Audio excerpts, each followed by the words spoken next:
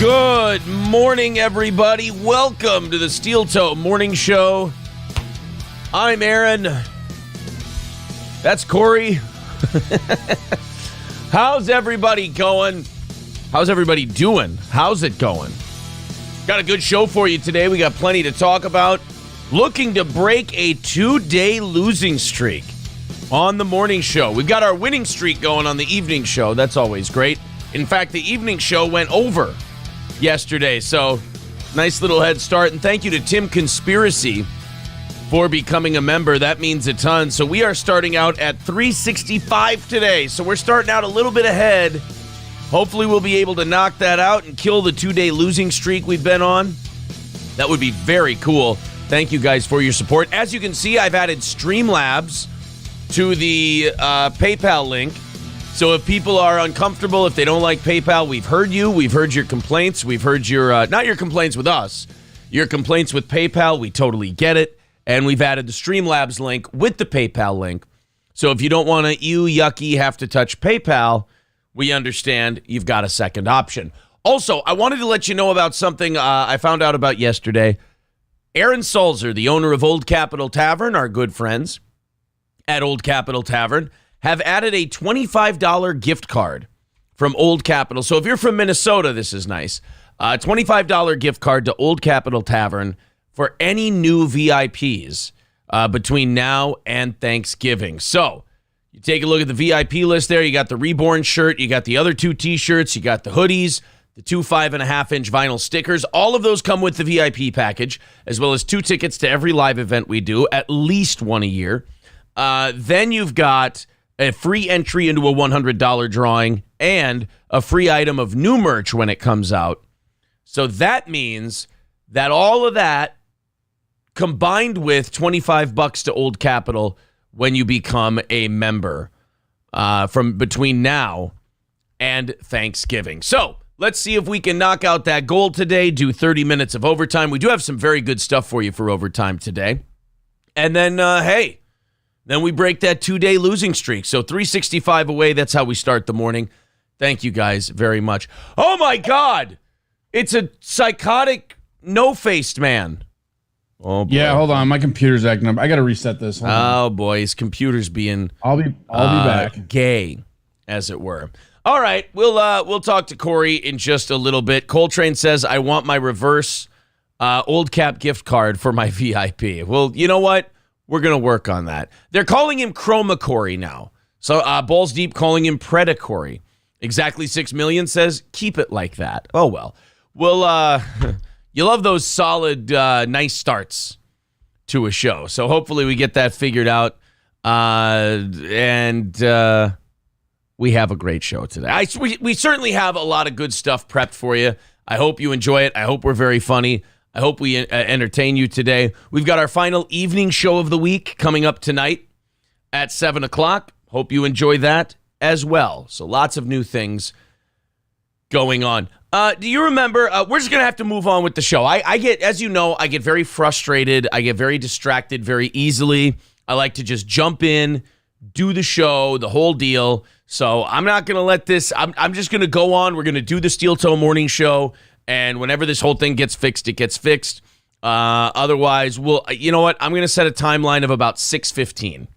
Otherwise, if there's a question mark hanging over the show's head, I gotta dip the fuck out because I'll go nuts. I'm a weird guy like that. You know, I've just got, I kind of own my quirks. I kind of own my weird shit.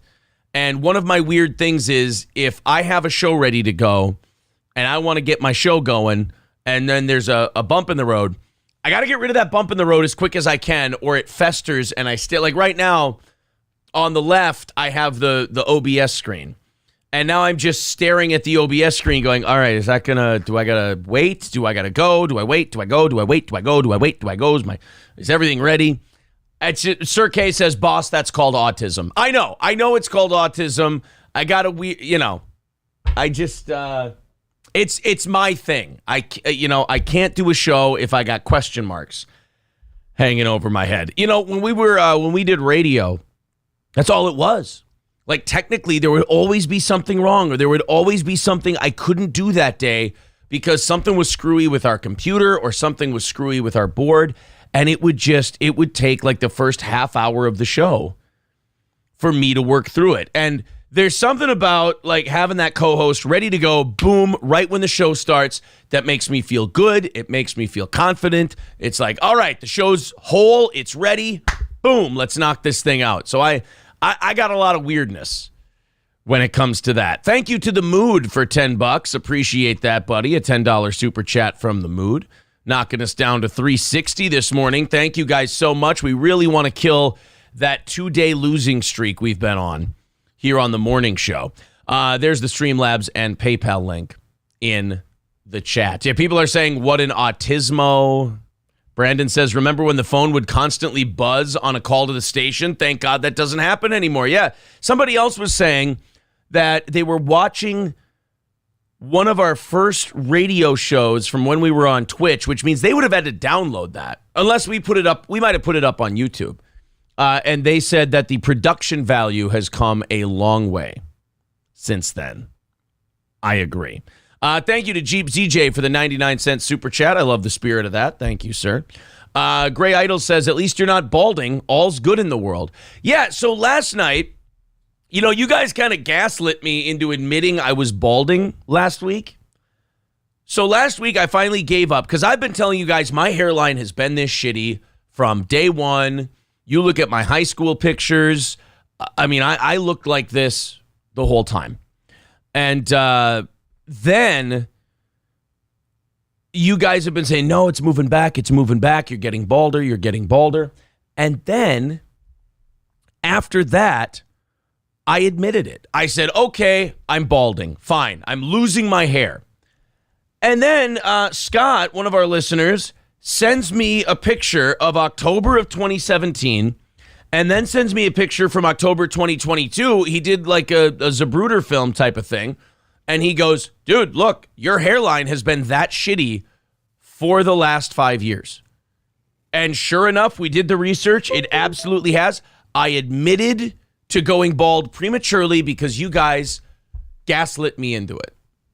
And to say I'm a little upset is an understatement. I'm heartbroken that you guys. What'd you say, Baldy? I'm back. I know I'm not. I was Baldy. I've been Baldy. This is not a new Baldy. Yeah, I know. You're not telling anybody but you anything we did. No, that's not true. They got me. They gaslit me into saying that my hair was moving backwards. And I told them, I said, no, it's not. It's always been this way. And then they said it and said it and said it. So I started looking. I went, oh, you know what? Maybe it is. Until the lovely and talented Scott digs back 5 years ago and proves it's always been this shitty. So thank you, Scott. We appreciate that. Ryan the Garbage Man says, I think you need to show the hot tub photo for a definitive comparison. You just want a boner early in the morning. I'm not acquiescing to your requests. Go to Buffalo Wild Wings and eat a burger if you want to. Yeah, don't take that shit, dude. He likes Buffalo Wild Wing burgers. David Allen Toe says, there's no way we'd gaslight you, Sweet Prince. What's that? Sweet Prince, what's that supposed to mean? Is that something sarcastic? Does that mean gay? It just means you're real sweet, Prince. All right. Loaded Wrench says, stop taking hot-ass showers. Is that a real thing? No. I don't think that's a real... Just like the hat thing. Like, you don't lose your hair faster if you wear a hat. I've worn my hat my whole life. Oh, my God! All right, fine. Point taken. I won't wear a hat. It's only thinning at the back, says Gray Idols. No, unfortunately, it's very nice and bushy in the back. I was born with an aggressive widow's peak. I was born with big gums, sir. Sir K says, Aaron actually has extra hair growing back after taking period pills. Well, I mean, why do you think I was on them? Yeah, but that hair was on his nipples. You can move it around, though. I've always said this, hair is fungible. Mikey Two Milk says, I can't get the show to play. I give up. Maybe tomorrow. Later, fuckheads. Well, God, I mean, don't get frustrated. I mean, it'll all come together, right? Freaky Deaky says, is that an Alvin the Chipmunk shirt? No, that's a Bucky's shirt that Corey's got on. Oh, yeah, it's a Bucky's shirt. Looks like a molded... They're saying your head looks like a molded egg. Not their best work, but still hurtful. Yeah, I mean, sometimes it's the simple ones. I bet you that one eats at you. It doesn't hit you right up front, but it eats at you. You'll see an egg. I went bald in my early 20s over like 3 tear-filled showers. You can't hurt me. I mean, they were tear-filled showers. Obviously, there can be a little hurt done, right? No, I mean, I'm just saying like that emotion has been cauterized for years now. It's cut out. It's gone. I'm stupid too. I thought I contracted chemotherapy. I was like, what's happening? Yeah, until you looked that up and realized not something you can contract. Oh. Then you were much better. I looked it up, man. I'm really relieved when I looked it up. Thank you to Cole and Gina, a combined $25 between the two of them on PayPal and Streamlabs. Cole says, to the moon. Yes, we are on a rally today as we are trying to, we are on a 2 morning show losing streak right now. I think it might be the first time it's ever happened in Steel Toe history. But we'll see if we can break it today. We're off to a good start. 335 away from today's goal, so it might happen. Orange Boy says, just replace the hair with the ones from your back. Look, man, we're looking into all our options. You know, it's like the Bush administration when they would talk about bombing people. Nothing is off the table. There. We got him. Yes. Gray Idol says, never ever wear a hat, Aaron. Holy shit, Corey's got a whole solar farm on his head. Nope, I like the egg comment better. I like egg better than solar farm. It's a color thing with me, as it always is. Trucker 18 wheelers. What's that? You say it's a colored thing? Color, no ed. Oh, okay. Trucker 18 wheeler says, I got blinded by that shiny bald head, you fucker. Well, stop staring directly at it. It's like the sun. Joe the Toe saying he's got a legend beard though. I never understood that. Like, you can't grow hair on a particular spot on your head, but you can grow a beard. Oh, it's crazy. I can it comes out of my, all the stuff up my, it's like my hair just migrated down to my back. Yeah, it's very strange. Like the old Drew Carey joke where, you never stop getting acne as an adult. All the pimples just pack up their families and move down south to your ass, which I will say, I don't know about that. I don't have ass pimples. So I don't know. I don't either. I don't think you have to have ass pimples. I think that's just him. I don't know. I think that's a him problem. Right. I think Drew Carey was projecting onto the rest of us. By the way, I know a lot of younger people, like probably early 20s to late teens and younger, only see Drew Carey as the Price is Right guy. As a stand-up, Drew Carey could get it. I'm not saying he was the greatest of all time or anything, but he's really underrated as a stand-up. He was a very good, the only reason the Drew Carey show existed was because of how good of a stand-up he was. Yeah, he was a very... That was the formula. That was the formula in the late 90s, early 2000s was successful comedian adapts bit to sitcom. Roseanne, it was based on Roseanne, all that stuff. Grace Under Fire, Roseanne, Grace Under Fire, the Jeff Foxworthy show. I mean, it was a formulaic thing. Home Improvement, Drew Carey show. Yeah, all of them were just these comics. In fact, that was the goal until the early 2000s. It was work the road, get a special, get a sitcom. Yeah, Seinfeld too. Oh, God, Seinfeld. That's how do we miss one that of the best shows ever, and that, I guess debatable. Some people hate that show, but whatever. Yeah. Loaded Wrench says, "Mad About You." Was that? Oh, Paul. God. Yeah, damn. Mad About You. Paul Reiser was a stand-up. I'm sorry. Hell yeah, he was. His stand-up is way better than anything he did as an actor. Yeah. And it would have to be. It would have to be. Yeah. I'm trying to think. There's got to be more because they were doing that formula from the 80s on up. It was everything. What's his name? Jonathan Silverman got a show for 2 seasons, and it was just Everybody Loves Raymond was one of them. Caroline in this. No, not Caroline in the City. Caroline Ray had a show. I can't remember what it was called. And yeah, it was just Chappelle show, dude. The Chappelle show got signed because he was a comic. Right. Bernie Mac show, Jim Gaffigan show. I'm looking at them now. George by the way. Lopez. Dude, how do we miss this? The Bill Cosby show? Oh, whoops. Whoops. Probably I'm surprised you missed it. We shut it down because of all the rape. We just blocked it out of our heads. Oh, Ellen? Oh, yeah, Ellen. She came out as gay during that show. Stanford and Son? People forget about that. That's one of the earliest ones. Sanford and Son's monster of a comedian. They basically took an English show and then they said, let Red Fox do stand-up. Let's take then they said, hey, Red Fox, don't say the word pussy. Yeah. And he said, how about cracker? And they're like, well, I guess. You ever heard his stand-up?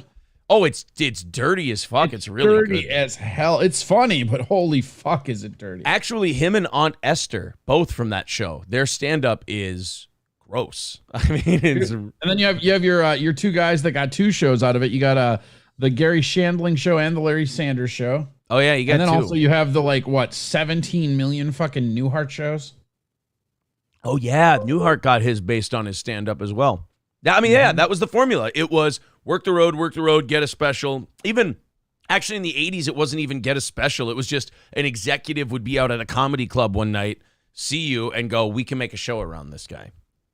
Well, yeah, but I mean, like a lot of Christopher Titus too. Titus had a show. A lot of the shows are based off their routines though, because a lot of people will have like family stuff. Like Everybody Loves Raymond, like that is based completely off his mom and his dad in his stand-up. Yes, and who can forget the Jim Gaffigan show where it was just a sitcom about Hot Pockets.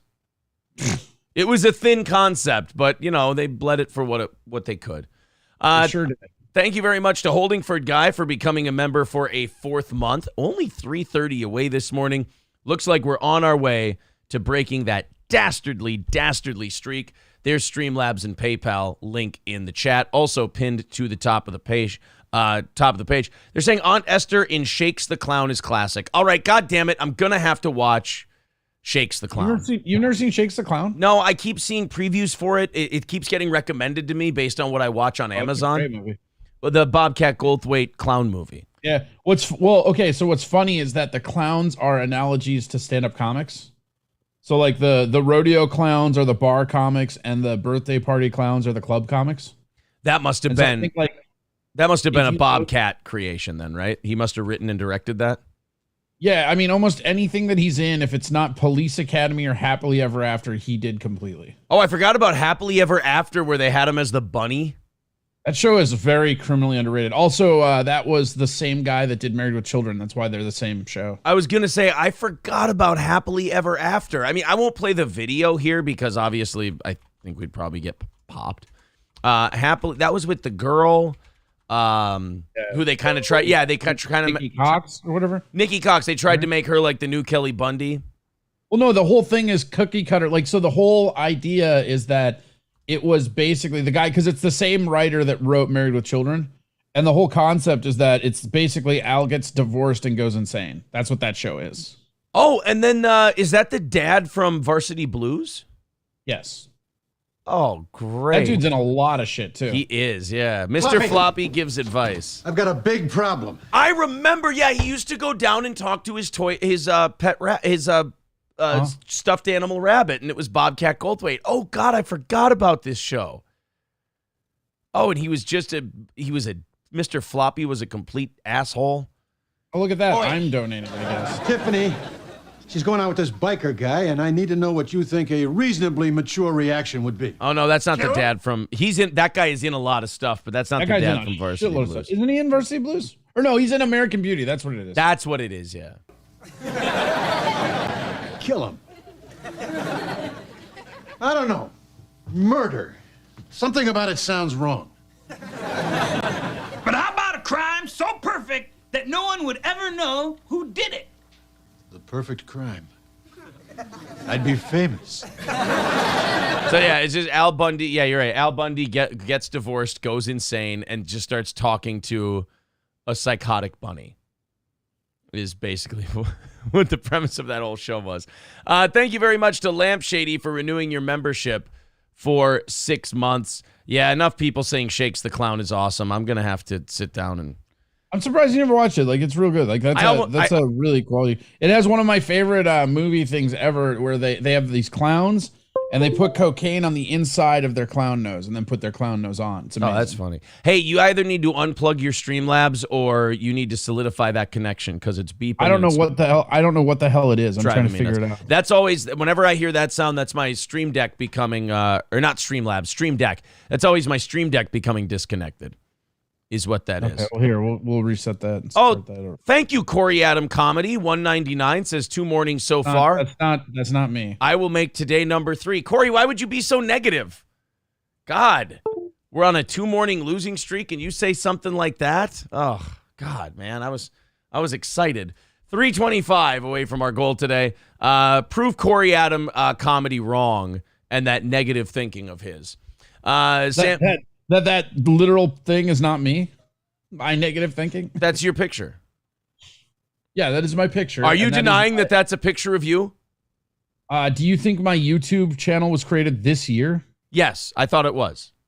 Oh, okay. It's not. I don't know. Something's up. I think you two are working together. Sam Kinison had what the damn beeping is. Sorry. Holy shit! Look at the before plastic surgery, Nikki Cox. Yeah, no, that was. I forgot that was her, but yeah, she's his daughter in that show, right? Yeah. Happily Ever After. God, I'm gonna have to go see if I can find that on It's Amazon a great show. too. I have something for you just to kind of start today's show before we dive into the stories and whatnot. Last week, this was a big hit. We introduced you to Tony Michaels, and you seemed to really enjoy him. Is that the guy that was like dribbling on himself in the drive-thru? Remember the big key to him was he never eats on camera. Oh, that's right. That's Yeah. right. He was like cowpoke, but he didn't eat. He wouldn't eat on camera. Now he's a political commentator. You know, he talks about how Trump's a bad guy and DeSantis is a fascist. He calls him defascist, by the way.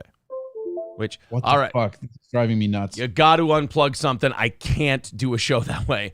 All right, I don't know what it is. I'm literally trying. just be a madman. Just start unplugging shit until it stops. Just start pulling cords. That's what you do.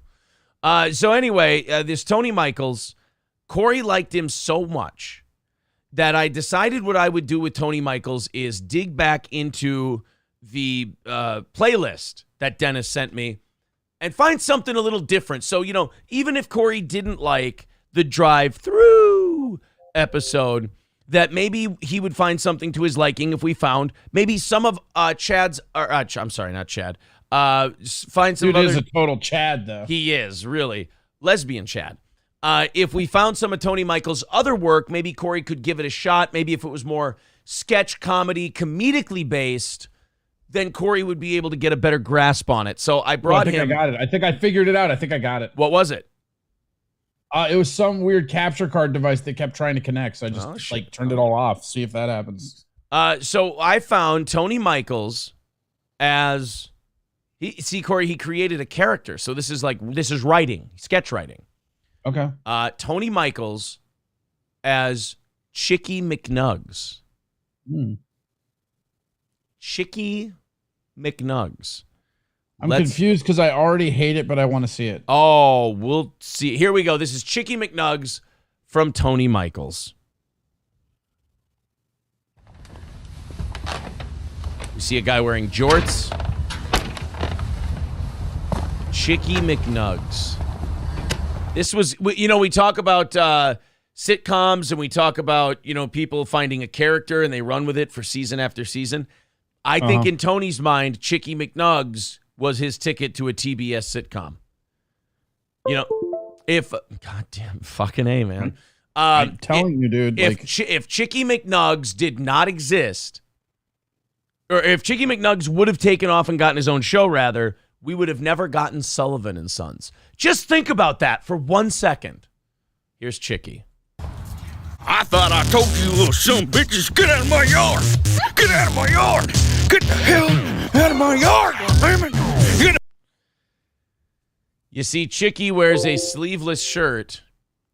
Chicky wears sunglasses. Chicky has a trucker hat on. And Chicky wants these damn kids to get out of his yard. Chicky is so brave. Chicky is an everyman. Chicky should have had his own show. So yeah, Tony Mike. I don't understand why Tony Michaels didn't stick with one thing. You got a very successful drive-through show. Could have kept it. Could have gone forever. You got Chicky McNugs, which here's the criminal part. I only have one Chicky McNugs video.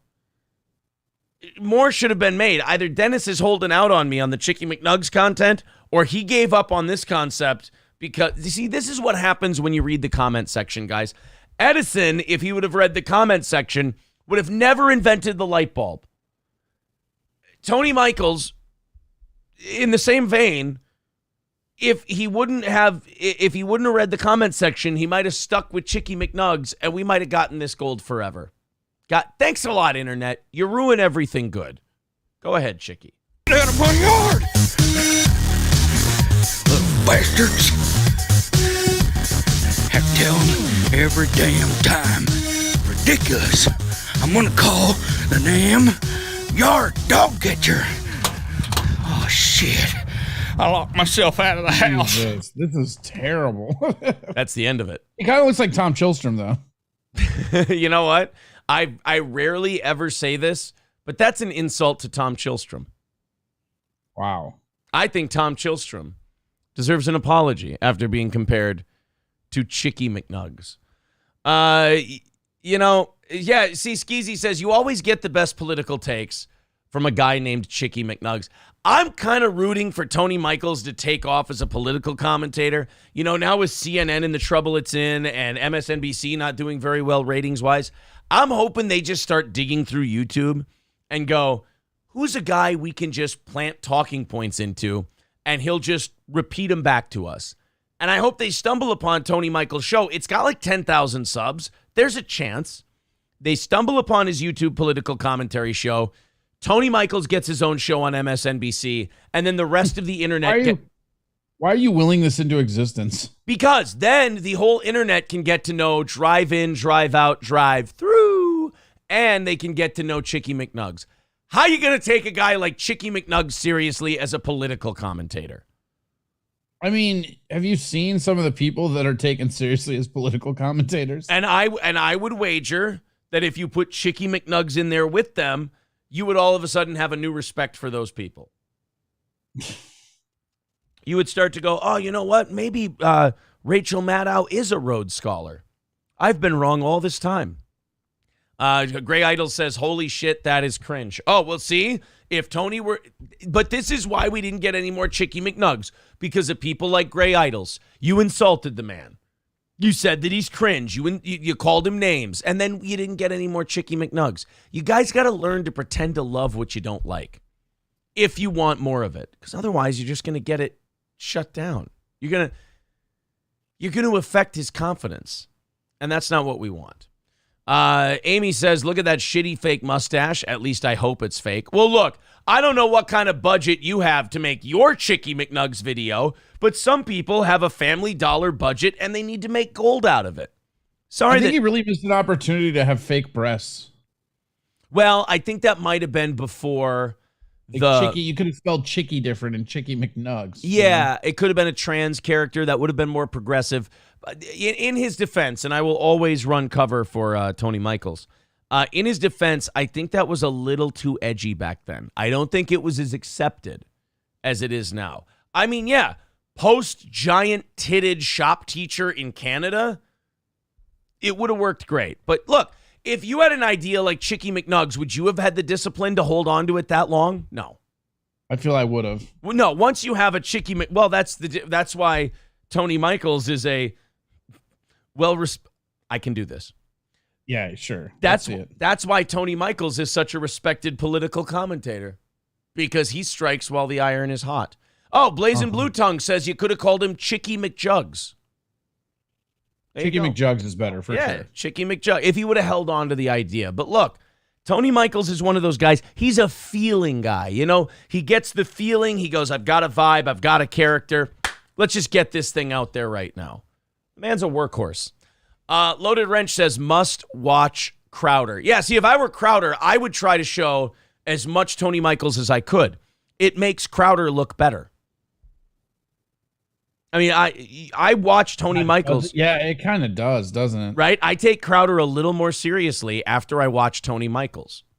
I just want to point out, like, you should hire that guy to open for him. That would be like just open every Crowder show with like a little bit of Chicky McNuggets. Well, everybody will be like, God, this Crowder football team. The problem is Chicky McNuggets, I think, believes that Crowder is a Nazi, so they're gonna have to try and work that out.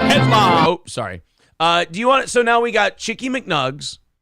We've got the drive-in, drive-out, drive-through thing again. Now let's go and see. Let's watch a YouTube short from Chicky McNuggets / drive-in, drive-out, drive-through guy Tony Michaels, and I bet you that he's kind of got the same vibe going. You know, he's still a funny guy. He's still a comedian. I bet you he didn't take his entire personality, throw it in bleach, and then remold it in a new image that he thought would get 10.9 thousand subscribers. Let's watch some of Chicky McNugg's as a hard-hitting political commentator. This one is titled, "Hey Cultists, Liberalism is Strength." Liberalism Good God. is strength. This fucking narrative that liberalism is weak is really fucking stupid. By the way, I forgot to tell you this. He's like a regular political commentator, Corey, except he likes to say fuck. That's a cool angle for the left, right? That's a really cool angle. It's like, hey, man, I like Rachel Maddow, but I need to hear someone say the F word a bunch. Well, ladies and gentlemen, do I have a chubby lesbian for you? Have you met old Chicky McNugg's himself, Tony Michaels? A show for everybody. It's really fucking dumb. You know what's weak, you cultist motherfuckers? Whoa. Is to blindly follow one person into the abyss. Right. I mean, that would be stupid. Like, let's say you had a president who was clearly woefully underqualified for the job and mentally was in no sound state to actually execute the job he's been tasked to do by the American people, yet you still support him and pretend he's doing well because you can't admit that the other guy might have been doing a better job. I mean, Corey, that would be insane. How much semen do you think you would need in your hair to make it do that? Let me ask you, if you give me a week, I can get you an answer. Sound good? No, thanks. All right. No, thanks. 1 week. Give me 1 week. So far, the cultists, which I'm guessing are Trump cultists, liberalism is strength. Let's hear. He said a lot of F words so far, so you know he means this. Let's continue to watch Chicky McNugg's lecture us on politics. Because, well, they'll just wave a magic wand and make everyone else believe what I believe. Wait a minute. Did we just have a Chicky McNugg's appearance on the Tony Michaels podcast? That's a rare appearance. Well, I can't tell without the mustache. I think Chicky McNugg's might have just been the voice of the Trump supporters. Oh, Tony, you sly devil, you. I don't care if you believe what I believe or not. I really don't give a shit. Honestly, Whoa. You have the right, the liberty, and the freedom to be a dumb motherfucker. You have that right and that liberty in this country. Alls I ask is that you just say it out loud so we know who the fuck you are. This fucking narrative that liberalism is weak is really fucking stupid. Yeah, there you go. That was the YouTube short. That was his whole big point. He needed to put that up as a short. A whole lot of F words, and then liberalism is strong, I guess. There you go. Chicky McNugg's hard-hitting political commentary. Hard-hitting political commentary. Skeezy says, nobody says strength quite like a bunch of vegans and soy latte drinking white girls. I mean, that's what I always think when I think of strength, is I think of, a vegan diet. I find meat to be a crutch. And sipping a soy latte, I mean, that just sounds fantastic. On a brisk autumn day, are you saying? Well, sign me up. Why not pumpkin spice if you're going to go full liberal? All right, look, you son of a bitch. If you're trying to turn this into some kind of goddamn commie revolution, you've gone too goddamn far. We're trying to keep this shit mainstream. King of Cali says, oh, yeah. The King of Cali says the world would be a better place if Tony just, okay, I don't, see, I disagree with that. I think Tony is a national treasure and he needs to be kept afloat. Curly Adams says apparently Corey isn't the only host late to the show. New boot goofing. I have no idea what that means. Tony Michaels? Yeah. Michael B says all Hannity and Combs in this bitch. Oh, get him. Oh, that would be fun. Get him a conservative co-host and let those two yell at each other. I like it. Thank you to Ozbest. I'd watch that shit. Yeah. Crowder and Michaels. I mean, I'd probably still watch that, but for different reasons. Yeah. Crowder and Michaels. The only problem is you probably couldn't throw enough money at Crowder. As much as we shit on Crowder, I'm sure he's making a shitload of money doing what he's doing. I think you got to get like Michaels and like Jordan Peterson, somebody he would really hate to be there with. Oh, God. Donald Trump Jr.? Oh, yeah? You think I'm a cultist, bucko? Well, let's analyze the meaning of the word cult. I mean, if by cult you mean that someone who has deep-seated beliefs in something that's larger than himself, well, then you're damn right, bucko. I am a cultist, and I'm a lobster, and you're about to face my pincers of logic and truth.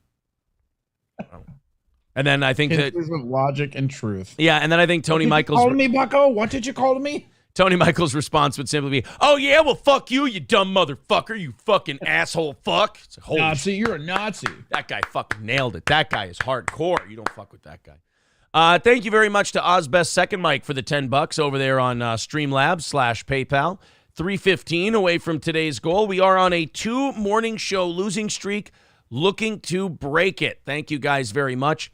Again, there's the PayPal and Streamlabs links in the chat. If you hate PayPal and think they're Nazis, you think they're evil, there's Streamlabs for you. Nice alternative. Also, Super Chats and memberships work. 3:15 away from our goal today.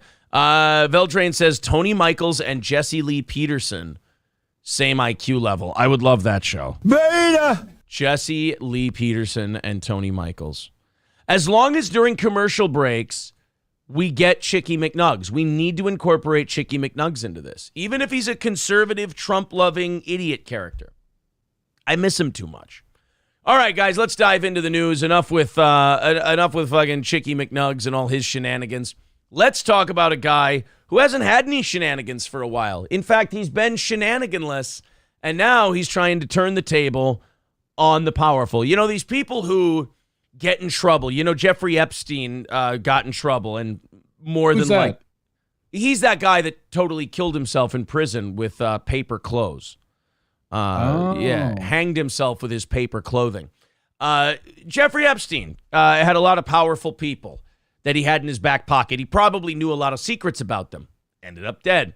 Ghislaine Maxwell, we're going to talk about her later today. She's starting to talk about her relationships with other powerful people. So I would go ahead and hit start on the countdown clock for Ghislaine Michaels. But now, another guy who knows a lot about some very powerful and influential people has decided his back is against the wall, so he's going to start speaking up. And already the first thing he has said has thrown a wrench into a lot of people's plans. Harvey Weinstein is starting to rat on people. Now, I thought, isn't he dead? no, Harvey's still kicking. He tried to make himself. He looked like he was dead in court. I think that was intentional. I think he had it's like the Vince McMahon with like the neck brace thing. Like a pity vote. Yeah, he like the Vince McMahon neck brace thing when he was in court. Mm-hmm. Harvey Weinstein showed up, I think, with like a walker or a cane, and I think he had a neck brace on. I think he had like a wheelchair outside of the court too. Like I think they were pushing him around in a wheelchair. I think you're right. Yeah, he was in really rough shape. He Well, looked like Artie Lang's nose. he actually, I think, has come to grips with the fact that he probably ain't going anywhere for a while. And he's decided that he's got some information and he wants to start talking about making a deal. Harvey Weinstein and his legal team are to argue that he had a consensual affair with the wife of California Governor Gavin Newsome. Wow. Gavin Newsom's wife allegedly fucked Harvey Weinstein. Is that how she got the gig as Gavin's wife? Right? I mean, I don't know. Who books that? Right. There is no world where any of us think that Harvey Weinstein got any pussy that wasn't leveraged. I mean, you look at Harvey Weinstein and you just do not see a man that any woman willfully has no strings attached sex with. Just doesn't happen. Disgraced Hollywood executive and all-around pervert Harvey Weinstein is reportedly going to argue in court that he had a consensual affair with the wife of California Governor Gavin Newsome. Now, this is big because, remember, they totally want Gavin Newsome to run for president in 2024. And why do they want that? I feel like even my liberal friends hate him. you would think, but I think it's part of their new strategy, which is called leaning in, I believe is what it's called. At least he's 40 years younger than Biden. That's an advantage, right? But he's been fucking up everything he's been touching since he was what? He was mayor of... That's what I'm saying. I have a lot of comic friends in California who are super liberal, and they all hate fucking Newsom. Was he L.A. or San Francisco? Which one was he mayor of? I think he was San Francisco. I don't think you're he was right. L.A. Yeah, I think you're right. I think he was San Francisco. And then he became governor. He fucked up San Francisco, and then... California is such a weird state that Gavin just kept failing up. Yeah, this guy can't stop falling upwards. It's crazy. So Weinstein says he and Newsome's wife were sleeping together, and it wasn't the sexual assault situation previously exposed. Whoa, whoa, whoa, whoa, whoa. So there were accusations out there that Gavin Newsome's wife was one of Weinstein's victims. See, I did not know that. So she must have been trying to get into acting. Harvey Weinstein pulled his, magic. She's been acting like she loves Gavin for a while now. That's true. I mean, yeah, she is a pretty good actress. She's still claiming he's not gay, which... It's a hell of a performance. You got to give her that. The odds are stacked against her. It makes me put on a strap on and just look away, but it's just what he's into. Yeah, he's like Ralph Cifarello from The Sopranos. He just, It's what he's into. Different strokes. Yeah, I'm your little bitch. Disgraced producer Harvey Weinstein won a small victory in a long legal battle Monday after a judge said that she would allow his legal team the opportunity to question California Governor Gavin Newsom's wife. Jennifer Siebel Newsom will be questioned about an email she sent to Weinstein 2 years ago after allegedly being raped by the disgraced producer. Weinstein attorney Mark Worksman said that details were necessary, adding, quote, of all things you'd think a woman that is raped by Harvey Weinstein wouldn't do is ask him how to deal with a sex scandal. So he's claiming that she emailed him asking Harvey Weinstein how to deal with a sex scandal that was going on regarding Gavin Newsom. Wow. And he wants to use that as evidence that he never sexually assaulted Gavin Newsom's wife, but rather they had consensual You probably don't go to your rapist for PR advice. You would think not, right? I mean, even if he was a really good fixer, you'd think you would probably... I was going to say, unless that rapist was really connected. Yeah, unless he was like Ray Donovan. You really you don't. The fact that she comes to Mr. Weinstein for that advice indicates the friendship and companionship of Jane Doe 4 and Mr. Weinstein. The defense will be that they had an affair, that they had consensual sex. That's disgusting. I mean, not just the fact that anyone would have consensual sex with Harvey Weinstein just, to me, shows a complete lack of moral fiber and complete lack of character judgment. Just for touching Harvey Weinstein's penis with no strings attached. It got her the gig as the governor's wife. Right. I don't think she was the governor's wife at that time because he was married to Kimberly Guilfoyle, who's now married to Donald Jr. Really? Yes. What the fuck? What days of our lives bullshit is going on within our government? It's like women who only date football players or only date soccer players. It's like or golfers. Golfers pass around like they're cleaning ladies and shit. That's how Tiger Woods ended up marrying Elin Nordgren. She was cleaning Nick Faldo's house, and Nick was like, "Hey Tiger, I got a fucking girl for you." And then he married her, and all the old-timey golfers were like, "Bro, you don't what? No.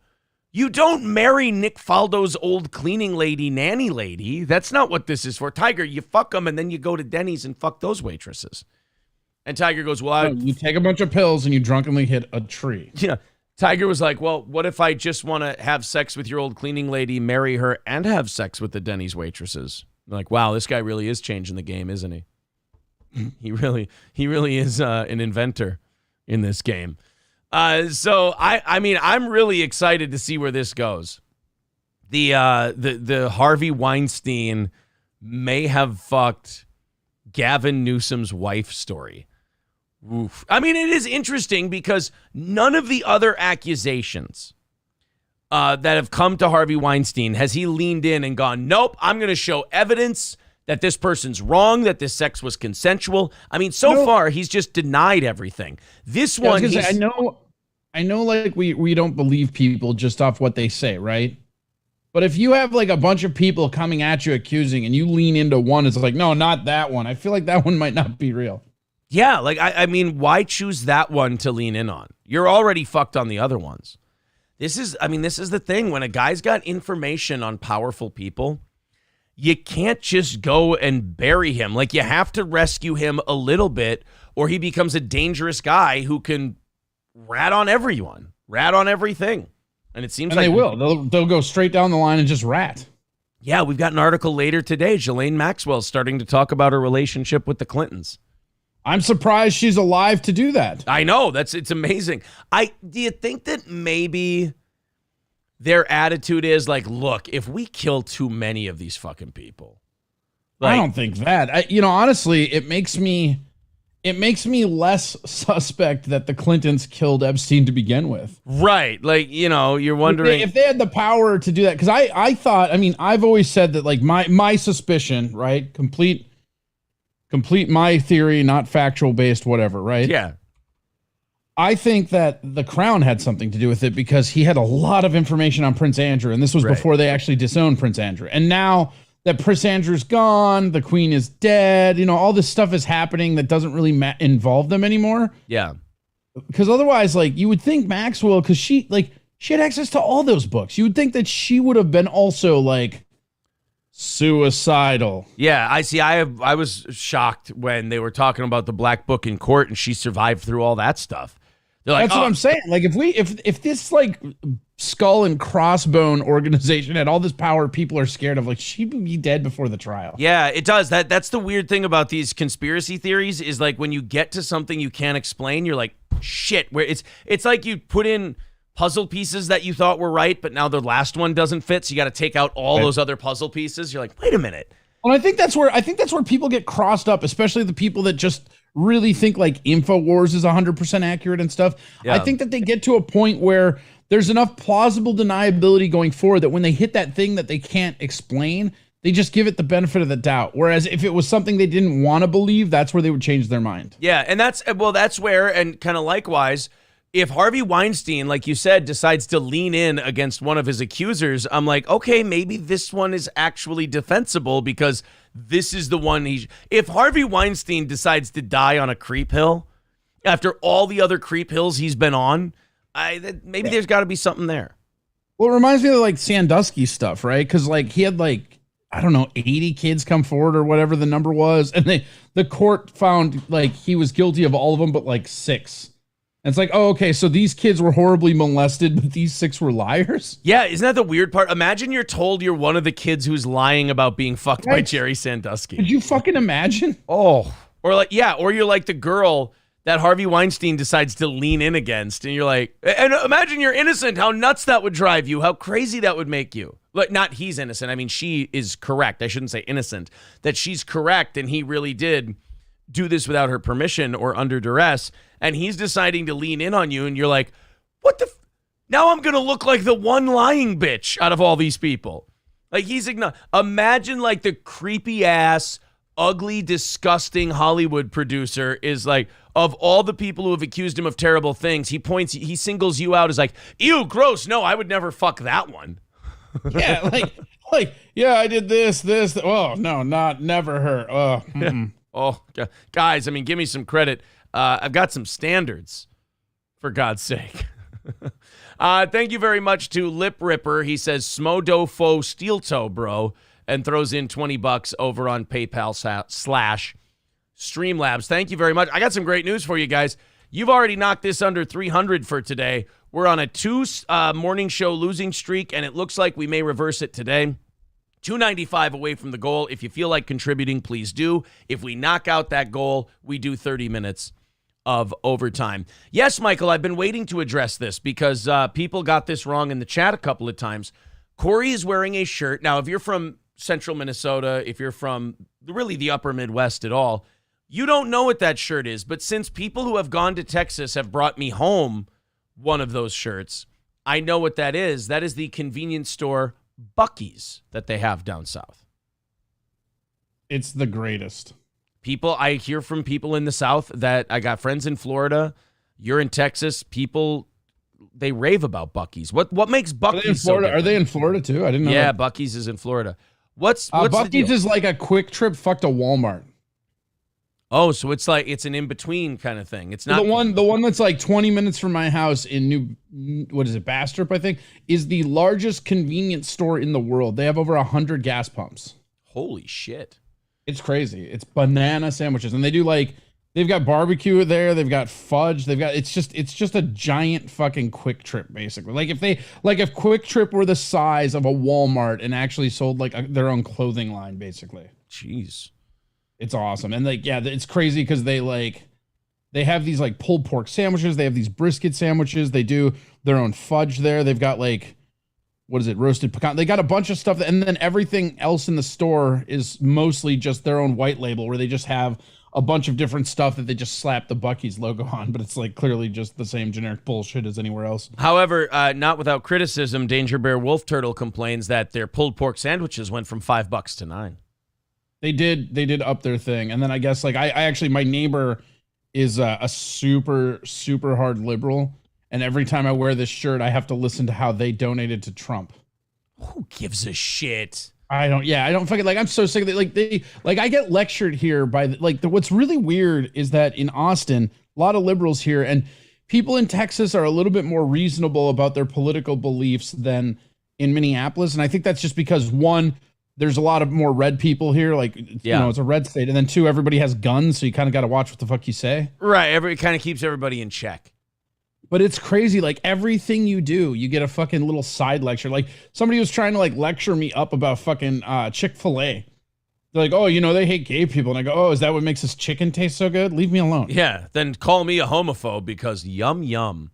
Right. What I love is like could you imagine if people who identified as like on the other side of politics complained every time they consumed something that donates to a liberal cause? You'd never shut the fuck up all day long.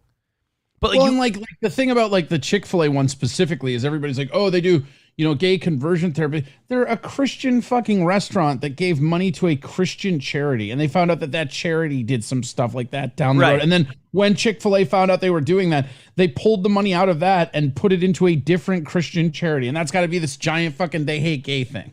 Right. They give to one organization. First of all, Dan Cathy, the guy who runs Chick-fil-A, is a super duper Christian. So yeah, he's probably not going to be super cool on anything gay related. That's just the way it is. But like, I'll tell you this though, the one by my house when I used to live in Hopkins, that one off it's like Highway 7 in Texas or Hopkins Crossroads. Yeah. That one had like the most flamboyantly gay manager I've ever seen and a bunch of trans employees. So don't let the owner see that franchise location. Right. So like somebody just brought it up in the chat. Literally his name is somebody. You got a liberal will sit there and yell at you about going to a Chick-fil-A while sitting there on an iPhone wearing Nikes. Right. That's exactly it. And the guy that was lecturing me, it's funny he says that. The guy that was lecturing me had an iPhone, and I brought up the Uyghurs, and he didn't like that at all. Uyghurs, sweatshops. I mean, everybody, I think, knows the story by now that at the Apple factories in China, they have to put nets halfway down the building because people like to go up to the roof and jump the fuck off. Yeah. Imagine you're standing at the top of the Apple factory, and you go there and you jump and you're like, oh, thank God, sweet release from this hellish facade of a life I live, only to be caught by a net like a falling tightrope walker. And then be billed for the expense of the net. Right, exactly. Like, well, you strained some of the rope in the net and we're going to have to replace it. So we're going to have to dock you 5 cents of your 25 cent a day pay, guy. I just find it awesome that everything they consume, like a far left person, everything they consume is involved in something offensive or donates to a political charity that is on their side, but that many people would find offensive. Nobody ever yells at them about it. Nobody ever bitches about it. Chocolate, man. Every time you see a liberal like yelling at you or even anything, just in the back of your mind, think to this. How many times have you seen them eat chocolate? Because let me tell you, if you want to go down a real dark rabbit hole, check out the chocolate industry. No pun intended. That's basically, that's basically just child labor. That's all that is. And it's like child slave labor. Like, it's dirty. It's like 6-year-olds with machetes. That's what the coca industry is. Yeah. Chocolate and diamonds is fucking brutal. And Louis C.K. had a great line. And actually anything, this is kind of fun too. Anything that's like electronic now, like, cause what is it? It's the cobalt or whatever. One of the like things they use to make every single piece of like electronic is basically blood diamonds. I'm pretty sure it's cobalt. They're saying lithium mining too is nasty. It's nasty business. Yeah, lithium mining is also nasty. I'm pretty sure it's cobalt. Like cobalt, like all of the cobalt comes from like 2 illegal mines in Africa. Cashews, yeah, people are bringing up cashews. We've watched that on the show before too. I mean, that is just, those people do that for like no money at all. None. I mean, the cashew industry is fucking nasty. But it's just like, I'm just so sick of that virtue signal across the board, right? Like, I just want a chicken fucking sandwich and to be left the fuck alone. Leave me alone. Like, I love Buc-ee's. I don't give a shit where they're donating money. I like it. Right. And imagine being such a joyless twat that like someone enjoys something and you can't just go like if you don't like Buc-ee's on the merit of their product, that's fine. But if you go, I don't want to enjoy this thing they gave to Trump or they gave to some organization, like who gives a shit? Do you know how many of the things I consume every day gave to Biden or gave to some Senate candidate or gave to some super PAC or whatever? Who gives a shit? I'm still going to taste their product. If I found out McDonald's, donated to some shitbag far lefty organization, it wouldn't make me think twice about ordering a McDouble. I like it. I just double checked it. It is the cobalt mines, and they estimate 40,000 children, some as young as 6 years old, are working in full and small scale mining laborer roles and earning less than $2 a day, using their own tools, but primarily their hands. Yeah, I thought you were the one who showed me the cashew thing. Maybe it wasn't you. No, I know about the cashew thing. Okay. It might have been me. I mean, I was real big on because I like the cashew and the chocolate. The chocolate's my favorite one because if somebody on the left is giving you a bunch of shit about something, guaranteed you've seen them eat chocolate, 100%. Yeah, there was one. It's like there's all these women that are like gathering the cashews, and they ask them, they're like, how long do you do this? And like, probably about 12 or 13 hours a day. And like, how much do you make? Oh, about $2. It's so gross. Cashew, would you call it mining, harvesting? Yeah, it's like harvesting because it's when they actually like are chopping it off and chopping the shell through, right? Yeah. Oh, here's the one. This is from France 24, the cashew mining industry. The perfect snack. Healthy, rich in vitamins, suitable for vegetarians. Wait, hold on. Cashew Get your box or your jug of cashews out there. All right. nuts are in high demand. Let's watch the blood nuts you're eating. But at the other side Blood of Nuts the was world, my nickname in college. By the way, you can make a movie called Blood Diamond. You make a movie named Blood Nuts, it's going to confuse too many people. They won't go to the theater. this little nut has become a nightmare for thousands of women. India is the world's top cashew producer. In Tamil Nadu Humble state, brag. thousands of trees populate vast plantations. The nut itself is found on the bottom of this yellow fruit. It twists off easily, but the real work is only getting started. Knowing it sucks for them makes these taste even better. Yeah, I can't really enjoy food unless somebody's getting hurt. Processing facilities in the region supply mostly European and American customers. This factory owner's son oversees 150 employees, all of Look at that.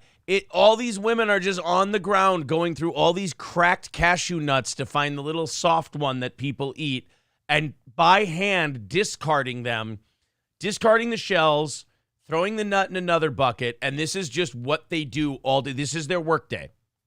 They sit on a I believe part of the shell is toxic with those as well. I think that is why they have to separate them. But they sit on a concrete floor all day, and they just separate cashews. You talk about a menial existence. them women. To start, they use a machine to cut the nut in half. Their speed is impressive. and I've it used a has machine to be. cut my nut in half before. Yeah. I mean, of course their speed is impressive. If it's not, they get beaten and they lose a child. I mean, it's, look, it's do or die. They're paid by volume, just 4 to 6 euros per day. They have to start. What is a euro to the dollar? They're about even. They keep going back and forth. I think we're a little ahead of the euro right now. So you're talking about $3, $4, $5 a day, and this is all you do is separate cashews all day long. Early in the morning. So they'll work fast and they'll earn something. There is no stipulated fixed salary for them. I love how he talks like that's a good deal for them and not a good deal for him. He's like, oh, you see, there is no fixed salary for them. The harder they work, the more money they can earn. Oh, okay. That's wow. You're a real nice guy. Well, I tell you, how do you deal with being such a humanitarian? I ask you. The rest of the work is even harder, and it's done entirely by hand. The shell and the skin of the nut are difficult to remove, and inside them are highly caustic acids that burn the skin. The women's hands are badly damaged. Look at that. They just have like bleached white hands from the acid that's on the inside of those shells as they separate them. Ugh. At a nearby cooperative, women also sort nuts by hand. So this is like the hippie, free-range cashew one where the conditions are supposedly a little bit better. They're self-employed and earn even less selling Like free their products trade? to wholesalers. Yeah. 2 or 3 euros per day on average. Here, too, their hands are badly damaged by acids. Oh, look at that. The acid has turned the tips of their fingers black. So the shells, it's the acid in the shells, but those shells are actually toxic if you eat them. That's why you'll never see a cashew with nuts. Or with the shell. The next time someone goes, hey, don't eat that Chick-fil-A, they gave to an organization that doesn't believe gay marriage is good. You go, oh, yeah? Well, let me search your house for Planters products. You communist piece of shit. You fascist. In the nuts. Yeah, that's the thing. You can't eat food from somebody who gave money from somebody who might hate gay people. You have to buy it from slave labor. Yes, exactly. Slave labor, fine, but a person, and think about it. These are consistent with being absolutely apeshit insane, right? Right. Be consistent with your insanity. Lean the fuck in. The thing about the Chick-fil-A thing that's hilarious to me is that they lost. Like, Chick-fil-A lost the social battle. You won. Why are you mad at them? At that point, you're just spiking the football. Oh, they gave money to an organization that's against gay marriage. Well, guess what? It didn't help. Gay marriage is still something you can do in all 50 states whenever the hell you want. So I don't know why. Thomas gets his way. Yeah. These liquids we're constantly touching all day burn our fingers and turn them black. They say gloves slow them down too much and quickly rip as well. So I don't like wearing gloves because they slow me down, so I'll do this shit barehanded till my fingertips turn black. Yeah, look at those just crazy pox marks. Yeah, it looks like they have a circulatory problem. Like there's not blood getting to their fingertips. Problems aren't limited to the skin. Our eyes burn. At night we feel feverish, so we can't sleep. Our eyesight is getting worse. We have no choice. It's their only work here. We depend. Have you thought about stripping? Oh, God, I don't want to think about her stripping. Stop that. Look, man, I'm just trying to help. That's all. I'm just trying to find some alternatives. On it completely. What if they put that little mark of Buddha just right above the on fucking Western clit? shelves, the cashews no longer contain dangerous acids. As importers here in Europe continue to demand lower prices and greater quantities to meet skyrocketing demand. Isn't that funny? All these Western countries will go, oh, the slave labor is terrible. By the way, can you get me way more of these but not charge me anymore for it? That was the whole thing about the chocolate industry specifically, right? Is that they bitched and moaned about South American slave labor, and so the industry just moved it to Africa for slave labor. Yeah. So it was you're right. This is unacceptable. We shouldn't be enslaving kids in South America. Here, we'll open a new facility in Africa. Could you do me a favor? I really don't want to stop enjoying this product at a low price. So will you just move the slave labor so I don't know about it anymore? That would be great. By the way, put down that chicken sandwich, you Nazi. There. Your soul is clean. Also, I should try to just passively get a list of all the places, because my neighbor loves to tell me all the places he won't shop, as if it's some kind of flex. Because he was I came home one time with a bunch of paper towels because I went to Sam's Club and I got a whole fucking earful about the Sam's Club company. I'm like, whatever, dude. Right. It's got to be exhausting to live that kind of existence. I couldn't even imagine. Where you I just couldn't even I could not imagine living in you know what it is to me? It's like whenever LeBron James pipes in about his world take. I don't care. I'm there to watch you play basketball. I mean, I don't really watch basketball, so it's a bad analogy, but I'm there. Your job is to fucking dunk a basketball. Shut the fuck up with political takes, right? That's how I feel about Buc-ee's. That's how I feel about Walmart. You're there to serve me. I don't really care what else you're fucking doing. I don't think about what goes into shit when I eat it. Otherwise, how could you eat any meat at all if you did that? Right. I just in your head, you'd just be like, oh, this poor dead animal. I'm like, man, this is fucking delicious. Yeah, you get you start making these lists. It's just countdown to when you're a hypocrite. So why not just enjoy what you enjoy?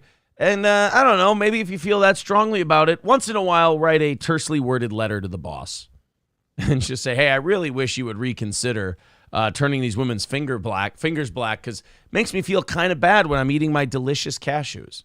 Well, and then the other thing is that, like, at one point he was talking about how he had to go to, it was like Hobby Lobby or something. And it's like, he told me for like 20 minutes how bad he felt because he had to go fucking grab this thing that was only available at Hobby Lobby. And I'm like, yeah, but like, wouldn't it just be easier to not feel bad when you go buy a fucking product? Yeah, wouldn't it just be easier? Go to Hobby Lobby, buy your shit, and stop being such a worrywart? Because I guarantee you they're not ending gay marriage off your one chicken sandwich purchase at Chick-fil-A. Right. Guarantee. I bought a roll of craft tape, and now I'm worried that gays might be thrown in camps. Yeah. I'm like, I don't think it's going to... Kraft macaroni and cheese, and now I hate the gays? Yeah, I don't... I ate beans from Goya Foods, and I'm pretty sure I just threw Jews back in concentration camps. No, I bet you that's not how it's going to work. I promise. You can feel better now. 295 away from today's goal. There's the Streamlabs and PayPal link in the chat. I want to say thank you guys very much. You've knocked us under 300 by 7 o'clock today, which is huge. If we can get under 200 by 8 o'clock, we're really on our way to breaking that 2 morning show losing streak we've been on with this goal. I've completely wiped away whatever we are short from Monday and Tuesday. We're starting brand new with last night's evening show. That went great, got us off to a nice head start. So if you feel like contributing to our show at any point this month, today's the day. There's the Streamlabs and the PayPal link in the chat. Super chats and memberships count as well. And Old Capitol Tavern, 2 North Benton Drive in Sauk Rapids, is adding into the VIP package from now until Thanksgiving a $25 Old Capitol gift card. So if you're one of our audience members in Minnesota, this is kind of a cool deal. If you want to become a VIP between now and Thanksgiving, there's a little something extra in there, and it's a trip to Old Capitol for lunch. That's the VIP program here on Steel Toe. There's the link in the chat if you want to throw in a couple of bucks to knock that goal down some more and overturn this losing streak we've been on for the last 2 mornings. Proving that people on the left are not as savvy at the undercover getting people to say incriminating shit game as people on the right. Some liberal activist tried to get a representative, David Schweikert from Arizona, to say something damning on a hidden camera. And all Dave Schweikert ended up saying was stuff that probably makes the people who were on the fence about him want to vote for him. So whenever it's like Project Veritas and they're talking to somebody and they have these they have these like little sting operations that they do get the people to say really weird shit, like really messed up stuff that makes you go, oh my God, I mean, I kind of had my suspicions that was the case, but this guy just said it openly on a Grindr date. That's pretty wild.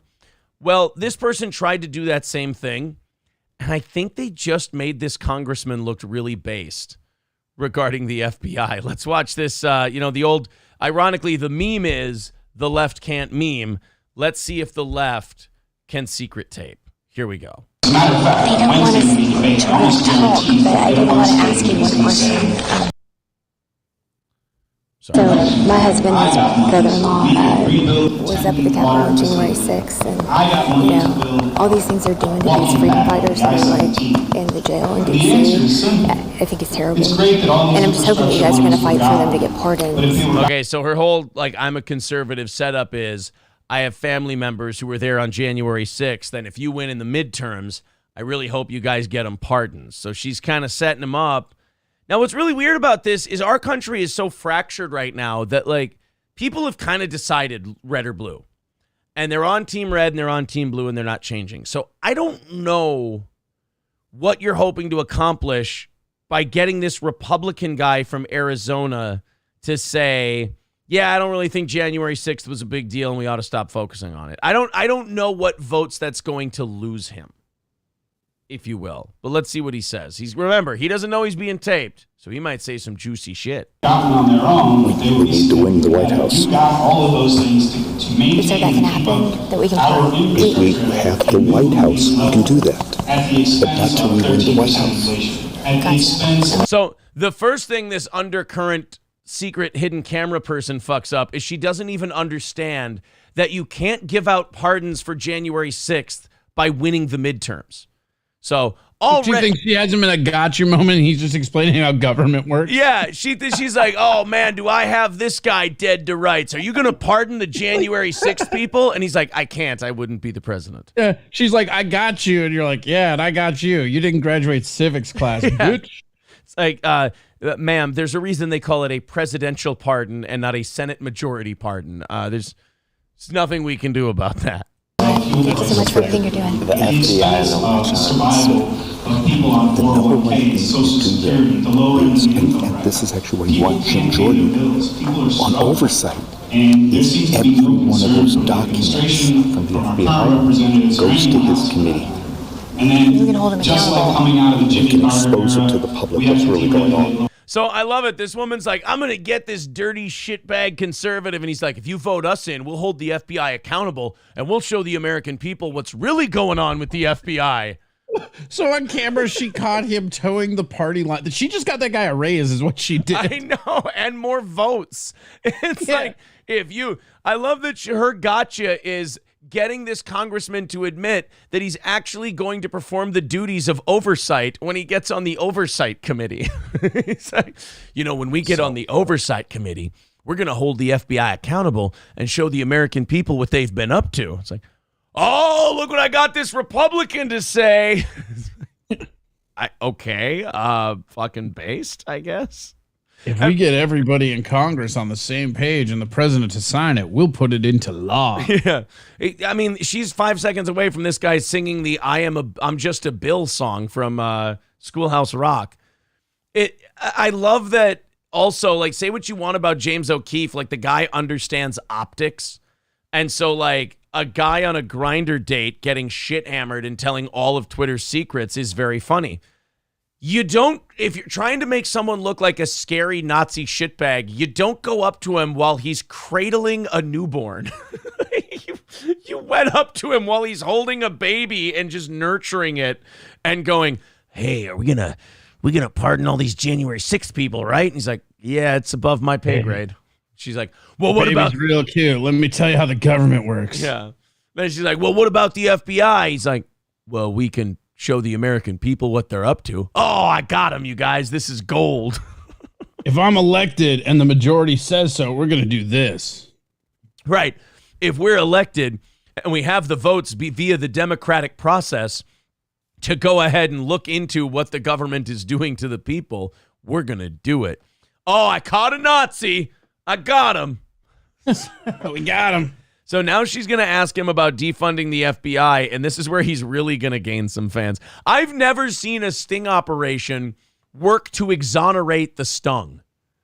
Well, and he's also a member of the Freedom Caucus, which means he's supposed to be kind of a little bit like out there. Right. That's like Ron Paul's caucus. Yeah, that's like the libertarians that like are still like Republicans. But, the Freedom Caucus is the libertarians who want to win an election.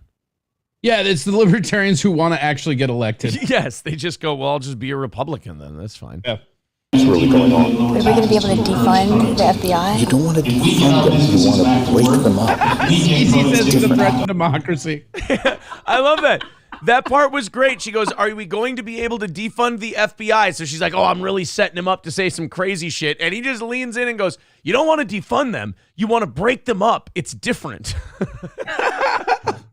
I love this guy. This is David. This guy undercover basically just got caught keeping to his platform. I respect that. This guy undercover just showed everyone, oh no, it's not just a campaign platitude. I'm fucking based, dude. Yeah, this is what I really think, and I'll say it to a hidden camera. I don't give a fuck. Also, you see how I'm holding this baby? Yeah, like he might as well be baking an apple pie and playing baseball. When's the last time you saw somebody incriminate themselves while holding a baby? It's never happened. I don't think I've seen it since Julianne Moore shot that woman in Hannibal. That's the last time I really saw that. I guess Casey Anthony, technically, right? Well, but was she holding it? For a while, until she wasn't. Well, till she got it in the trunk, I suppose. So let's go back to that. What are you doing with all that junk in the trunk? No, it's okay. It's a dead infant. So, she's at the club. She's dancing. Oh, girl, I like that junk in your trunk. Dead baby, actually. Thanks. What? That's genuine toddler skull. I had to kill 2 of them for both cheeks. Wow, one of the toddlers saw what I did to the other toddler, and I couldn't risk when it learned to talk. It, ratting on me. So you know how I'm really into natural births. Well, I also found these sweet natural implants. Yeah. I want to rewind because we kind of stepped over it. I want to get to his FBI line again because I just love this. This is a great example of how far apart this country is and why it might not be salvageable. This woman is doing this undercover thing, thinking she's exposing a guy, yet the things he's saying make half the country go, fuck yeah, I love this dude. Like, shit, it's almost November. I'm about to win $300, bro. You excited? Because Need Trump said Trump would be back in there? Not Need Trump, but another buddy of mine bet me by November of 2022. Yeah, but say what you want about James O'Keefe again, but at least when he exposes people, it's like even people on the left go, okay, this guy's a scumbag and he did it with a hidden camera, but that is some fucked up shit that guy said. I wish he wouldn't have said that, But with Republicans, they're like, do you stand by what he said on this hidden camera? It's like, stand by it. I wrote it for him. Are you fucking kidding me? Are we going to be able to defund the FBI? You don't want to defund them. You want to break them up. It's different. That's just good advice. That's just good advice. Look, he's literally... He's not wrong. You don't want to defund him. You just want to break them up and hold them accountable. It's fair. He's not figuratively leaning in. He's literally leaning in while he's telling her this with a baby in his arms. It's amazing. But you want to be able to ship out anyone that's political because you're not going to be able to defund them. But you can defund the witch hunts, the investigations. Exactly. You defund the liars or you restrict how they spend their money. Can you impeach Chris Ray? Can you get him gone? Sure. Yeah, so I love it. She's like, oh yeah, I'm really getting gold from this guy. Do you want to impeach the head of the FBI? Yeah, fuck it. Now that you mention it, sure. Yeah, fuck yeah. We're going to go through the right channels and we're going to break him up and impeach that guy. Yeah. It'd be funny if he told her, he's like, wow, you're more right-wing than I am. That's amazing. Actually, I have a couple other ones I want to impeach first.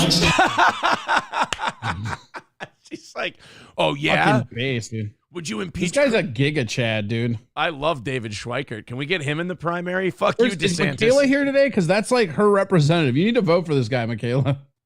Yeah, fuck you, DeSantis. We've got David Schweikert. He even looks a little bit like Ron Paul.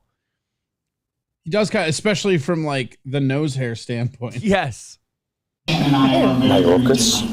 And he's going to try to make it on the dough. You've seen the commercials. Chris Ray's got number 3 from me. So Mayorkas and then who? The Secretary of State. I love this guy. He just keeps blurting out more.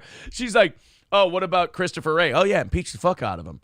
But that's not the only one. He's like third on my list. I got Mayorkas. I've got the Secretary of State. Yeah, dude. He's got a Arya Stark-esque line of impeachment. Before he goes to bed. Yeah. Biden, Hunter Biden.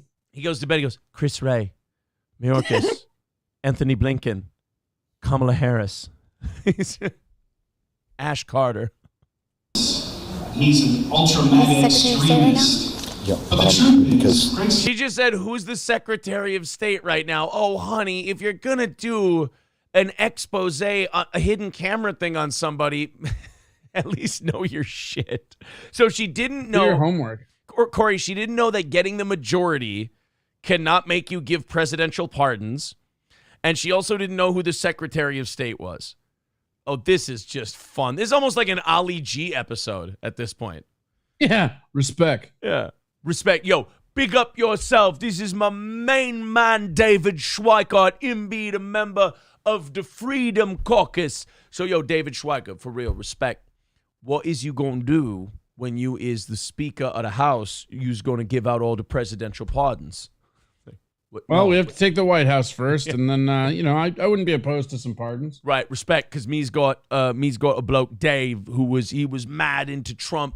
And him went to the January 6th, and he just had a chicken sandwich at one of them food trucks, and now they is all trying to get him all wigged up in jail and whatnot. They got him incarcerated. You would pardon him.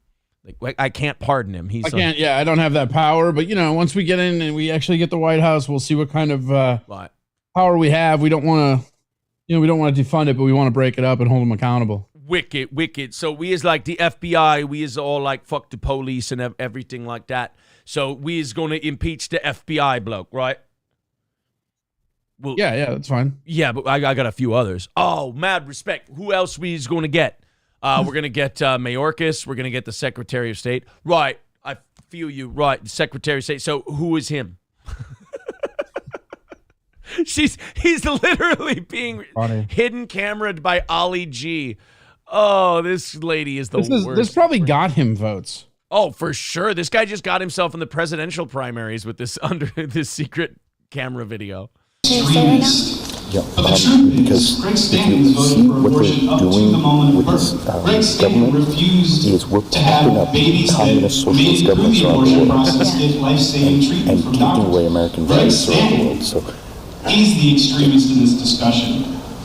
So what'll be tough is we'll never get 2/3 votes in the Senate, but we'll only get a simple majority in the House to start the process. Thanks so much for taking the time. You're doing the Lord's work. You really are. But for me, I just sometimes think the Lord has a sense of humor and he's screwing with us. That's awesome. So that's Representative David Schweikert, the member of the Freedom Caucus. Oh boy, I don't think that lady, I don't think that went the way she wanted it to go. I think she thinks it did though. Because she leaked it to the internet. I think she gave this to people like, I fucking got him. Right, you're right. Yeah, she didn't know that she had fucked up until after people started commenting on it. Like this Right, she found out she fucked up in the comment section for sure. Right, and that by that time everybody's got it and downloaded it. You can't take it down now. Not the Bee has some of the tweets of the people who saw this. One guy writes, "Can't imagine releasing a video of a man talking about disintegrating the FBI with a baby in one arm and thinking it's some kind of own." Scott Adams says, "Sounds like a good plan. Why are Democrats retweeting this?" Another guy wrote, "Bro, this is a campaign ad." It's the campaign ad because it's undercover. He didn't even know he's being filmed. Yeah. That's nice, though. That's how you know that. It doesn't get more consistent than that. Right. That's how you know there's at least one or two decent guys and gals in there. Is like you can do a hidden camera thing and you come out of it going, oh, I fucking love this guy even when he doesn't think there's a camera in his face. This guy's just good. So another person wrote, "Yes, make this go viral. I want all of this to happen." And I think a lot of people agree. I saw it, dude. No shit. I saw a poll yesterday. Like 20% of Democrats said that they are so fed up with the economy that they would not only vote against their party, but they would even be okay with voting for someone who believes that the election was a hoax if it meant they agreed with their economic goals. Well, I mean, this is what they all knew, but you couldn't tell them because Orange Man bad. I mean, every single person that voted for Biden knew that was an Alzheimer's patient. You can't convince me otherwise. Right. They had an instant short-term goal. Mm-hmm. They got their short cost. Yeah. And that's the whole thing. At all costs, right? Well, here's all costs, and now everybody wants fucking buyer's remorse on it. Yeah. It's tough. You voted for it. What do you want?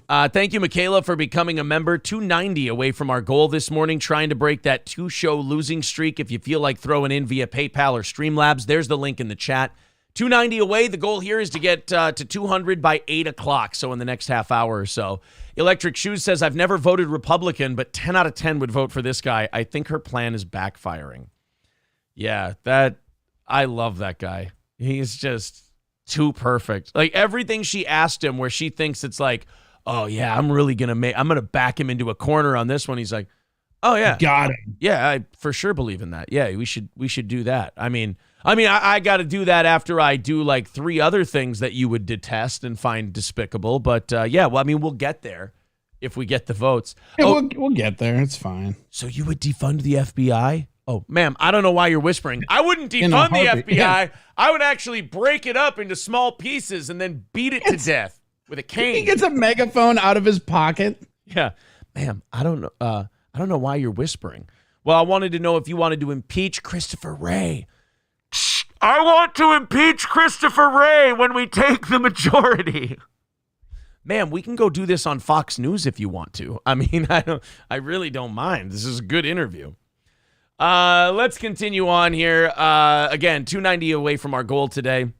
Let's see if we can bang that out and do an extra half hour of overtime today.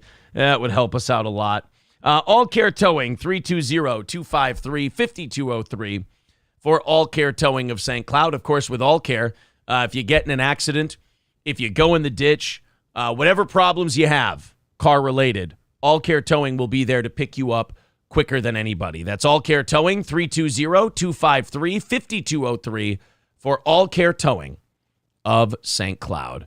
Let's do this story from Texas. I think this was a misfire by whoever is running this haunted house. I don't know why we needed to add potential necrophilia or ghost fucking into our haunted. You're not from Texas. You don't get it. That's true. Maybe I'm going to get cultured here.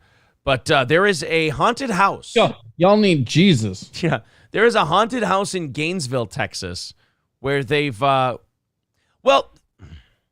decided to put a spin on the traditional haunted house. I never said it was a spin you'd want to engage in. Here we go. This is a house in Gainesville. It is not a moving company. No, not at all. But if you do move in, you haul yourself right back out. Ew. Oh, this is going to be harder to get through than I thought. Don't do a U-Haul pun, dude. No. Make this easier for me. The revolving door. The longest anyone stayed in this house was 6 months. Linda Hill says What's that? Your sound is blaring. It's like crazy. She and her husband had no idea why. In the mirror. After 10 tenants moved out in less than 2 years, someone told them it was haunted. Did you actually believe that? No. That changed while she was taking a shower. And I was in here through the curtain. This is not the fucking thing that this video was last night. This is... You hate it when that shit happens? They've changed this overnight. This was about a haunted house. At this haunted North Texas house, the ghosts will freak you all night long. Okay, you know what? Here, she will get to it. I'm sorry. This is a different video, but she will get to the point. This woman believes... I have to now do it because the news won't fucking do it. They won't do the job where they introduce the story. This woman claims that she has perverted ghosts that talk about fucking you at night. I think she just wants an excuse to fuck a cucumber in peace. I think that's what it is. She's basically accusing She got her. caught fucking a cucumber, and she's like, "No, it's haunted. It's haunted." It was the ghost. The ghost was shoving the produce into my cunt. I don't know what to tell you. It's Cone. It's Cone. Oh. A dark figure whispered, "Looking good." And then he turned and walked off. Linda assumed it was... So wait, is this like the ghost that blew Dan Aykroyd in Ghostbusters?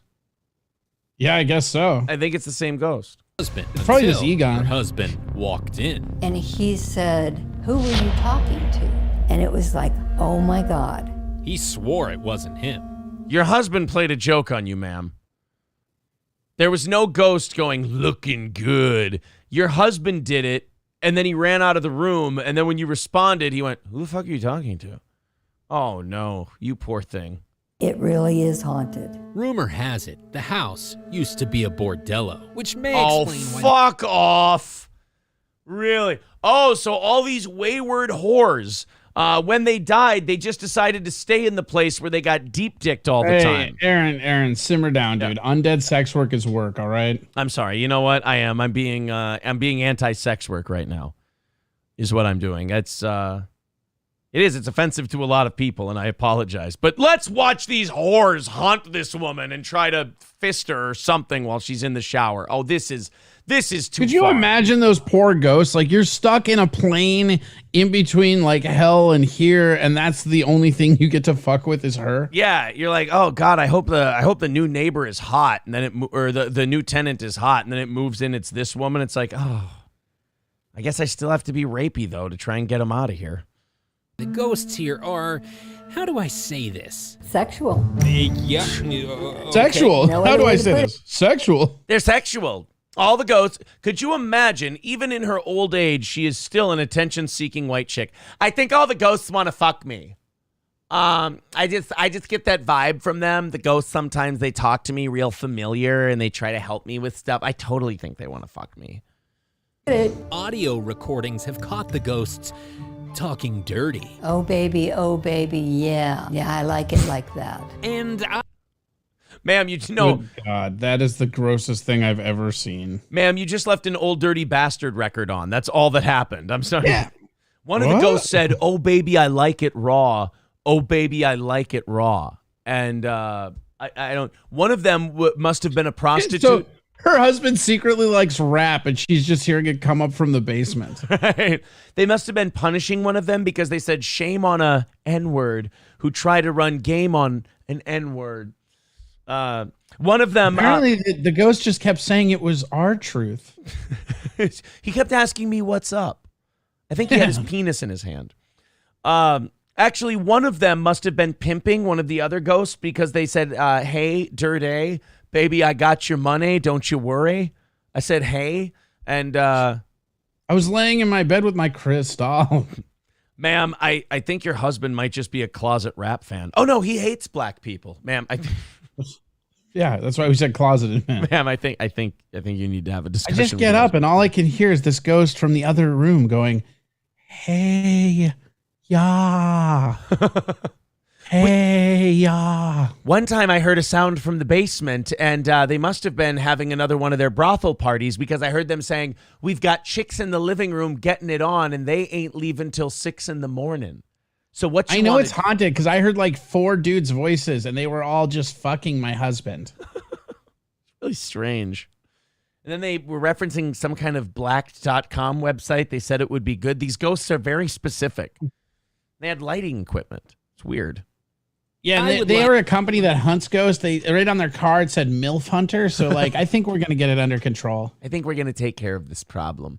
That's what it is. The husband just has like a casting couch porno situation in the basement, and she just keeps hearing that. So basically, what have we said about this husband? He's a closeted racist rap fan, but he also has gay interracial sex down in his basement, and he has explained it away to his stupid wife as there's ghosts in the house. And they're perverts. She was like this close to catching him cheating. And he's like, no, we're haunted, honey. Yeah, we're haunted. Oh my God, we're haunted. Why do you have blood in the back of your trousers? I was hunting the ghosts and I got them caught. She was a virgin. I mean, it's a ghost. To talk about something else. Like this door, which is pretty snug. Even when Linda pounds it shut, it finds a way to open. For those right, because it looks like it's 100 years old and the fucking latch doesn't work, lady. I'm sorry, that's nothing new. You live in an old-ass, decrepit house and the doors don't shut right. I'm sorry, you're going to have to do better than that. Reasons and many more, Linda gave up on finding tenants and gave the house a name, Hill House Manor, where people can now investigate for themselves. Even though she no longer rents out the house as an apartment, she still has the same problem. If you come here, you do not want to stay. Not true. I'm never. Oh no, he made a little hologram ghost of himself, and he's doing a wacky news story. Could you imagine? Oh, God damn it. I'm on a delay. I just saw him crawl out of the box. But think about it. Could you imagine if you're this woman and you thought the news was coming to do a serious expose on your haunted sex house, and then you watch it on the news and you're like, oh, they're totally fucking with me. Like, they're not taking me seriously at all. Not even a little bit, lady. Nope.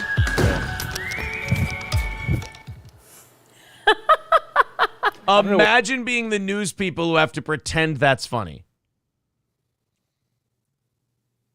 I mean, it's just like Crowder's staff, right? I guess that's right. She'd be great. Maybe, you know what? Somebody might be getting the call from Blaze Media, ma'am. What's scarier, that house or the idea of 2 Sean Gickies? I'm going to go with the latter. But I do think that the door opening is pretty interesting, especially when you see how hard she had to hit it in order to close it. Oh, my God. No, it's not. It's not interesting. The lady lives in an old bag of shit house. Shit like that happens all the time. You know, I was walking in this 120-year-old house, and wouldn't you know it, the floors creaked when I walked at them. Just letting you know, I think this place might be haunted. 290 away from our goal today. If you feel like chipping in, there is the Streamlabs and PayPal. Super chats and memberships do count. If you're a fan of this show, if you like what we're doing, you want to throw in $5-10 a month, that really helps keep us going. We live on listener contributions. We seem to have stalled out at about 290 for the last 45 minutes or so. Let's see if we can get on a run and stay ahead of things because we've been on a losing streak the last couple of mornings. I think that's the first time that's ever happened. Let's see if we can knock that goal out, do a half hour of overtime, and keep us in business here at Steel Toe.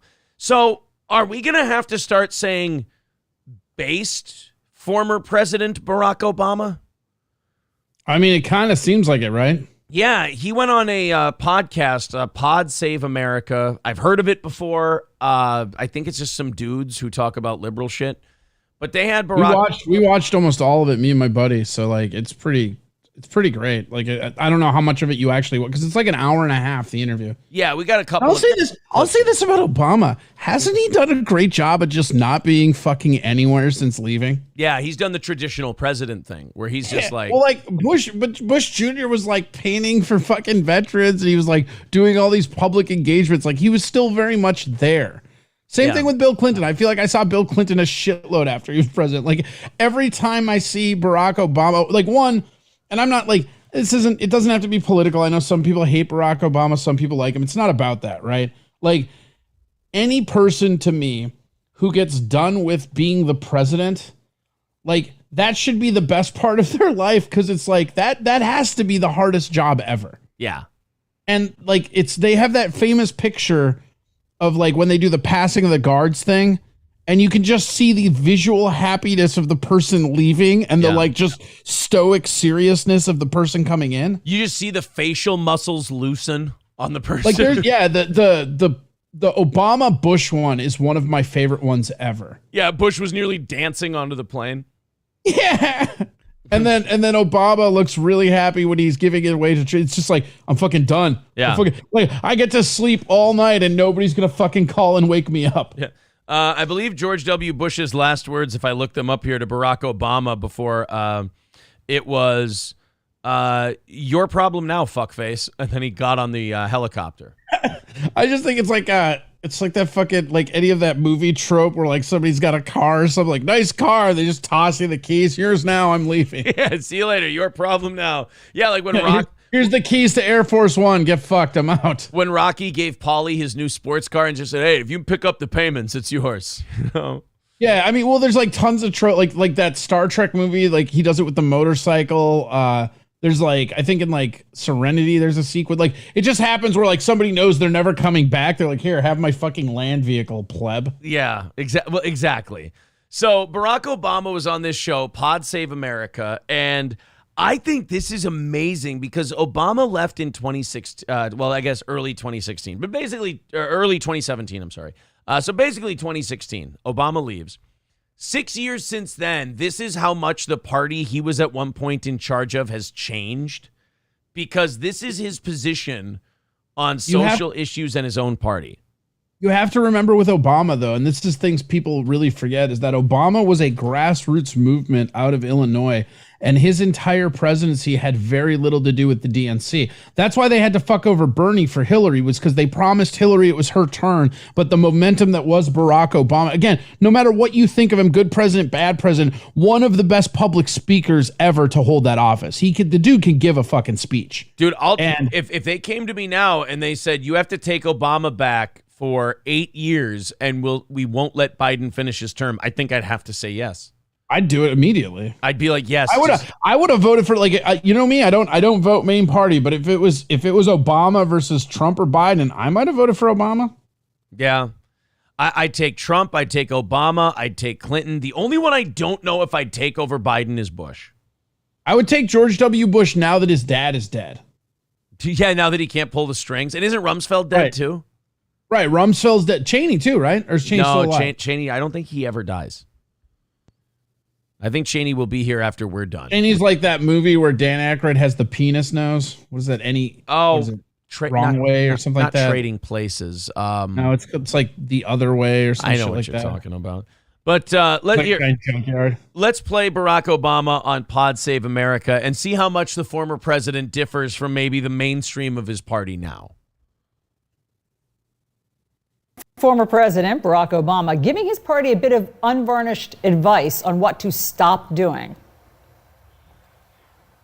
The life I'm leading day to day. How does politics how is it even relevant to the things that I care most deeply about? My family, my kids, work that gives me satisfaction, having fun. When did Barack Obama leave office and become a white girl? Pretty much. Like, he's just vibing. Just having fun, hanging out with I got some kids. Chardonnay. I'm just vibing. Yeah. Vibing. The thing that's interesting with Obama, too, is he's one of the only presidents that doesn't look like just ridiculously old having left the office. Yeah, he looks older because he is older, but he doesn't look like you look at people when they leave office, and even Trump now, look at how gray some of his orange ass hair is now since leaving office. And just puffy and shitty looking. Yeah, or like even George W. Bush looked fucking ancient the moment he got out of office and started looking like his dad. Yeah, Obama really just had the gray hair. Yeah. The hair grade. And that's going to happen, I think, in that job. Not being a buzzkill, right? That's a lesson for the Democratic Party. Yeah, and sometimes Democrats are, right? It's like, sometimes people just want to not feel as if they are walking on eggshells, right? And they want some acknowledgement that life is messy and that all of us, at any given moment, can, say things the wrong way. Excuse me, but fucking based? Question mark. Yeah. Well, he's always, you know what? I'll give Obama this, and he had a speech where he talks about it. Even when he was president, he's always been kind of low key anti-cancel culture. Not even low key. He's gone right to, like you said, he went to colleges and he told them, you guys gotta stop canceling people's speaking appointments and shit because you don't agree with them. Right. Like, he would scold them. He's always been very much against cancel culture. I think a lot of smart people like him are. Because I think he's like, he doesn't feel like there's anyone he can't handle. Like there's no one he can't talk at or debate. Like he probably feels very comfortable in his ability to talk to someone who he thinks believes crazy shit. Like him and George W. Bush get along very well. And it might be because they have similar body counts, but they do seem to based. Yeah. Hey, what's the, Barack, you had cooler drones when you were president. What's the coolest one you've ever seen? Well, George, one guy's head exploded right in front of me. It was pretty good. Oh, yeah, I've had that one. Yeah, my dad had that 30 years before it was developed. I used to fly him around in my backyard and bomb my brother's tree houses. We used to say it's chaining men outside because of Cheney. Get it? Seriously, he killed that guy. So Obama. Your wife wants some candy? Oh yeah, he keeps giving his wife. That's my favorite. That like I don't know why, barrels. but that wholesome ass shit where he fucking is giving Obama's wife candy whenever they're like hanging out because they all have to sit in order. Yeah. Like, also, how stupid does it make Trump look too when you have like fucking Obama and fucking Bush palling around like, and Trump's like, I'm not even gonna go. Yeah. I just like about George Bush that like you watch him be wholesome like that and you're like, oh, this guy, the people around him totally made him be evil. He was never supposed to be a politician. If Jeb didn't fuck up, that never happens. If Jeb's born with a personality, George Bush is a cokehead owning the Texas Rangers. That's it. Let's play more of Barack Obama here. Make mistakes. What did you make of that comment? The idea of this is going to be my favorite part. Barack Obama with a hard truth for Democrats, and now let's watch a table full of Democrats try to cope with what he just said. I think you guys got to stop being buzzkills. I mean, sometimes, no offense, you're kind of gay. Like, whoa, you can't say gay, Mr. President. All right, trans. I don't give a shit. I don't have to get your votes anymore. Fuck yourself. I can say whatever the fuck I want now. Yeah. Also, I'm Republican. Fucking deal with it. Pew, pew, pew. I believe in He Lord. just shows up with guns and just starts shooting the ceiling as he's talking. He's just like Yosemite Sam. He's like, you know what would solve this country's problem? Lower taxes. Y'all pussies. Bap, bap, bap, bap, bap. I think we should cut government spending by 1/3. Fuck you. Pew, pew, pew, pew, pew, pew. I got out of office. I don't need the drones now. Bitches. Pap, pap, pap, pap, pap. All right, this is how I talk now. It's me, former President Barack Obama. You know what I think is fucking rad? Drilling for oil. Fuck the climate. Standing Rock. Kill them all, baby. Woo. Bap, bap, bap. You have to understand the Native American tribes were wiping each other out long before we got here. Some of them even engaged in cannibalism. I dare one of you shitheels to imply that my wife is trans. Pap, pap, pap, pap, pap. President Obama, I just want to know what you want to do about the climate. Climate change is a hoax. He's like leans into his collar. Kill him. Sir, you know you're not president anymore, right? There's no Secret Service there? Oh, no, I was talking to myself. I always confirm with myself. Thinking out loud. Yeah, that I'm going to kill you after this interview. But I want you to finish your questions first so I can watch the fear grow inside of you. Hey, Barack, what do you think we should do with the FBI? I think we should throw Christopher Wray in jail. Pew, pew, pew, pew, pew, pew, pew. We don't need to defund the FBI. We just need to dismantle it. Ah, pew, pew, pew, pew, pew. I'm joining the Freedom Caucus, you sack of shit. A newer way of talking about. I still call Caitlyn Jenner he. Unless I call her she. I do what I want. I'm Obama, bitch. PC and political correctness. Yeah. The idea of not wanting to feel so uncomfortable about what is expected of you in this America. Professor Obama office hours are open. Oh, so we're going to be cunty about it. That's nice. So he's your hero until he goes against the ethos. Now you're going to be a little shitbag. All right, got it.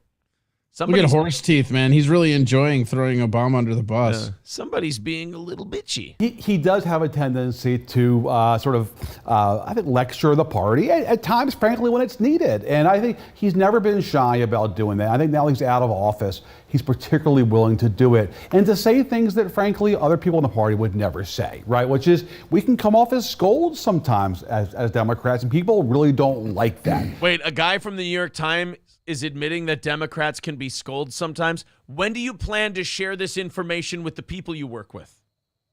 His editor won't let him. Oh, okay. It's part of the kind. Stop it. Yeah, exactly.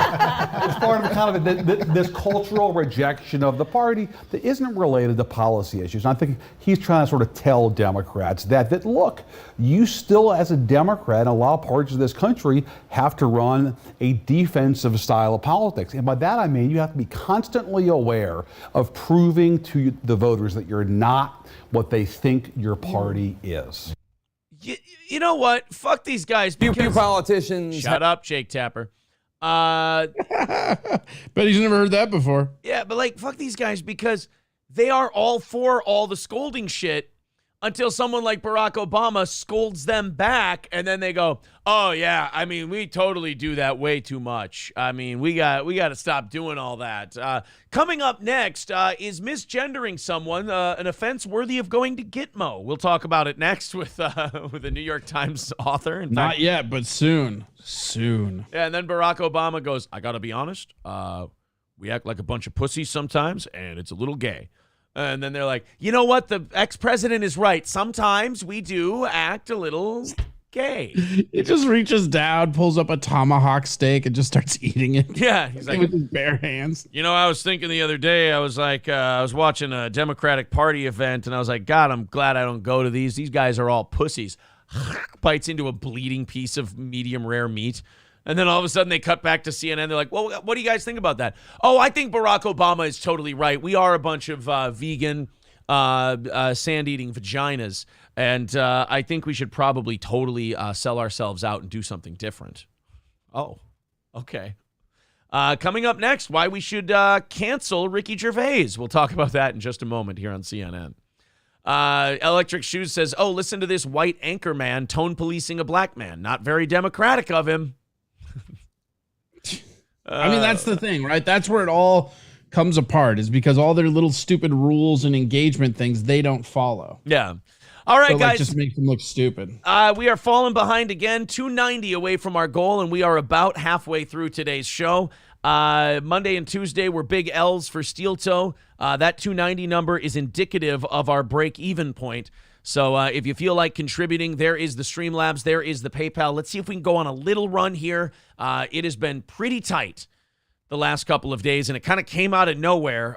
So let's see if we can get another W. Thanks, here Obama. Today, 290 away from today's goal. There's PayPal. There's Streamlabs. Super chats, membership. Honest to Christ, if everybody who listened to the show just became a member, I think we could do away with goals. So whatever you feel like doing, please do. If you feel like becoming a VIP, now's the time. Old Capitol Tavern is throwing in an extra $25 gift card. So if you live in Minnesota and you want to become a VIP, please do. Thank you very much to Nicholas with $5 on PayPal, breaking a little quiet streak we had there. 285 away from our goal today. So let's see if we can knock that out. And if we do a half hour of overtime and we break the skid that we've been on. Well, it happened, and it didn't take long after the Alex Jones case for it to happen. George Floyd's family is suing Kanye West. His baby mama, on behalf of George Floyd's daughter, is suing Kanye for $250 million and has sent Kanye a cease and desist. I'm hoping against all hope that this doesn't get out of hand, but it looks like it's going to get out of hand. I mean, I understand what Alex Jones said is actionable. You can be sued for what Alex Jones said. If you say a person's kids weren't really murdered and you say that someone's family, actually still exists, or that you're a crisis actor or whatever, if you can prove in court that you weren't and that damage was done to your reputation as a result of his words, you can sue the guy. So I'm not necessarily against the idea of Alex Jones having to face up in court, but the punishment that was leveled against Alex Jones seemed like it was leveled against Alex Jones because of who he is and not because of the offense he committed. And look, I mean, you want to take it out personally and you want to try to destroy the guy. Okay, that's the country we live in. But I don't think these people ever look past the end of their nose and see what they're doing for the future and what they're opening people up to, because what Kanye West said about George Floyd may have been distasteful. What Kanye West said about George Floyd may have been offensive to a shitload of people, not the least of which is George Floyd's family. But it wasn't something that you can sue him over. I mean, if you want to go through discovery... You're saying the truth wrong? Well, I mean, if you want to go through the discovery and you want to look at the facts, I mean, the coroner's report did say that George Floyd had fentanyl and meth in his system at the time of his death. It also said, I believe the coroner's report said kind of what we've all been saying, which is, hey, the knee to the neck certainly didn't help. Whatever was happening to George Floyd's heart at the time, that knee on the back of his neck was definitely exacerbating it and helped lead to his death. But it might not have been the only factor. It's like a COVID death, basically. Well, Kanye came out and said some wild shit about George Floyd's death, but it was fair game. Now he's being sued for $250 million. We expect that for Kanye, right? Right, but he's being sued for $250 million by George Floyd's baby mama. Now, what's interesting is George Floyd's baby mama is like the vocal mouthpiece of the lawsuit, but I guess she can't claim aggrieved status because they weren't married, so she's suing on behalf of their daughter. So the daughter's... Okay. Now, maybe I'm not allowed to say this, but I'm going to anyways. Didn't they get enough money for him dying already? Well, yeah, his family got $27 million, right? Right, like of taxpayer money, right? And yeah. This is the problem. This is that problem with that Alex Jones verdict, is you're going to start seeing this more and more. Like no matter what you feel about Alex Jones, the way that they convicted him is going to set a precedent now where if you say anything that they think is wrong, you're going to get sued. Right. That's what I'm really worried about with that. I mean, like I said, Alex said actionable things. He did. But that judgment opened some really bad doors. I mean, the amount of money they made him pay, or they're trying to make him pay. Kanye, you can't sue someone for saying things that are up for debate. I mean, these are things that can be conversed about. I think a judge should throw this lawsuit out, especially since the daughter isn't standing up and going, I'm so hurt, I'm so offended by Kanye's comments. It's the mom that's being offended by them, but she has no legal right to sue, so she's doing it on behalf of her daughter. That's just so fucked. So like basically oh God, I fucking hate people. Yeah, that screams money grab to me. Right, and I know nobody will call him out or talk about it, but like at some point, aren't you just a worse person because you're exploiting this loved one's death for money? Like, how much money do you need to exploit the death of a loved one for? Because I'll tell you what, like, how much money did they get after the Floyd stuff? 27. Right. So if 27 million didn't make you happy, how is 50 million going to make you happy? Well, they're saying 200. The 250 million is the number they're looking for. Right, but that's not going to do anything, right? Like, I don't know. It just doesn't make any. Yeah, this is what's weird. Roxy Washington, the mother of Floyd's only daughter, announced she's hired a team of lawyers to go after Kanye. Well, I still have a hard time saying yay, but Kanye wants to be called that because it's his legal name now. So whatever, Muhammad Ali, whatever the fuck his name is. His business. Don't you dead name him? I'm sorry. For harassment. Wait. Kanye Clay? Kanye Clay. Yeah, there you go. Cassius Ye. Cassius West. Muhammad Al Ye? Yeah. Muhammad Al Ye? Isn't it Ye or is it Ye? Ye. It's Ye now. His business partners and his associates for harassment, misappropriation, defamation, and infliction of emotional distress. They're seeking $250 million. So this is just what we're doing now as a society. You can't give your opinion without somebody suing you. Right. Thanks a lot for the Alex Jones thing. I mean, the short-sightedness of people who see a villain and they just want to take him down. They never think. It's kind of, ironically, it's like what we talk about with politics. The Republicans will get rid of this thing because it makes it easier for them now, but they don't think about how it's going to be used against them later on, and then they'll complain when it gets used against them. So Shannon F. Sr. says 27 million for killing life of George Floyd, 250 million for insulting the memory of him. Right, yeah, 27 million for actually killing him. 250 million for mentioning that he may have done some drugs. Fucking crazy town. If this it's just getting crazier. Honestly, for the future of the country, this needs to be thrown out. Because if this goes through, I mean, it's open season on anyone who says anything. I mean, I didn't think that the Alex Jones thing was an attack on free speech. I felt like it was an attack on Alex Jones personally. It's going to have ripple effects against free speech. I think that it's both, and I'll tell you why. I don't know that the Sandy Hook thing happens if they aren't actively deplatforming that guy from everywhere. Because the problem, you're saying like it was part of the concerted effort that they were going through at the time. Not even just that. I mean, for sure, but they deplatformed him, right? Yeah. So this guy has to be on the outside rabble rousing, or he can't do anything.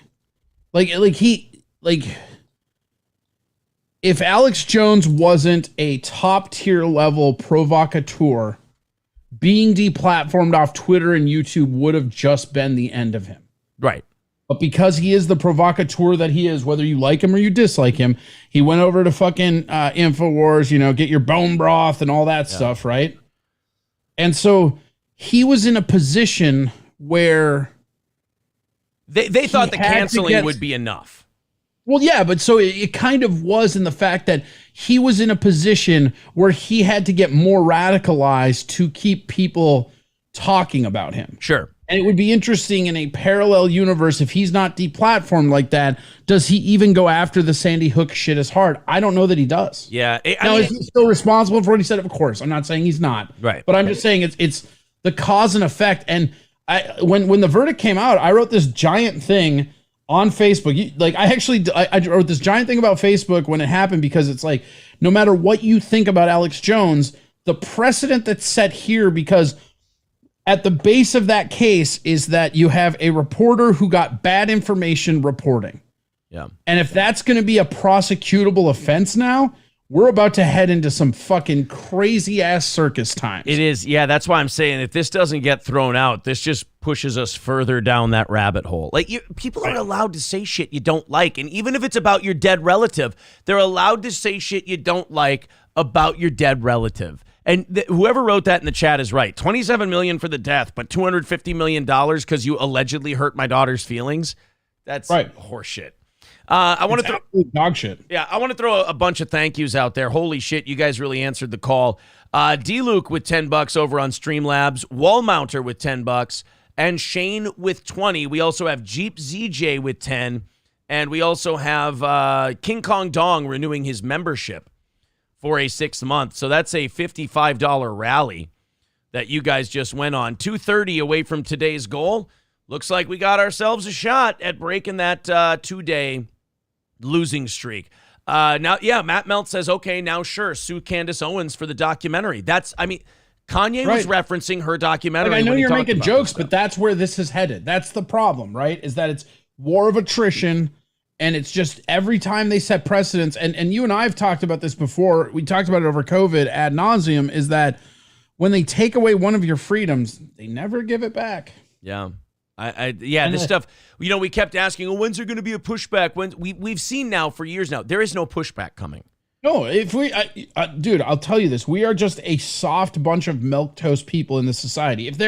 If we were capable of any kind of pushback, President Trump would have been assassinated. That's just the reality.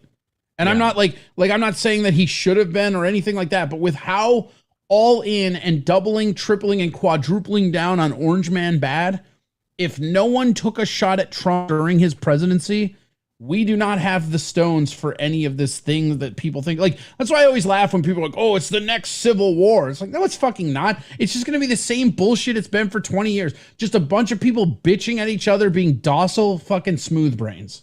Thank you very much to Dylan with $10 over on Streamlabs. That's going to put us at $220. Citizen M with $4.99 says, Corey Adam doing a decent enough job this morning. I dislike him slightly less. That's very sweet of him. There might be a cooling of the relations here from Citizen M. Stop trying to get on my good side, Citizen M. Just slightly like less. The planet is heating, Citizen M is cooling. There. You know what? I'll say this. Citizen M hasn't been a prick today, and that's progress for him. Look, you two are finding common ground. This is like Amaranth and her husband getting back together. Amaranth is a husband? That fucking... You've heard nothing about the Amaranth story? Can I tell you something? It's psychotic. I objectively avoid anything Amaranth. I always have. I will say... I have no interest in cock tease. Like, Amaranth to me is like the video store, like softcore porn section. Like, why does it even exist? Right. Do you like dirty, filthy gossip about whores, though? Yeah. Okay. So Amaranth did a stream on Sunday. And she was crying her fucking eyes out. And her husband is, you know what? Fuck it. We can play it again for the audience because there's a new development yesterday and today on this Amaranth thing. And it's fucking so stupid. Amaranth crying. I think this is, so this is someone playing. Oh, cool. This guy's playing Mountain Blade Bannerlord while talking about the Amaranth thing. That's fucking hilarious. You're gonna masturbate to this guy? Wait, is there a new Bannerlord? Is that a new one? No, they've just released like the full version of it now. They're done with all the patches. I got the early release and I kept patching it. Are you still playing that game? No, I've moved back to Madden because the Vikings are 5-1. So ugliest 5-1 ever, but I'll take it. It's we'll get to them later, but we've got I'm on Madden. Before that, I was back to Medieval 2 Total War. I love that game. And I'll swing back around to Bannerlord sometime here in the near future. But anyway, I'm trying to find that Amaranth story. I think Dixerto or Kotaku or something did a really good job on it. Returns to Twitch. Yeah, I definitely need that story because we'll get to that in a second. Amaranth husband. Oh, there it was. The Guard Hunter thing. That's what I wanted. Guard Hunter on Twitter. He had the whole thing. Guard Hunter, that's his name. Yeah. So Amaranth, the tit streamer from Twitch, who's like the queen of all titty streamers, she literally got them to add a hot tub section to Twitch. Right. So Corey, this is the funniest part. So Sunday, this stream comes out, and all the Amaranth simps are out going, "Oh my God, she's being abused. Her husband's a terrible guy." And all I see during this whole thing are giant red flags. And when we get done playing these videos, maybe you'll be on my side. Maybe you'll think I'm being a little harsh. First off, Amaranth claims that her husband is threatening to kill her dogs if she doesn't do a 24-hour stream. She claims he has control of all of the money, and he's threatening to burn it all on crypto. So, Corey, naturally, when you're having these crises in your life with your husband, you turn on the camera and you start streaming the phone call between you and him. And here it is. And by the way, Corey, do you have your fucking tits out if you're having a domestic live on your stream? I'm sorry, but it's hard for me to take this seriously when she's like, "Oh, by the way, my giant fake tits are out while I'm screaming at my husband about money and dogs. I don't know. Yeah, no, I think that if that's all you know, yeah. Okay. Because guess what? I bet she gets way more donos. Well, we're going to get to that part. See, we got to catch you up on the whole thing and then give the audience the new updates. Because I think all these people who said that this is kind of a work and they're overplaying this for attention, a lot of those people like Keemstar and Royce and others caught a lot of shit for saying that. I think we need to start maybe not fully apologizing, but telling them that, hey, I can see where you might come to that conclusion, because I'm starting to lean there myself. Let's play this first clip for Corey. We'll catch him up. Leave the house. Okay, I can leave the... you know what? Actually, I shouldn't leave the house because my dogs are here. We'll take the dogs and leave. You're asking the question, I'm telling you. So the cuts, there's edits in here, and I was like, that looks suspicious. People were telling me that they were cutting out, like they don't want to put on YouTube or Twitter him threatening the lives of the dogs. That seems a little flimsy to me, but okay. Interrupting my fucking, telling you, literally. What are you saying? You just told me you were gonna kill dogs if I didn't do a 24-hour stream. Nope, did not say that. Now you're just fucking being a liar. I'm not I said I'm going to tell you what I said in terms of the earlier. Are you saying you did not say that? I tried to tell you what I heard from you. Oh, and then the ugly cry. I'm sorry, but this is a domestic that needs to be handled at home. And not only that, every relationship that's falling apart has the woman driving the guy insane, the guy yelling and screaming, the woman then crying so that she's 100% in the right and he's 100% in the wrong. I'm sorry, but both of these two, in my opinion, are nuts. Both of them just kind of were terrible. This is a toxic relationship and they need to be done. But of course, that usually means they won't. I'm sorry. I got to hurry through these because we're just catching you up for the updates. You called me a liar. Then you tell me, what did you say? What are you even talking about? You brought up the dogs out of nowhere. So what point? You make my life so fucking difficult. See? You're proving my point right now. What? I'm asking you to... I don't even understand what you're saying to me. I know. That's my point. My point is, are you listening or not? If you're not, then get the fuck out. I'm literally listening, but you're not making any sense. Well, no, you're not listening because it makes perfect sense. I'm gonna say it one more time. If you don't get it, I need you to get the fuck out. So that's the end of that clip. And again, so I'm not like... It kind of seems like bad acting. Right? The crying and everything like that. Yeah, and just the like sus of like, let me get on stream and then have this domestic, right? Right. It seems a little fucky, but on the internet you can't say that because all the people who love to stare at Amaranth's tits will call you a piece of shit if you even throw that out there. So here's Is it harder to masturbate when she's crying? Like, I don't understand these people. Well, it sounds like you need to do some research. So now the second clip, Corey, is the one that I found when we update you on what the situation is. This is the one that I found the most unbelievable. She claims that her husband has control of all the bank accounts, all the money. And now this is the part that I believe. He told her to not mention that they were married on her streams because then guys would give them more money.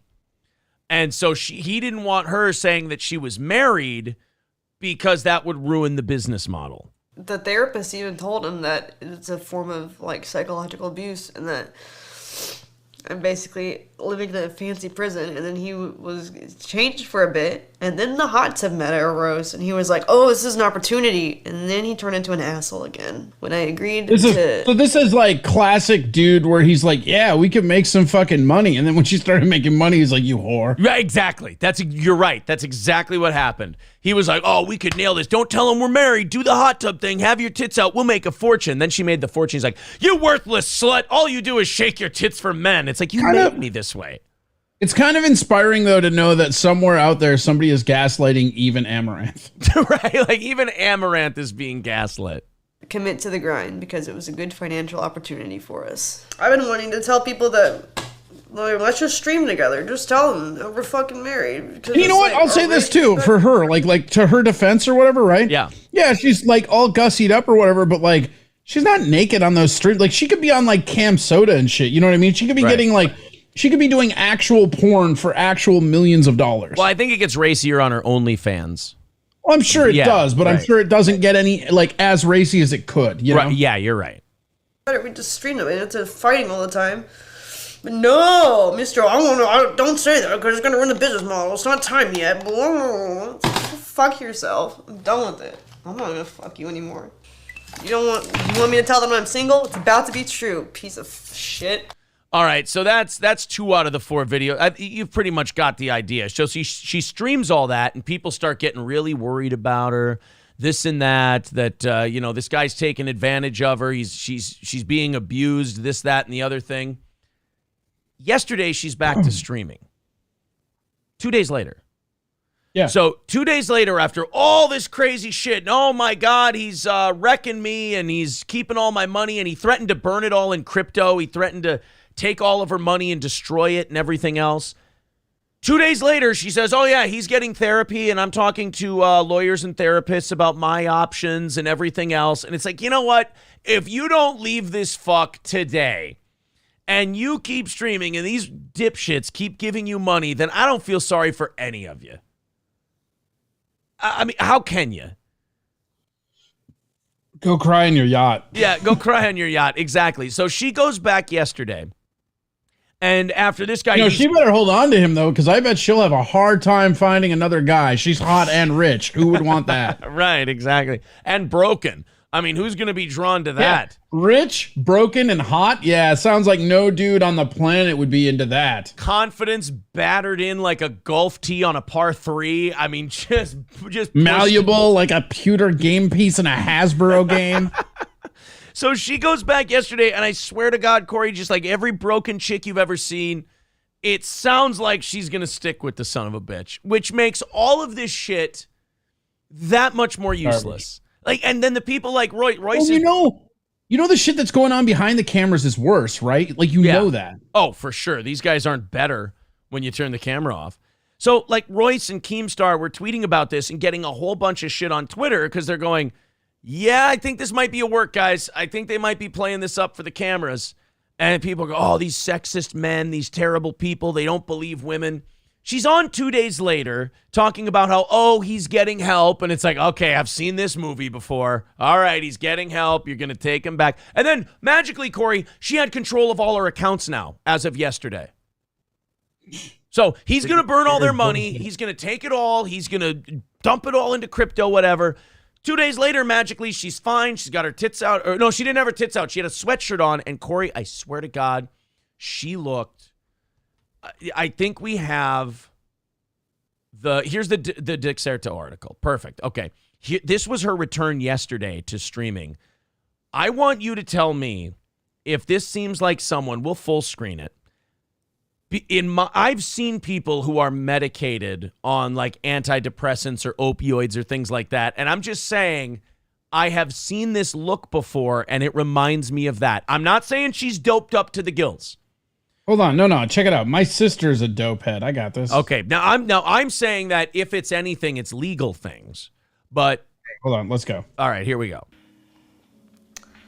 That was actually the first time that he's ever heard himself on a recording. Because as I told you guys before, previously when I recorded him, he would just like refuse to listen to recordings. Sometimes with like take phones, etc. So he would never actually hear them. And I think that when he heard himself on that call, it really sunk in how much of an asshole he is. By the way, this is, he actually saw the bruises on me this time, and he realizes how much wrong he's done, and he's going to try and do better in the future. Like, this is textbook. This is classic. She's not going anywhere. These two she definitely has that like medical like look to her. Like I'm trying to listen because the main thing for like heroin and fentanyl and all that stuff is there's a mumbling that takes place when they talk. Well, see, now my theory would be like antidepressants, anti-anxiety. Like it looks like a Wellbutrin or like a what is that? Xanax kind of a thing. No, I'm trying to. It's not a leave. That's a leave. She is fucked up on a leave right now, bro. Let's continue on with this with Amaranth and her update. Lexapro. That's what I was thinking. Yeah, Lexapro. So you never fucking realized, idiot. Anyways, so as of today, though, I have access to all of my accounts and finances again. Weird. He's not here. He's getting help, and I'm seeking legal and emotional counsel. There it is. That's the end of it. So then she just stares down at the floor for the last 5 seconds. I'm sorry, but you don't go from having a domestic on stream where there's threatening to kill the dogs and there's all this other stuff, and then all of a sudden 2 days later saying, hey everyone, I'm back on my stream. Oh, he's getting help and he knows he's an asshole. Everything worked out fine. I have all my accounts now. He just told me that I was completely to blame. Yeah, right. I realize that I'm the problem. So Royce tweeted this screenshot of an article now saying, since the stream, large creators such as Jacksepticeye, Linus Sebastian from Linus Tech Tips, and Lily Pichu voiced their support for Amaranth, and Twitch streamer Alinity called the police to make sure that Amaranth was all right. However, according to Amaranth's content lead, Mars, the police were informed that she and her husband were trying to sort things out, and there's nothing much we could do right now. Royce raised a good point about this. He said, the police did nothing when I called them about my husband's abuse. He controlled my life. Oh my God, that's awful. What's his name? That way we can warn other women. Teehee, I'm not telling, LOL. I mean, Jesus Christ. It just seems, it doesn't, like something's not adding up here. I mean, at best, this is just a chick who's too delusional and crazy to know that she needs to get the fuck out of there. Or this is an elaborate work where these two are playing it up for the cameras, in which case they're both fucking scumbags. If that's the situation we're dealing with. But I don't know where this whole thing about Amaranth being married was a secret. I mean, I remember we were talking about her one time and we Googled it and you could find that she was married very easily. So I don't know. It's not like it's hard to find that information out. Right. So you could find out if you wanted to, if she was married or not. But now that's your first time looking into it. And I gave you kind of the quick blitz on it. What do you think? I don't know. I think fuck her. Yeah, right. It's just like enough already. Like you're rich. You simply I have a real problem with these like I'm really starting to hate like the OnlyFans or like simp culture, I guess I'll call it, right? It's like, because it's not just pornography. You can go on the internet and you can see fucking a girl like fucking like corn on the cob if you want, right? Yeah. Like you can find anything. It's cold. But there's this weird like emotional manipulation to where all these fucking simps think that they have a fucking relationship. Right. And it's, if you're, it's like here people support the show and we're like, oh yeah, keep this show on, like hit the goals. It helps. It keeps the show running. Right? That's an honest transaction. That's an honest business arrangement. Right. But when you're sitting there, like, scantily clad in a hot tub, flirting with like autists, like they form this emotional connection. And then it just like, it's crazy because all these people think they're dating her. Exactly. Right. Like kind of, right. Yeah. Yeah. Parasocial relationships. That's what they're called. And it just, there's something really fucked up with that. And it's the same with OnlyFans. And I just feel like, we're like 2 steps away from just mail order brides via OnlyFans. And I'm sure that's already happened. But I mean, question, she claims that he's, emotionally abusive and all that. And that may very well be the case. But haven't she and him? I mean, she can claim that, I told him we should tell him we're married. Well, you're the one with the microphone. You could have said it at any time. Isn't she being emotionally abusive to these hundreds of thousands of people? Well, I mean, if she, again, and that's what I'm saying, like if she's misleading these, because like how many people do you think would maybe not donate if they knew she was married? Not a majority, but a sizable chunk, like a 10. A sizable chunk. And 10, now if you're looking at like, so, okay, so then take that same mentality, right? A sizable chunk, right? if that sizable chunk knows she's married from the beginning, she doesn't even become what she is.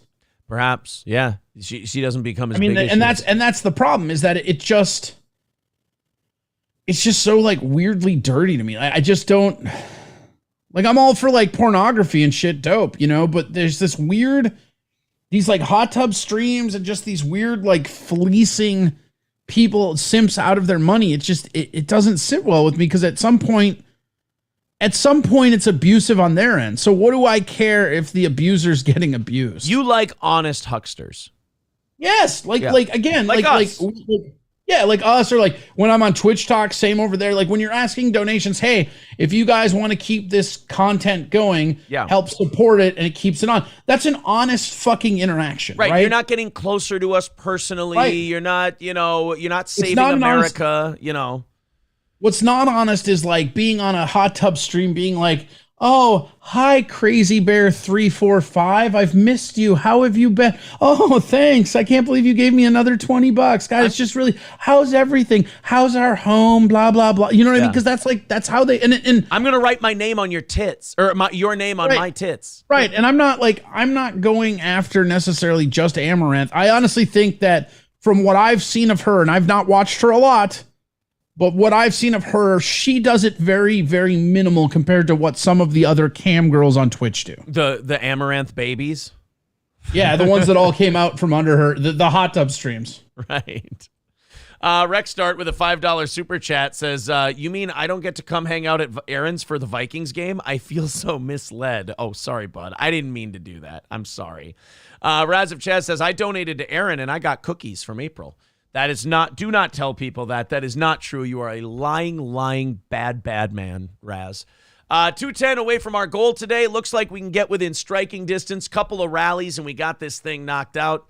210 away from the goal. Thank you guys very much. There's the Streamlabs and the PayPal link in the chat.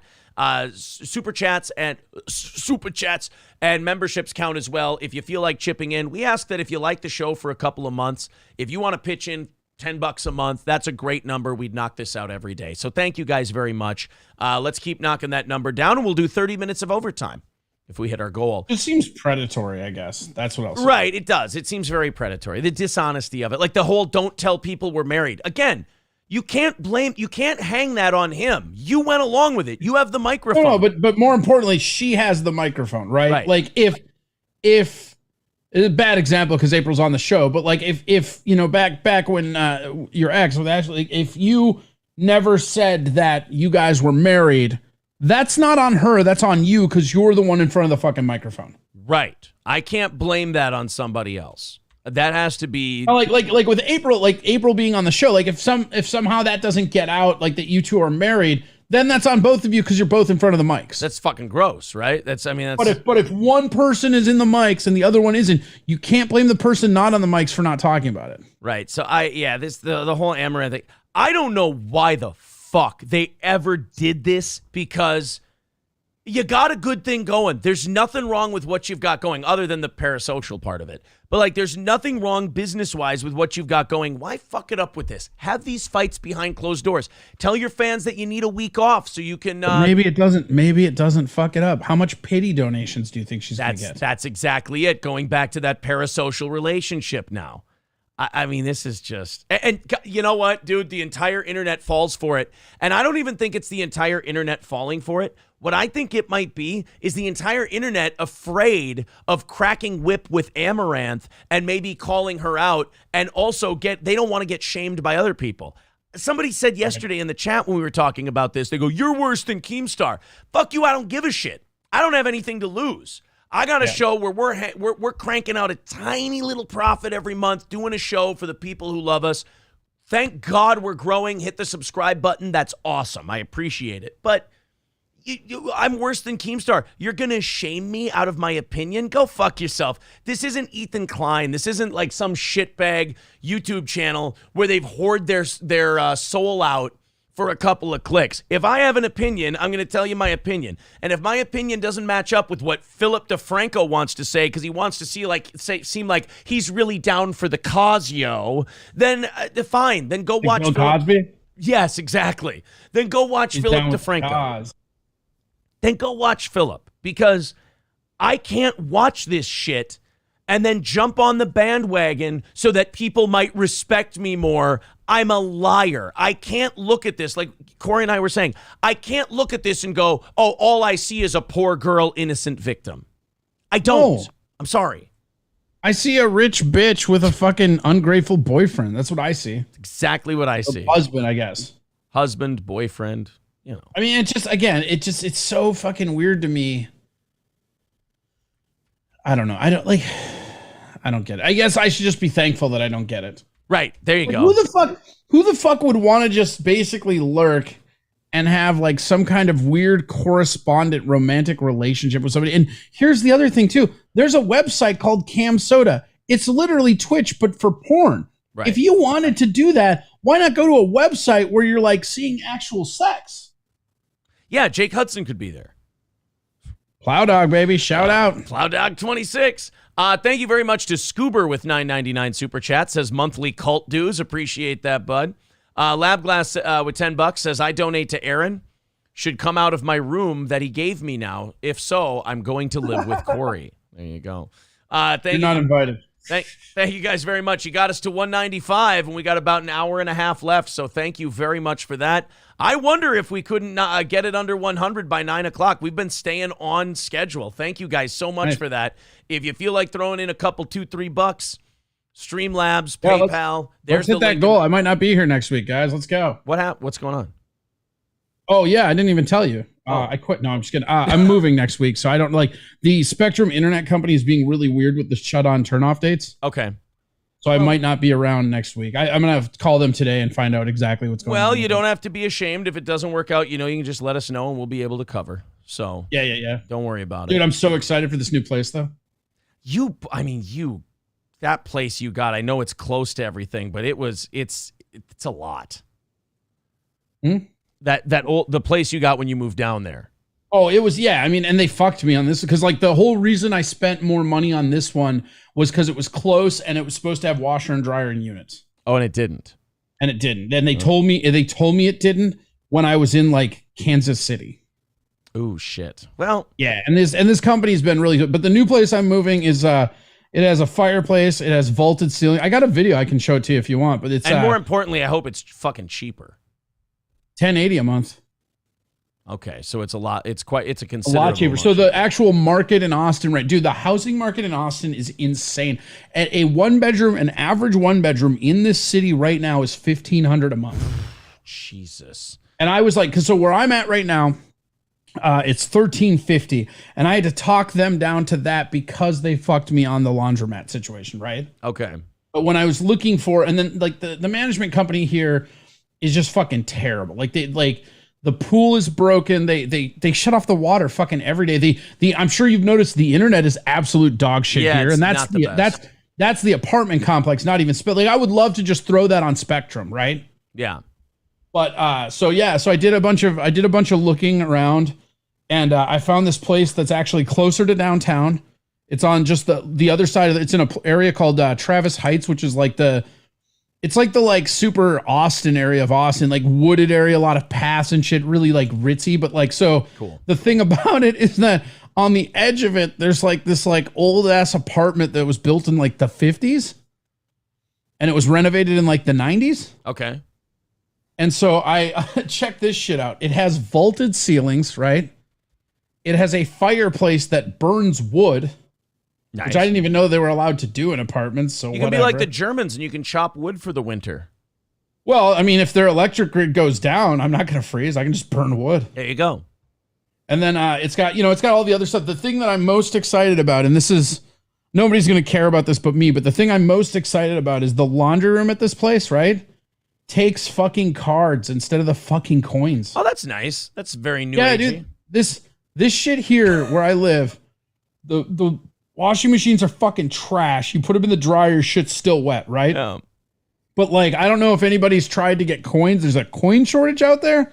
So you can only get coins at the bank. Like, no, No grocery store, no anything will give you any kind of change. It's fucking crazy. I had to laugh at Gray Idols. He says, this sounds like a conversation that should happen after the stream. It happens sometimes. We get into things. What are you going to do? Oh, God. God forbid we have human interaction. Simmer down. Go munch some more crayons, loser.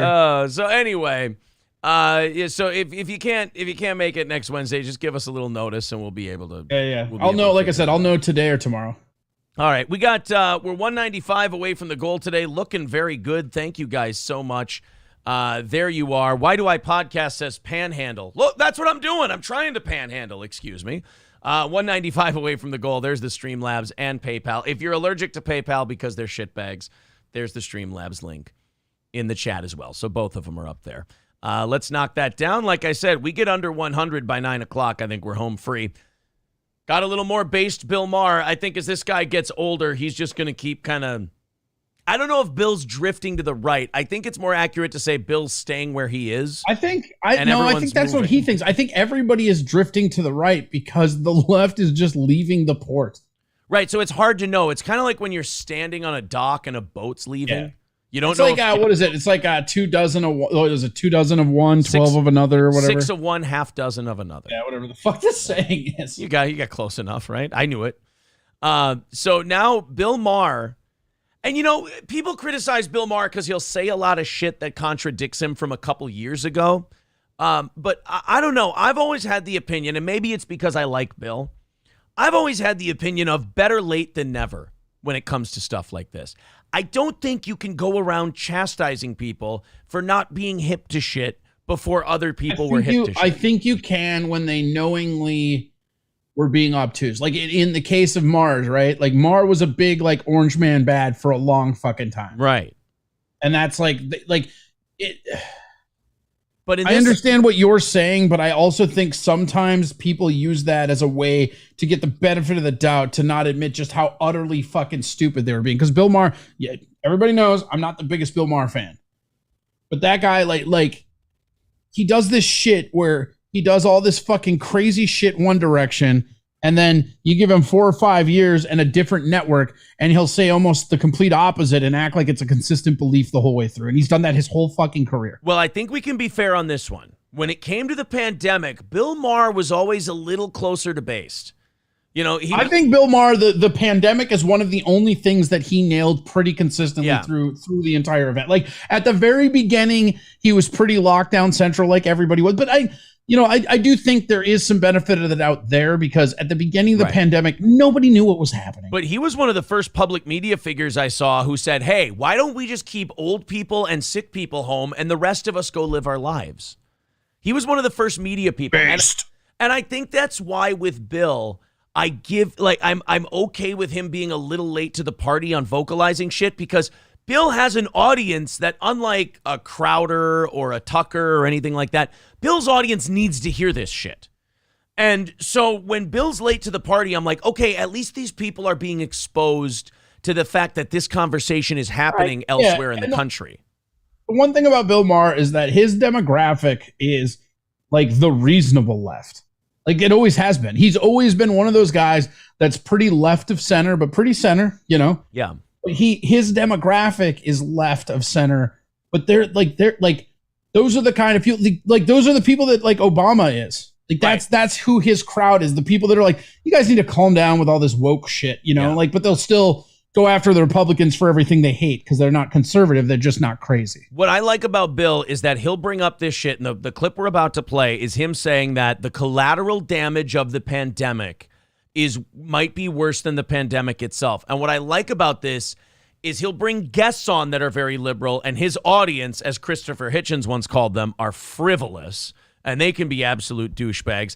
I love when he makes them squirm. I love when he comes up with these takes and these progressives look at him and go, come on, Bill, don't talk like that. I thought you were on our team. This is Bill talking about the collateral damage. And remember, Bill doesn't give a fuck about kids because he doesn't have any. But even he's going, look, the collateral damage we did with closing the schools is fucking madness. Let's check this out. Now we're getting some information after a while. We have time. Find out just how bad the collateral damage has been. Here's just a few cases. The pandemic erased 2 decades of progress in math and reading. See, right away, I got to say, this pisses me off. I see these headlines all the time. The pandemic didn't do that. The way we handled the pandemic did that. The pandemic certainly was a thing. Okay, now see, I watch rants like this from Bill, and when I hear applause, two things happen to me. I go, one, oh, good, maybe there's hope he's getting through to people. But then there's a second part of me that goes, these fucking assholes will clap because it's Bill Maher and then forget everything he said after the show's over. But here's my problem with Bill Maher, right? Like, they're clapping, you're saying cool, they're mad or whatever. He didn't say anything. He picked a semantical loophole to just say the same thing and then just hear, oh, the pandemic didn't do it. It's how we handled the pandemic. Yeah, that's still the pandemic, Bill. No, but I think what he's trying to say is like he's trying to blame the people who did it rather than just other people who want to blame the virus. He's going, no. But what he's doing is he's citing data that's just citing it as an event. And it is a societal event that for the rest of our life, for the rest of everybody's lives that live through it, we will refer to our lives as pre and post pandemic for the rest of our lives. Yeah, I think so. But let's not just say the pandemic, because it was not written in stone that we had to handle it the way we did. ACT scores are the lowest in 30 years. Anxiety and depression. Bill doesn't know what the ACT is. He called it ACT. That's Those kind of are funny. also trending down. See, God, I fucking hate this guy so much. God damn it, man. This is encouraging and you still hate him. I know. I just don't like, he just doesn't like, he's very good at saying nothing with data. Like, he takes data, misrepresents it, and then everybody acts like he's being brilliant. You are like me with Crowder. Like, if Crowder did something that was actually funny, I don't know if I'd be able to admit it to myself. I've seen Bill be legitimate funny. I have. Way like Bill Maher's stand-up is very good. It is good. Yeah. The body mass index doubled for kids 2 to 19. Drug overdose deaths. He's right there. Yeah, murders right there. way up. Inflation at a 40-year high. Domestic violence increased. And my favorite, car crashes. They couldn't figure this out. Like, way up. And finally, I love this. This is the expert said, you know what it is? People just went fucking mental. They just went nuts. They're like... By the way, that's an industry term. Car crashes are usually managed by year averages.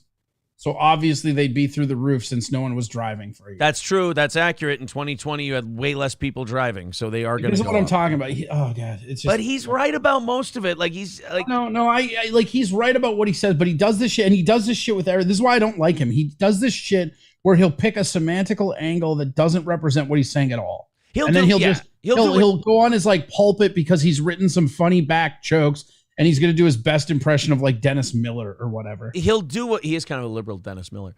Exactly who he is. He's liberal Dennis Miller. Well, he's actually turning into now conservative Dennis. He's actually just turning into Dennis Miller. You know, it's funny. Dennis Miller and Bill Maher kind of did the same arc. Dennis Miller was a liberal. And like Dennis Miller, Bill Maher is just doing Dennis Miller 20 years later. It is nice to see Bill Maher in the standard issue conservative reporter glasses, right? Yes. I'm home, the fucking kids are here all the time, my stupid husband is here all the time. I'm just going to take it out on the highway. And they did. How telling that Bill Maher is the girl in this situation. There was a group, the Great Barrington Declaration. Yes. You know, these academics, and a lot of them are at Hoover, at Stanford. Hoover Institute. Hoover. I had them on CNN. I put them on regularly on radio. And there was always enormous blowback because they were saying many of the things that you're saying now, only they were saying it in real time. Fuck all of you guys. You guys were all for it. Right. You were all for it. Did you see Fauci the other day with a straight face said in an interview, I never said we should close down the schools.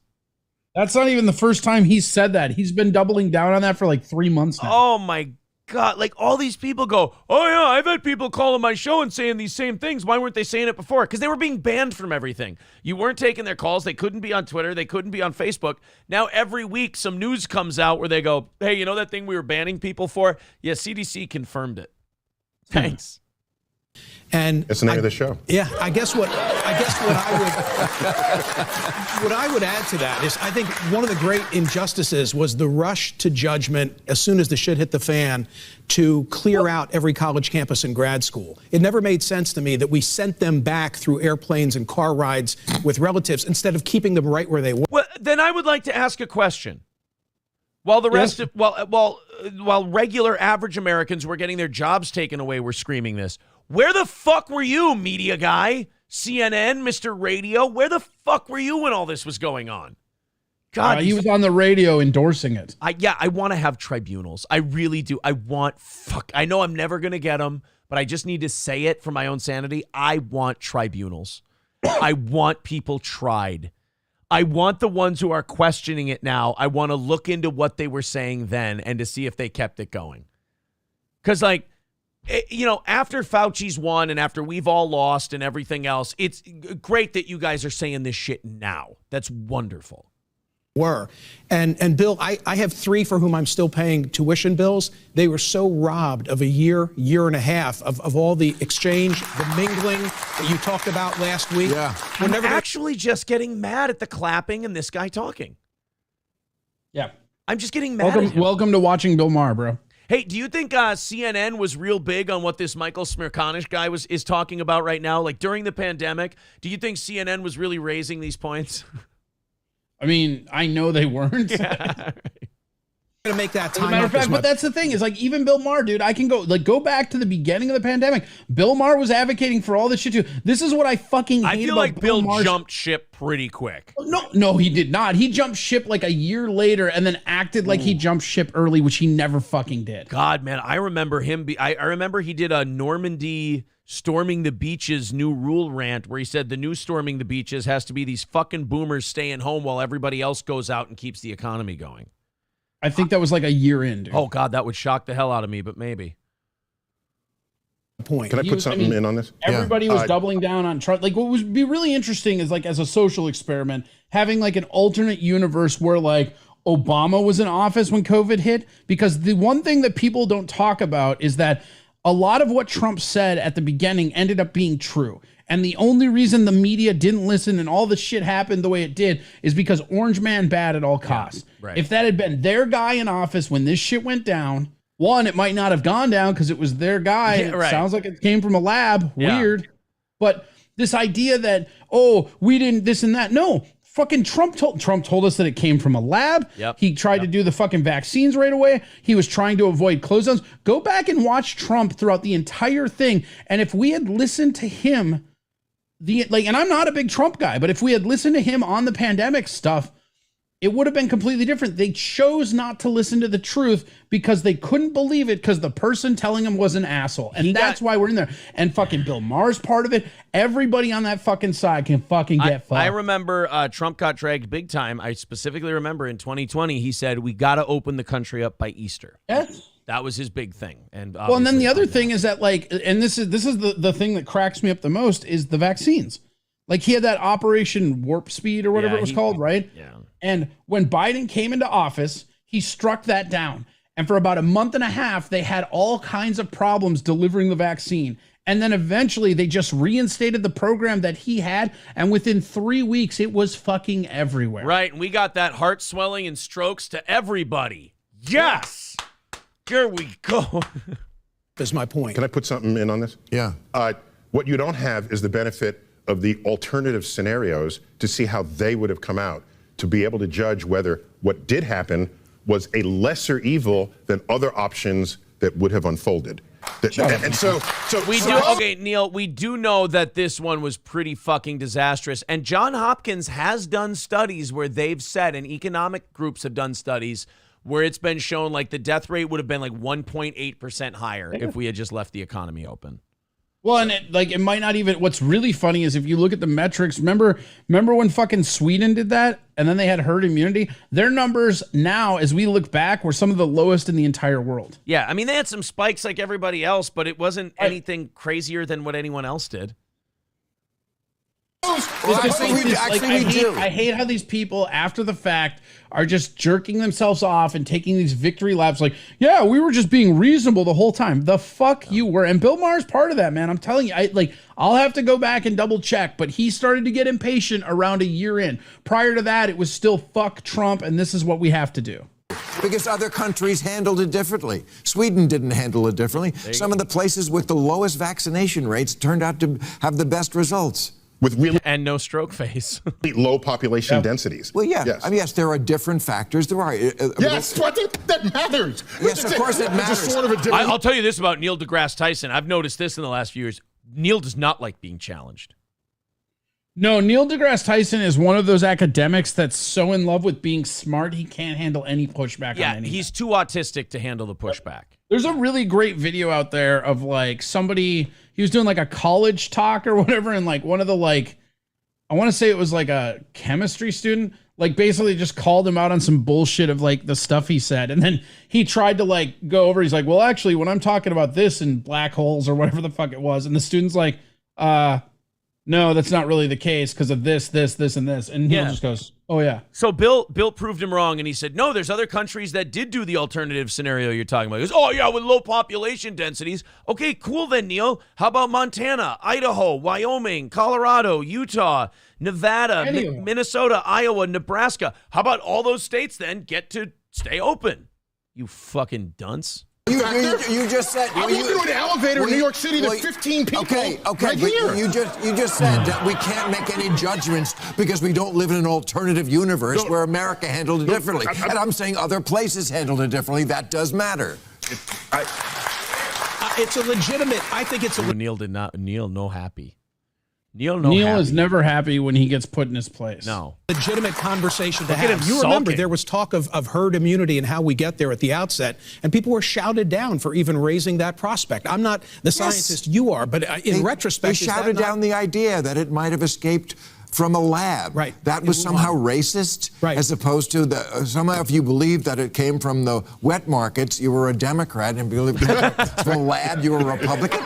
This is ridiculous. That's pretty good. That's objectively pretty funny. Yeah, so there you go. There's and that's the thing that like frustrates me about Bill Maher, right? Is because like I find him to be just a milquetoast of like ideology, but he's still objectively a pretty funny guy. And again with this shit, the only part that's really frustrating about it, and I try to give people credit when they come around, but it's like all these conversations, it's great that they're happening.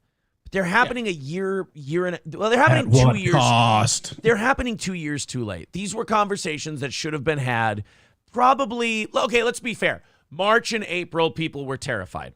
And then we started to get some statistics. I'm not holding anybody accountable for anything that happened prior to like, I'll go more than that. I'll say June, right? Right. I think that the thing that we all get like lost in, and sometimes I do that too, is like, this was a really scary event that people didn't know what the fuck was going on. But once our establishment doubled down on Trump is wrong no matter what. And, the funniest part about all that is that the president's the guy with the most information. Like, he has all these experts, all these military people, everybody around him telling him what's going on. Yeah. But, let's not believe that guy. I think, June, you're right, because that was when the weather got warmer. And remember, we had that dip and we all thought it was over in June of 2020. We're like, maybe this can be it. We should open everything up. And then we did. And then we shut it back down again when it got cold. We should have been having these conversations about 3 months in. We missed it. And now we got to have them 2.5 years later, which is really frustrating. I want to say thank you to Coltrane for $5 super chat. He says, Trump told us the cure can't be worse than the disease. They treated him like a fucking idiot. Gray Idols with a $5 super chat says, for April's cookies and Aaron's non-balding hairline. Thank you, buddy. That's very sensitive of you. That puts us at 185 away from our goal today. And thank you to Flex for the 316. Goddamn, son. 316 says, good day from Australia. Thank you, Flex. Appreciate that. Good day, mate. There's the PayPal and Streamlabs link in the chat if you want to chip into the show. We're only 185 away from our goal. We got 15 minutes until 9 o'clock. Maybe we go on a rally, we get to 100, and then I'm pretty goddamn sure we're going to break that 2-day losing streak today if you guys keep it up. So if you haven't chipped in your $5-10 a month to Steel Toe this month, let's do it today. Let's knock this thing out. Maybe you'd like to become a Steel Toe VIP. $250 in a 1-week period gets you all 3 of our t-shirts, the hoodie, the 2 5.5-inch vinyl stickers, entrance into a $100 drawing for free every month, 2 tickets to every live event we do, including our anniversary show, and for a limited time, when we come out with new merch, it goes right to your door. You get to claim an item for yourself for free every time it comes out. And now, Salzer at Old Capitol, if you're in Minnesota, has said between now and Thanksgiving, He'll spot you a $25 gift card to Old Cap if you become a VIP. Mr. Approachable said, if I become a VIP again, would I just get the Old Capitol thing? No, if you become a VIP a second time, you get to choose. Do you want all the stuff again, or do you want to gift it to somebody else? You absolutely, if you do it again, will get all the new stuff and the $25 gift card. Absolutely. We're not going to short you. That would be weird to disqualify someone because, like, no, you've already done this once before. You gave it to us again. Fuck you. You don't get the new one. Of course you do. You can become a two-timer if you'd like. So 185 away from our goal. Thank you guys very much. Let's keep chipping away. We can knock this thing out. We've got over an hour before we pass around the offering plate. So thanks again. Let's go, baby. Alvin Kamara's a dickhead. Yep. Do you see what, and I'm not even talking about the abuse stuff. Did you see what he did to this high school kid? I mean, in the prep notes. Oh, yeah. Oh, that's right. I've been better at that now. Alvin Kamara, first of all, is facing a $10 million lawsuit on top of his felony charge for, I believe, beating a chick up, right? Yeah. Lawsuit filed and a jury trial in connection to an assault in Las Vegas during Pro Bowl weekend. Kamara already faces a felony battery charge in the alleged assault of Darnell Green Jr. Okay, so it was a guy. At about 6:30 a.m., Kansas City Chiefs cornerback Chris Lamons also has been charged, as well as Darren Young and Percy Harris. Kamara. Why can't I say Kamara? I'm used to saying Kamala. Kamara played in the February 6th. I know. Alvin Kamara. Alvin Kamara. Alvin Kamara played in the Pro Bowl before he was arrested. The NFL is not taking any action against Kamara or Lamons. But, hey, Corey, they really take that image stuff seriously in the NFL. Oh, do they? Yeah, they really do. But so far, nothing with Alvin Kamara. But now he's being sued for $10 million, and it's hard to believe he's going to win that because you did fuck the guy up. Well, some white kid in New Orleans, in Louisiana somewhere, sent an Instagram or Twitter direct message to Alvin Kamara after a Saints game.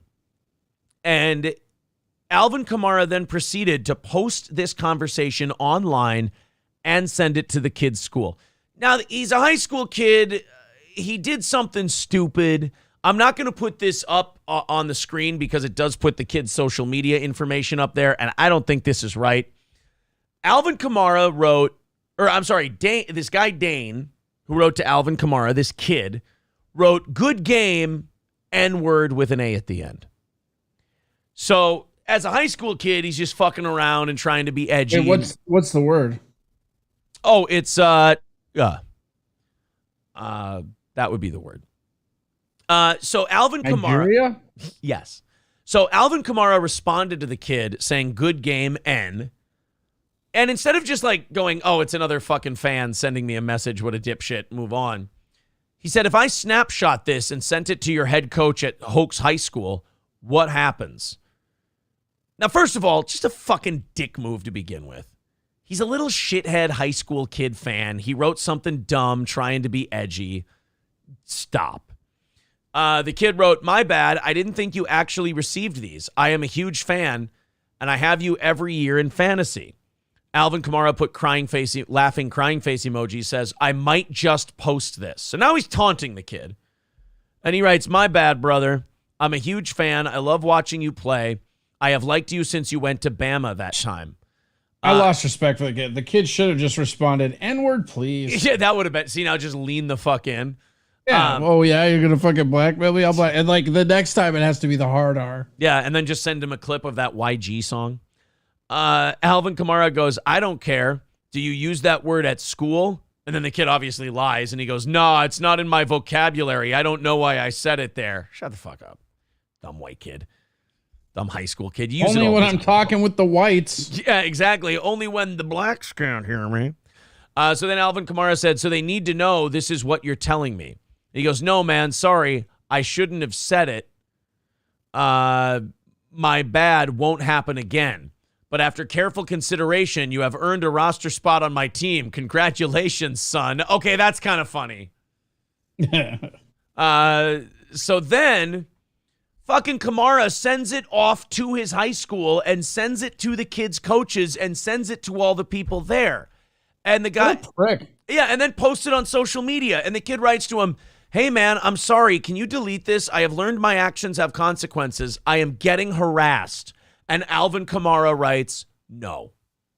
And it stays up to this day. And some stupid white bitch on Twitter, this is how I found it, from Yohawk Gawk on Twitter, wrote, she wrote, "Alvin Kamara is a legend for this." I had to retweet it yesterday, and I just went, no, Alvin Kamara is a dick. Like, that is not a cool thing that you did. You took a high school kid who was trying to be a little asshole. edgy. Yeah, he's a fucking dick. He shouldn't have done that. I mean, you could, look, if he wanted to be mad at the kid and he wanted to lecture him via the direct message and wanted to, make the kid feel like a piece of shit, that's fine. That's cool. Absolutely. But to go and rat on him and snitch on him, first of all, anyone who takes enjoyment and ratting this kid out clearly is not bothered by the word he used. Well, and yeah, right. Why interact with him? Who cares? It's just so you're a professional NFL star. You have how much money? You have accolades. So you're just going to ruin some, because I guarantee you that didn't bother him. No, I don't think it bothered him. And he just went out of his way to be a dick about it. Well, right. And look at the way he taunted the kid. That's kind of the problem that I have with the N-word, right? Is that a lot of my black friends don't even really care about it. They just know they get to be super offended if they ever hear it. Right. And in Alvin Kamara's position, you have all the power over this kid. This kid didn't take any power away from you. You basically dangled this kid's future right in front of him and said, "Oh, I'm going to tell your school. You think I should tell him? Do you think?" Now, if Alvin Kamara was really upset and he didn't even respond to this kid and went right to his school, I'd be like, okay, this really upset Alvin Kamara. He went right to the school. I mean, maybe that seems a little harsh, but it seems like he was very upset by this. But the fact that he dangled it in front of him and taunted him with it beforehand and was like, "Oh, I guess I should tell them then. Do you think I should tell them?" It's just kind of an asshole. And Skeptical Skeleton says punching down. Yeah, it's a punching down kind of situation. Skeezy says you publicly took down a high school kid. Wow, big man, big man. Right. What a big fucking, oh God. Are we supposed to just be golf clapping, right? Yeah. Congratulations, Alvin. You really showed that kid who can't drive who's boss. I mean, yeah. It reminds me of my buddy Gus who passed away. One of the bits he used to have is about college kids talking about oh, I'm a player. Yeah, I'm a player. He's like, wait, so let me get this straight. You went into a semi-dark room and got a drunk girl to come home with you? Bravo. Wow. This kid I've been married for 20 years and I can still get my wife to touch me quarterly. Yeah. And she's seen me sneeze with the lights on. That Alvin Kamara thing, it was just I really, it's one of those things where culturally you're just I really hope a lot of people don't agree with her, but then you look in the mirror, you go, of course they do. Of course people think this was it's just fucking stupid, right? Now the kid's probably, honestly, the kid's probably going to get kicked off his football team. Yeah. The way they treat this stuff now, he's getting kicked off. You know what I want? I want that kid to persevere and make it to the NFL and then just end Kamara. In 4 years, Kamara will be 31 and this kid will tear his ACL. journeyman contract, and the kid just fucking murders his ACL in a practice squad. Not even at a game, during a practice squad. Yeah, he's an undrafted free agent and he's going to make the practice squad, but in the preseason, he just tears up Alvin Kamara's knee. Oh, there you go. And then says the N-word. Fucking balls. Just whispers it in his ear, as they're down and he's screaming. It's like, how's your leg feel, N-word? And hard R's it. Yeah, go tell my coach now, bitch. Yeah. Hey, I'm taking a screenshot of this. I'm going to show everybody what a little bitch you are. You had a great run, but you're done, old man. Yeah. Now's my time. I hope we hired Dalvin Cook. He's still out there. 185 away from our goal today. 185 away. Let's knock that out. There's the Streamlabs. There's the PayPal. 1 hour until we rattle the cans and do the offering plate segment. Until then, let's go on a rush. Let's knock that 185 out and break our 2 morning show losing streak. Let's go ahead and do that. We're getting close. You guys have been right there all day. Let's see if we can go on a little bit more of a rally. If you haven't chipped in yet this month, please do. If you feel like I gotta go get my hood. We're going on a rally. I gotta grab my hood. Yeah, if you feel like doing a little something for the Steel Toe today, that'd be awesome. There's the Streamlabs. There's the PayPal. It's up in the chat. 185 away from our goal today. If we hit our goal, if you're new to the show, we add 30 minutes onto the end of the program. Skeptical Skeleton says, rattle the e-meter cans. Get rid of those Thetans and show Zeno who's boss. That's exactly what we need to do. Johnny Rebel says, let's not be Jews. 185. Johnny Rebel, it's good with cheerleaders like you, I tell you what. Shane F., who is black, says, just like an N to snitch. Oh, boy. KF says, this is what drives the kid to become unstoppable. Citizen M says, kicked off his team. This kid is going to be expelled. It's seriously a dick move. Dude, kicked off his team. This kid's going to shoot up his team. Yeah, right? God like, damn you. This is how you make a school shooter, guys. Yeah. Damn you, Alvin Kamara is the last thing you ever hear him yell. All right, guys, let me open up these. He just screams, I'm dat. Let me open up these 7 o'clock hour stories. Stoney's Bar, downtown Rockville. Love Cheetos, love Stoney's. Those guys are totally awesome. I'm talking about Bloody Marys. I'm talking about a great place to go watch the Vikings game. I'm talking about the pizzas, the drinks, the beers, the cocktails, the live music on the weekends. I think our buddies at Julio Goldstein are going to be performing there this weekend. That's at Stoney's Bar in downtown Rockville. Check them out if you're in central Minnesota. It's the best dive bar in the area. That is Stoney's Bar in downtown Rockville. Visit Stoney's today. Todd Pemper with $4.99 says, well, here you go. Thanks for the laughs. Needed them. Well, hey, man, that's the goal is, look, you throw us $5-10 a month. We hope that we keep you laughing for the entire month. Seems like a decent bargain to us, if you will. It's a business arrangement. Yes. We give you funny, you give us money. Thank you very much, Todd. 180 away from today's goal again. Thanks a bunch, guys. If we go on that roll, we're going to get there. This is an actual headline from the New York Post. There it is. Air pollution is making women fat. And they claim it's according to a study. I don't know what the study is, but apparently the dirtier the air gets, the fatter women get. Is that a typo? Did they mean to write cheesecake? See, that's maybe what I thought, was that there was an autocorrect situation. A new study suggests that long-term air pollution exposure is linked to women gaining weight, particularly in their late 40s and 50s. Now, time the fuck out. Guys, this is not an air pollution thing. This is the shittiest, laziest grade school science I've ever seen. It's back to like the vaccines cause autism argument. Well, we saw a rise in vaccines and we saw a rise in autism. Yeah, but you got to study what other factors went into that. These dipshit geniuses went, long-term air pollution went up like this.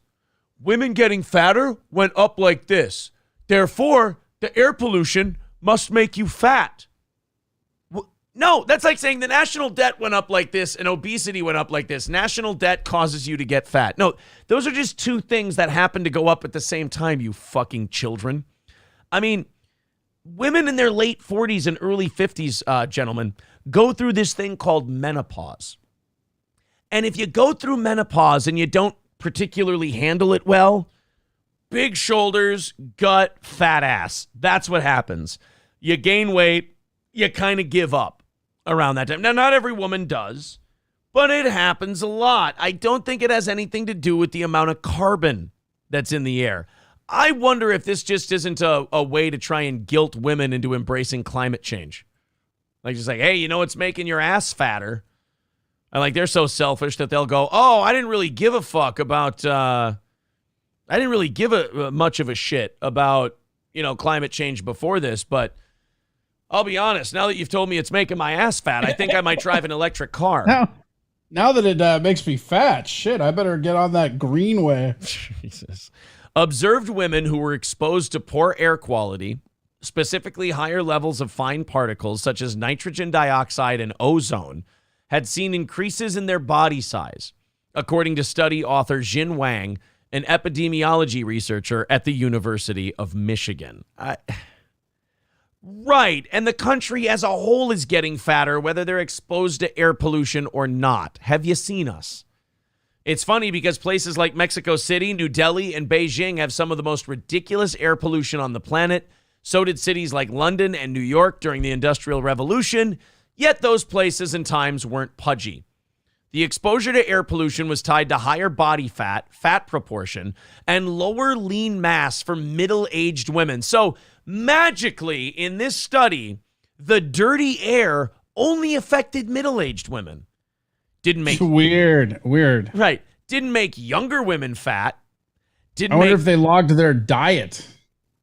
Right, exactly. Yeah, can we look into like that, please? On there, they're going all this, but they didn't take into account meals or fucking exercise. Yeah. Lemmy nails it. Does this atmosphere make me look chubby? Yeah, right, exactly.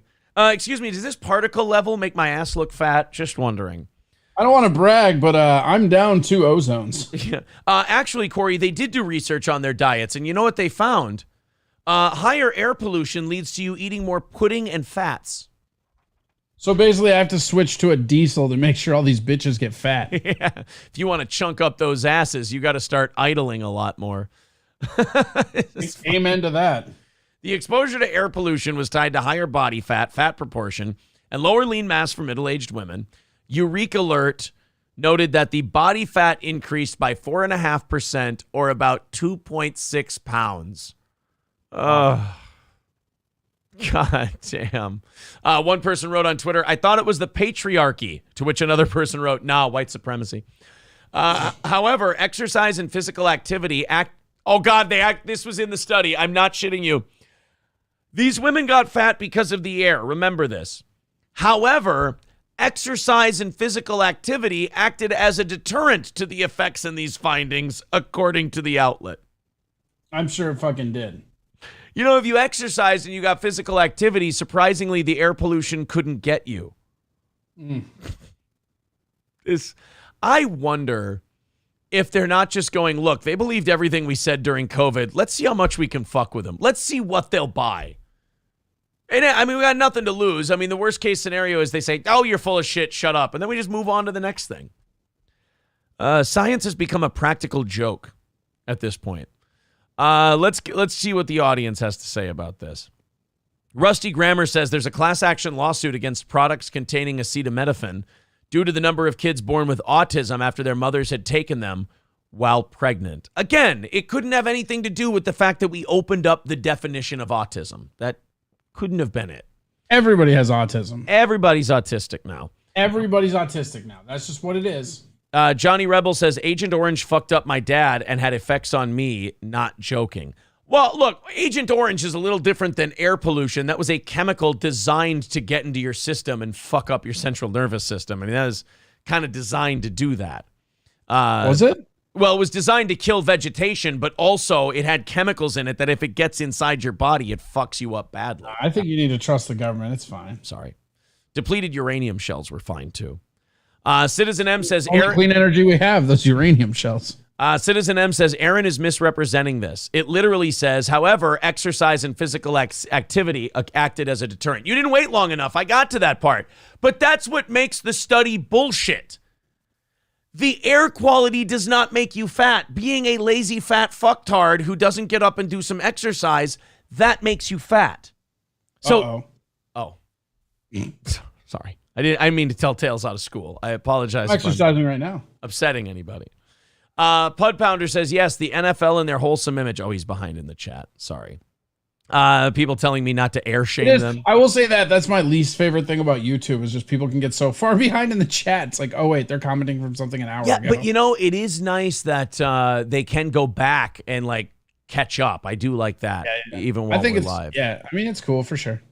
Michael B says the chat has been spicy today, and I love it. They're usually pretty good. I feel like this is actually pretty tame for our chat. Usually they're a little spicier.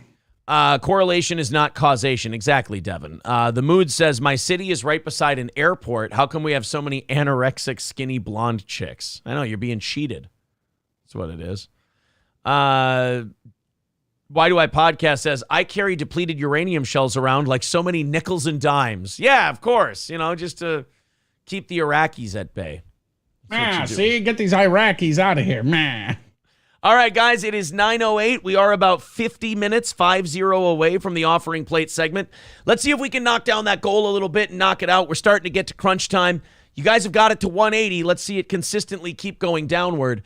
There's the Streamlabs link in the chat. There's PayPal. Let's go on a rally. Let's chip in. We're on a 2-day losing streak as far as the goal goes. It rarely ever happens on this show. I'd be lying if it said it didn't have me a little nervous. Let's see if we can knock out that 180. Streamlabs, PayPal, both links there in the chat. 180 super chats, obnoxious John Melendez. Super chats and memberships count as well. Let's knock out that goal. Let's do an extra 30 minutes of overtime. If you feel like chipping in, there's the Streamlabs. There's the PayPal. Fire away. Let's do this thing. If we get to the offering plate segment and we're at 180, I don't have a lot of confidence. But if we get a little lower than that, I feel pretty good. Moving on to our next topic here. Oh, this poor fuck. A guy tried to be really romantic and take a girl out on a nice date on a 1 or 2 engine airplane. I feel like the way you're saying this, nothing bad happened. It's just a nice romantic date. Yeah, he rented a plane to take a girl out. I mean, and in college, renting a plane to take somebody out is like, that's all on your credit card. Like, you don't have enough How much money did the plane cost to rent? I'm going to say if you rent it for like 2 hours, I bet you it's like $400 or $500. I'm looking right now. Maybe. Like it looks like it's a Cessna. Yeah, here's the plane without giving away the story. There's the plane. Yeah, that's a single engine prop plane. It costs to rent a private jet. Well, that's a private jet. I mean, Jesus. It's between $2,000 to $11,000. Yeah, that's per billable flight hour. Single engine plane rental. Cessna. Aircraft rental, single engine aircraft. $145 an hour for a Cessna, it says. Okay, yeah, I see 145, 192, 210, 192. Yeah, so for a couple hours, it's about $400 or $500 this guy put down for him and his lady to go out on a nice date. He got a little too excited though. Okay. A young college student in Georgia died last weekend when he was struck in the head by the propeller of the plane that he had rented to take the girl on a date. Jesus, what? Yeah, he got his head fucking turned into diced onions. He was trying to take her out on a date. Oh, chivalry literally is dead. Last Sunday, Sani Aliyu, 21 years old, a sophomore at Georgia State University, majoring in management, rented a single-engine Cessna to transport himself and an unnamed young lady to Savannah for a romantic dinner. The pair, along with 2 pilots Aliyu reportedly knew, flew in the 4-seater plane from Statesboro, Georgia, where GSU is located, to Savannah, about 60 miles away. Yeah. The plane landed in Savannah without incident. However, tragedy struck when they landed back at Statesboro Bullock County Airport at approximately 10:45 p.m. Aliyu's date alighted from the plane and headed toward the rear. Unfortunately, Aliyu himself did not follow suit. He headed toward the front of the plane, where he was struck in the head twice by the plane's propeller. How do you not? I mean, twice. Yeah, I'm not trying to shit on the poor guy. Doesn't it chop your head off the first time you get hit? You would think it would, like a propeller, if it's still spinning, is just ripping your head off right away. You wouldn't think you would get a chance at a second whack at a guy's head, but he's got a strong constitution, this kid. Bullock County Coroner Jake Futch said that Aliyu died instantly. Well, God, I hope so. Captain Todd Hutchins of the Bullock... instantly enough if he got hit twice. Right. Well, maybe it was spinning fast enough where it was... And then that was it. Captain Todd... questioning the story. Should have spliced right through him. You ever see a propeller go through a human corpse? Oh, God. How many times? Captain Todd Hutchins... Like hot butter. Captain Todd Hutchins of the Bullock County Sheriff's Office added that the FAA and the NTSB will continue to conduct an investigation. Into what? The guy had a boner the size of Chicago, and he was excited to get fucked, and he just sprinted towards the front of a plane without looking. Love is blind. However, he concluded that Aliyu's death appears to be a tragic accident. Homicide. Yeah. Somebody really had it in for this guy and just pushed him in front of a prop. It doesn't specify which head he was struck on. Yeah, I mean, his cock maybe was out so far at the time that it might have gotten that one first and he bled to death. The first one cut off his cock. The second one hit his head and killed him. This woman will never want to answer the question, what's the worst first date you've ever been on? It's just going to be... No, she will, because ironically, it's not that one. Yeah, it's too traumatic to go through it. She's like, hey, what happened on your last date? Oh, my date, well, he did a suicide dive headbutt into a fucking prop plane, and that was the end of that. I was worried I was He was getting... a fucking mark, so I dumped him. Yes. He took it hard. Maybe that's what it was. She went, I don't really want to go on a second date with you. He's like, I spent $400 on this fucking plane, and then just ran right into the propeller. Face first. Imagine spending that much money on a first date. Oof, right? That's so stupid, because like there's only 3 things that are going to happen, right? 1, it's not going to work out, right? Yeah. 2, like you're just going to be super thirsty and expecting things, right? Sure. Or 3, and this is the worst case scenario, she decides that she wants to be with you because this is now what she expects. Right. Now now a year from now, if you're still together, she's gonna be like, why don't you take me on plane rides anymore?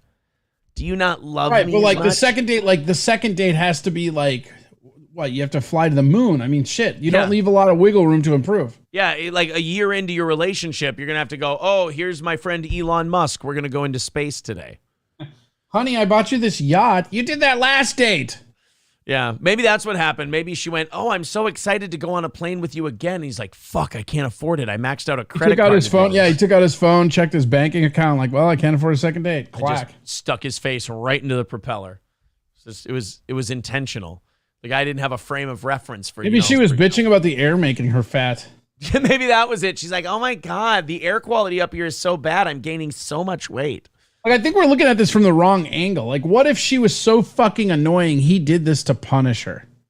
Yeah, just to traumatize her. Like, I spent so much money on you, and you are this fucking annoying. You know what? Fuck you. I'm out of here, and you have to deal with this the rest of your life. Yeah. Thunk, thunk. Yeah. Joe Cruz says, you're taking me to Olive Garden? Wow, my last date offed himself in front of me. Yeah. You better be offing yourself at that Olive Garden. Hey, wait a minute. Does the way this ended make it a blind date? Yeah, and a deaf one, too. Thank you very much to Daniel. Look at that, $30 via Streamlabs and PayPal. Thank you very much, Daniel. Guys, we're 150 away from that goal. It looks like we might be, if we can continue on this pace, we're going to break our first ever 2-day losing streak via the goal here on Steel Toe. We are either another rush away or one VIP away from knocking it out. 150 away. We add 30 minutes to overtime if we hit it. Super chats, memberships, Streamlabs, and PayPal. The links are all right there in the chat. Thank you, Daniel. That's very generous of you, sir. I appreciate it. Well, guys, this is either going to make you very happy or very upset with me, but I've got some Corinne Jean-Pierre today. All right. How do you now? What are your emotions when I say I've got Corinne Jean-Pierre?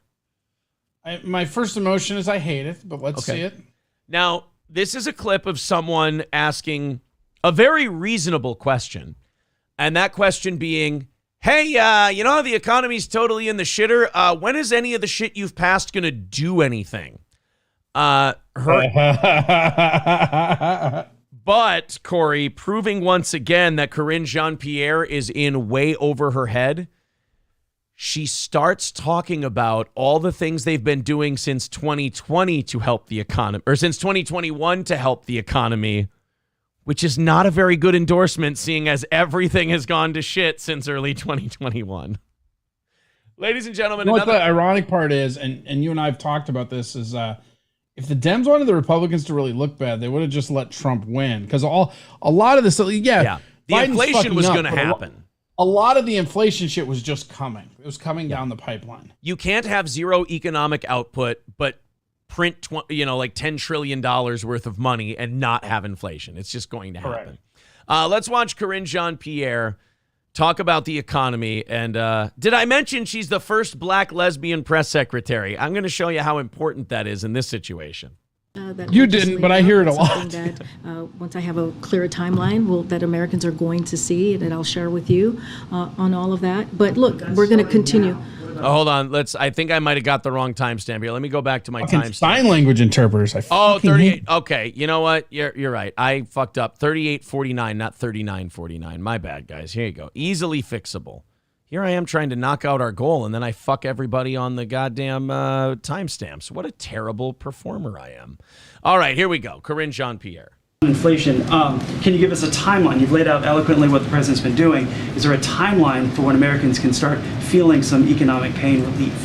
So that's by the way, it's not Peter Doocy, so he asked that in the most diplomatically nice way possible. What he's trying to say is, when the fuck is any of this shit going to start mattering? Like, yeah. When are you guys going to be actually helping with the shit you've passed? Let's see how she does. Feeling some economic pain relief. So in regards to the Inflation Reduction Act, early next year, they will see some of the pieces of that. When you think about an energy cost, when you think about guys, I want you to pay attention to two things while you watch this. I want you to watch the frantic blinking when she looks down, and I want you to. We've already heard some of the stammering here. Do you think that sign language interpreter is also doing the stammering?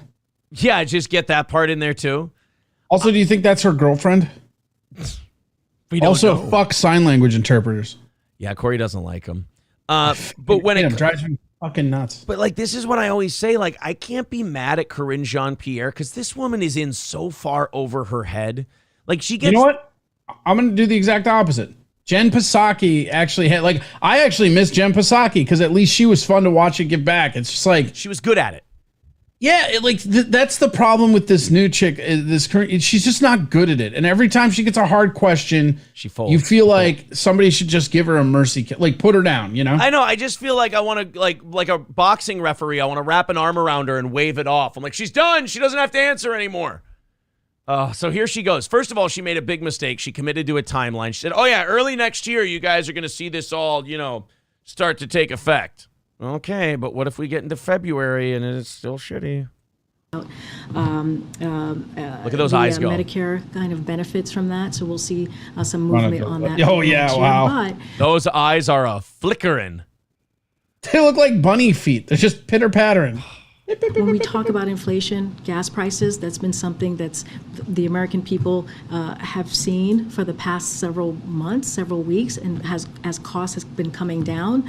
Costs have not been coming down. They went from like $5 or $6 a gallon to $4. That's not coming down in the way you're trying to present it. That's just they're not up as much as they were before. That's a big difference. And kudos to this guy because he's going to point that out. And the hearing aids that I just laid out, that's something that once I have a clearer timeline, that Americans are going to see and that I'll share with you. Hey, guys, the economy may be going to shit. You may be losing your lines of credit because the interest rates are too high and you can't afford a house anymore and food is really expensive.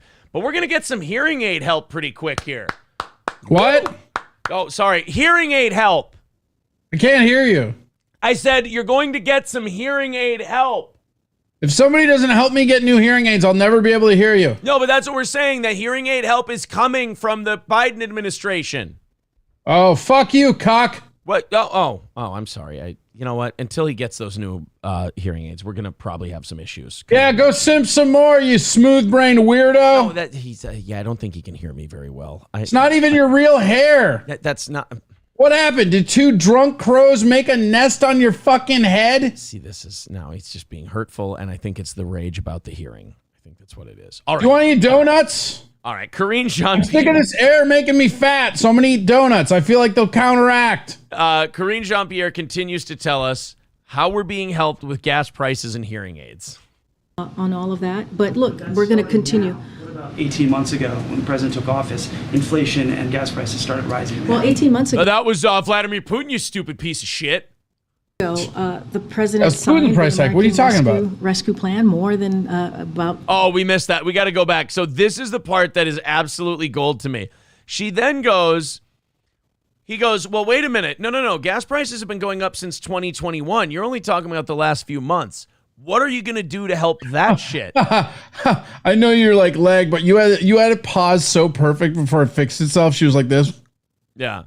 So now watch her response to that. He's like, what are you guys going to do to help the economy that's been in the shitter since 2021? The president signed the American Rescue Plan more than about back in April of 2021, and that helped the American people. That helped start reopen small businesses, that helped reopen schools. That was something that was so critical to meet the moment that the American people were going through.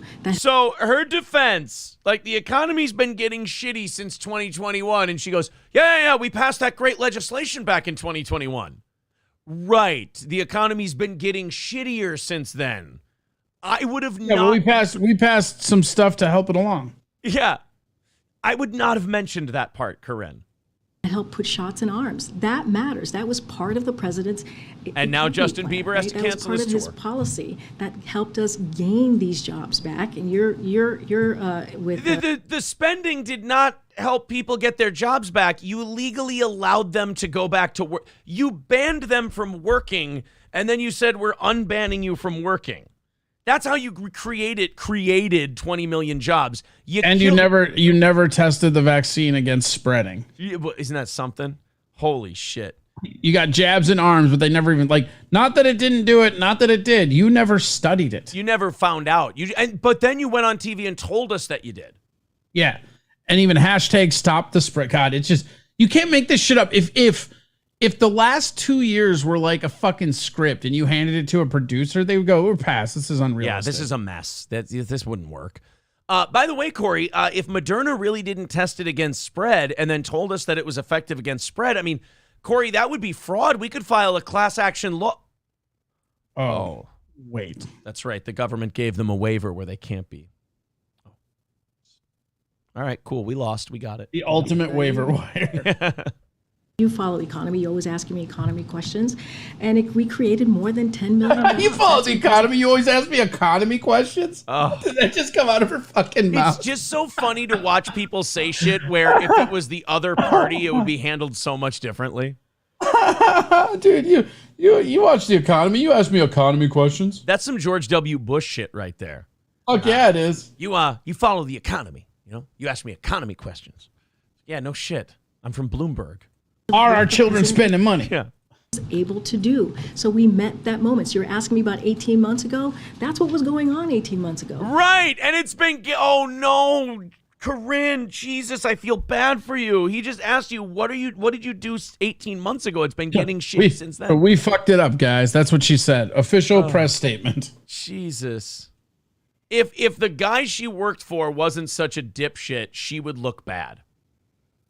But I think because she's working for him, it just kind of seems like she's in the right place. I'm telling you, and I know not a popular take or whatever, it really makes Jen Psaki look good in retrospect. She was a fighter, man. Her and, what's his name? Ducey, baby. Her and Ducey would go back and forth, and those were some good sparring matches.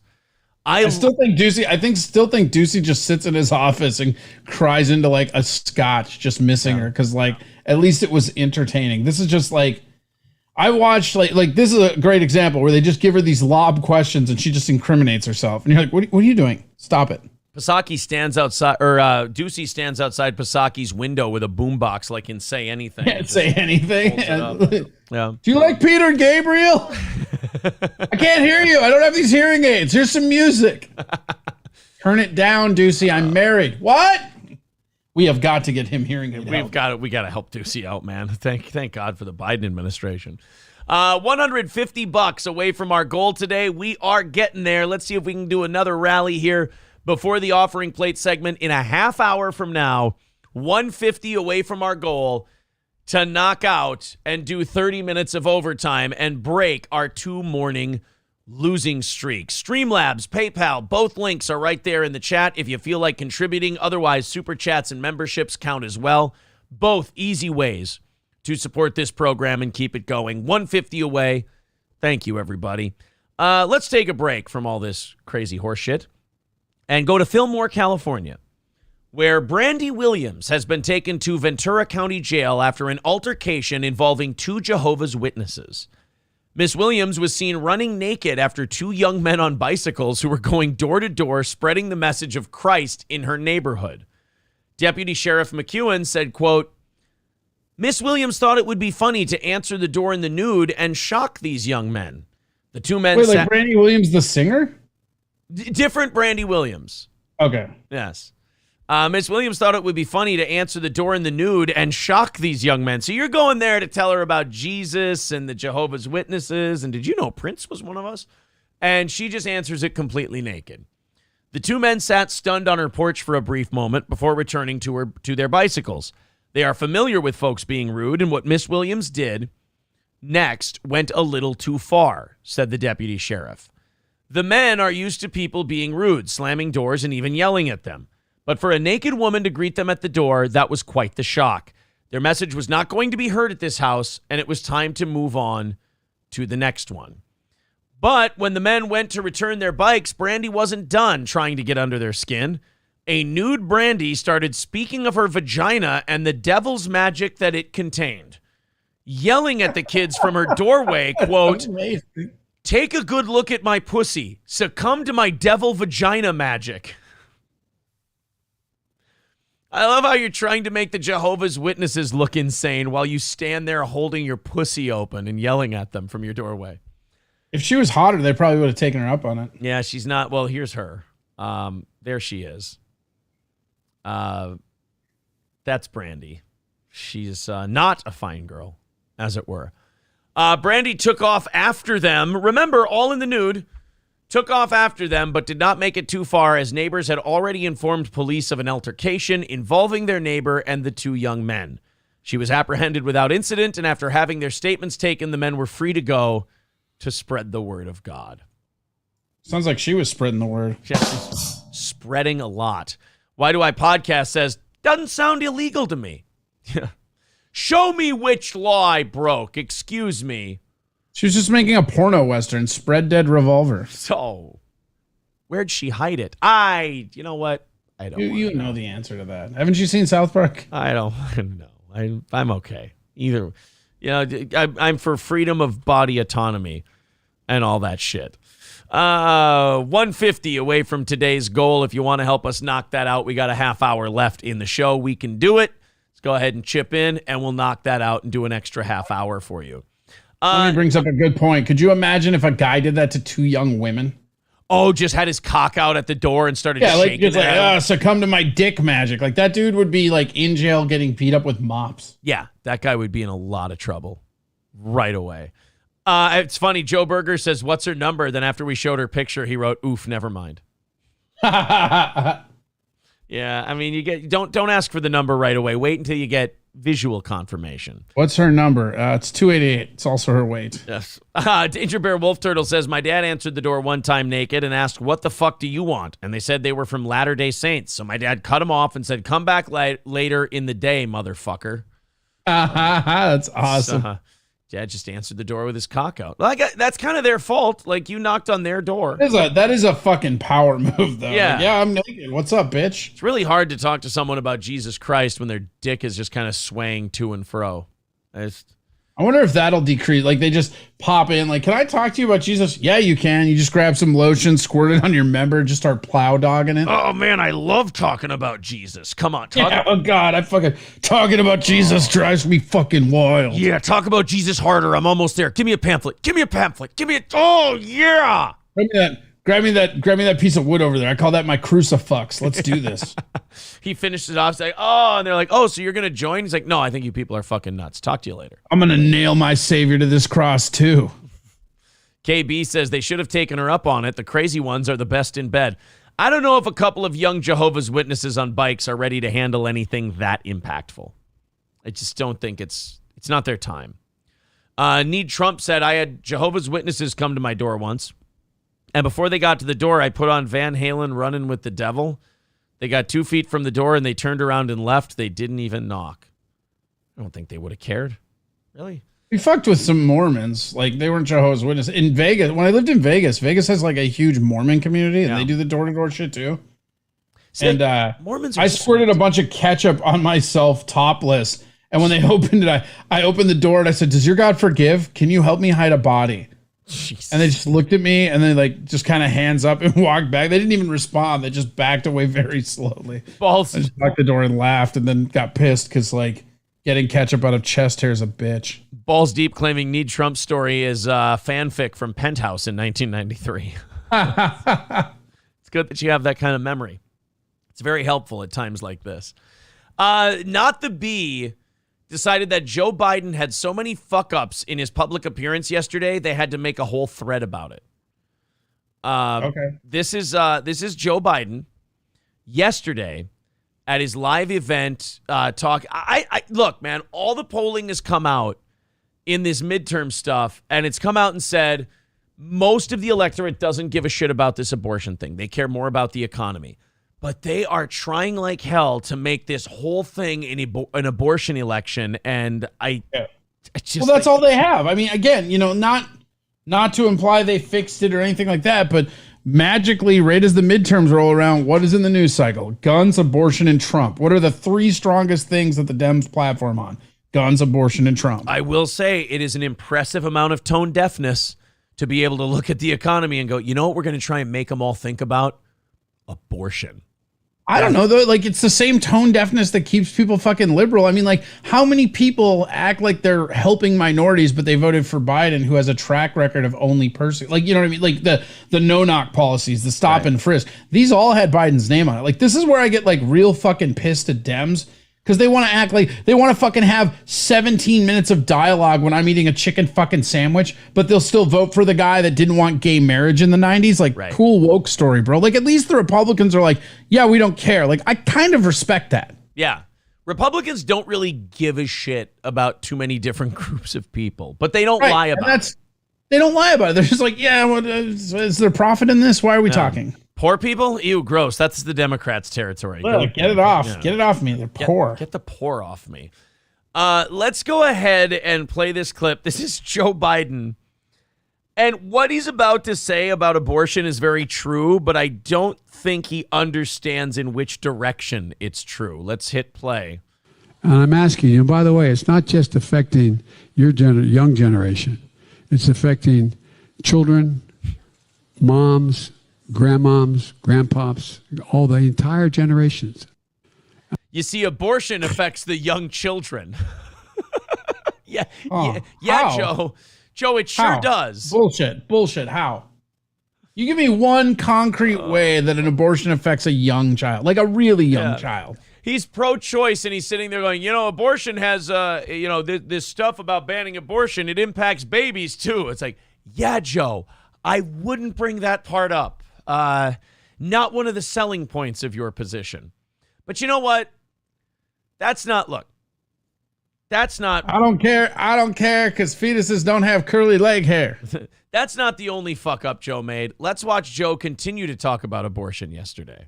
The court got Roe right nearly 50 years ago, and I believe Congress should codify Roe once and for all. You can't anymore, Joe. The Supreme Court has made a new ruling on this issue. You can no longer codify it in federal rule. That's what their decision meant. Well, you can if you have Congress.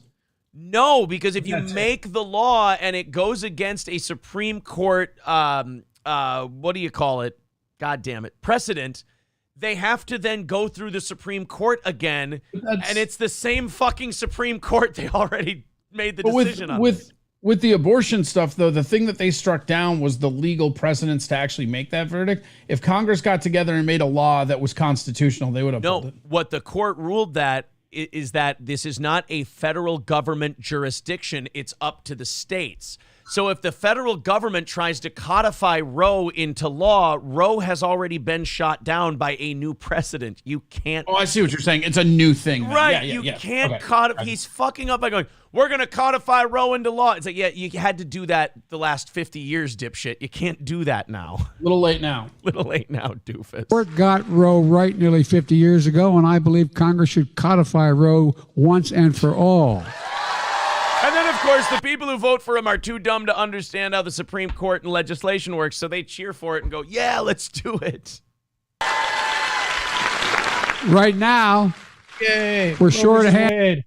It would be like Joe Biden going, the court, you know, the court got Brown versus Board of Education wrong all those years ago, so we're going to bring segregation back to the schools by codifying it in legislation. It's like, no, Joe, that would Well, get... yeah, I see what you're saying. Joe, it would get shot down immediately. It doesn't work that way.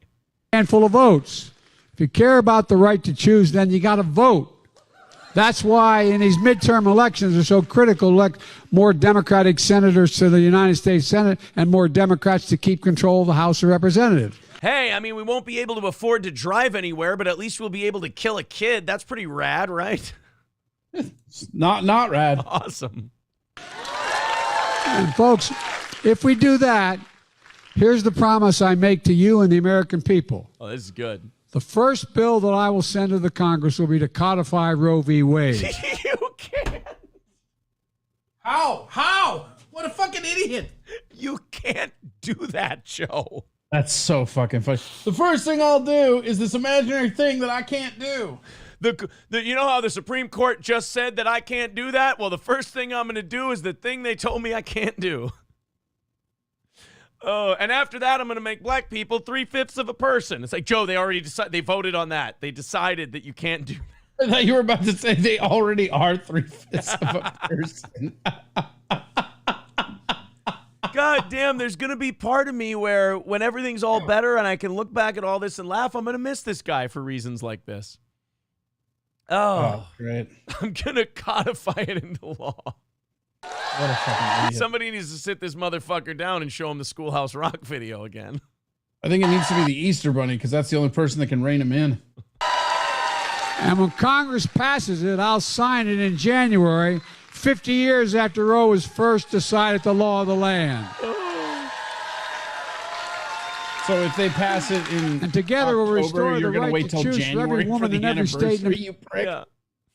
Oh, and by the way, it's going to be the first thing I do after the election. Like, fuck the economy, fuck student loans, fuck all that stuff. I'm going to make sure you bitches can kill some fucking babies. Come on, let's go. God.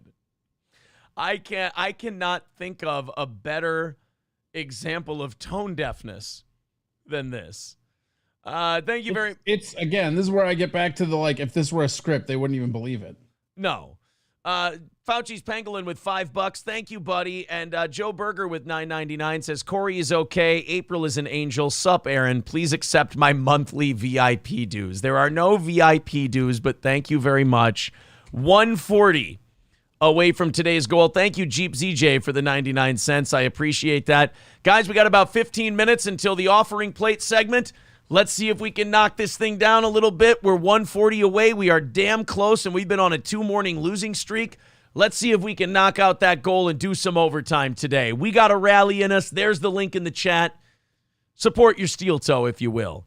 I would like to invest in the dead baby vehicle, says Revan. Shane writes, yeah, the first thing I'll do is fail. Yeah, good. Skeezy says, these Mormons have no idea how government works, and they still get to vote. Oh, morons. I said Mormons. Same difference. Skeezy said morons. I was still on the last story. I'm sorry, guys. I'm behind in the chat. It's totally my fault. 140 away from our goal today. I'm very antsy to knock out that goal and finally do some overtime in the morning. I really want to get over. It always feels good to snap a losing streak, so let's see if we can do that, guys. 140 away from our goal. Fauci's Pangolin says, what? No dues? Well, no VIP dues. You don't have to keep your dues to you just pay once. That's what VIP is. Yeah. The rest of you, hey, $10 a month. That'd be great. We can knock this thing out. So we're going to go from, I'm sorry to do this to you guys back to back, but we're going to go from Joe Biden to John Fetterman. John Fetterman, to me, is the perfect example, and I've said this before. Fetterman's the perfect example of vote your color, not the person. Vote the party. Herschel Walker. Yeah. Vote. Yeah. Herschel Walker's the other one. By the way, that story that came out, I think it was Monday, Herschel Walker denied paying for that girl's abortion. But then they said, Herschel, we found this $700 check that you wrote this woman. And he goes, yeah, but that wasn't for the abortion. With a memo that says for abortion. Yeah. It was, in the memo line, it said baby killing. Oh, shit.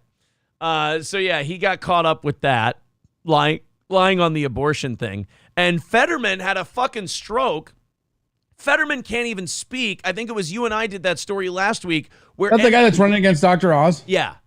Okay, yeah. And so the press, the NBC interviewer had to put a TV screen up there and put subtitles for what she was saying so he could follow along with the question. He still didn't even do well at that point. And he didn't do well at that. But like Herschel Walker obviously has lied about a lot of stuff. Obviously not the best candidate in the world. But people are going to vote for him because he's on Team Red. John Fetterman, same thing. This guy is not fit to serve. He needs help. He's recovering from a stroke and his brain isn't working properly. But people are going to vote for him because Republicans bad and I got to vote my team. There are great examples on both sides for this coming into this next election. Thank you very much to Matt Melt with $9.99, says good show. Thanks, pal. And exactly 6 million with $5 says, did you see Josh Denny was on a show with Ethan Ralph? Well, that would be something to check out. Those are two vibrant personalities, to say the least. 125 away from our goal today. We're getting close. And we're about 12 or 13 minutes away from the offering plate segment. So we could go on a rally and knock out that last 125. There's the PayPal and Streamlabs link in the chat if you feel like chipping in to break that 2-morning losing streak. So John Fetterman, you know, when it comes to the issue of abortion, when the media asks you about it, especially in a blue-collar state like Pennsylvania, you're supposed to like leave some wiggle room. Like you're supposed to just say, hey, I'm pro-choice. I support a woman's right to choose. Is Pennsylvania that blue though?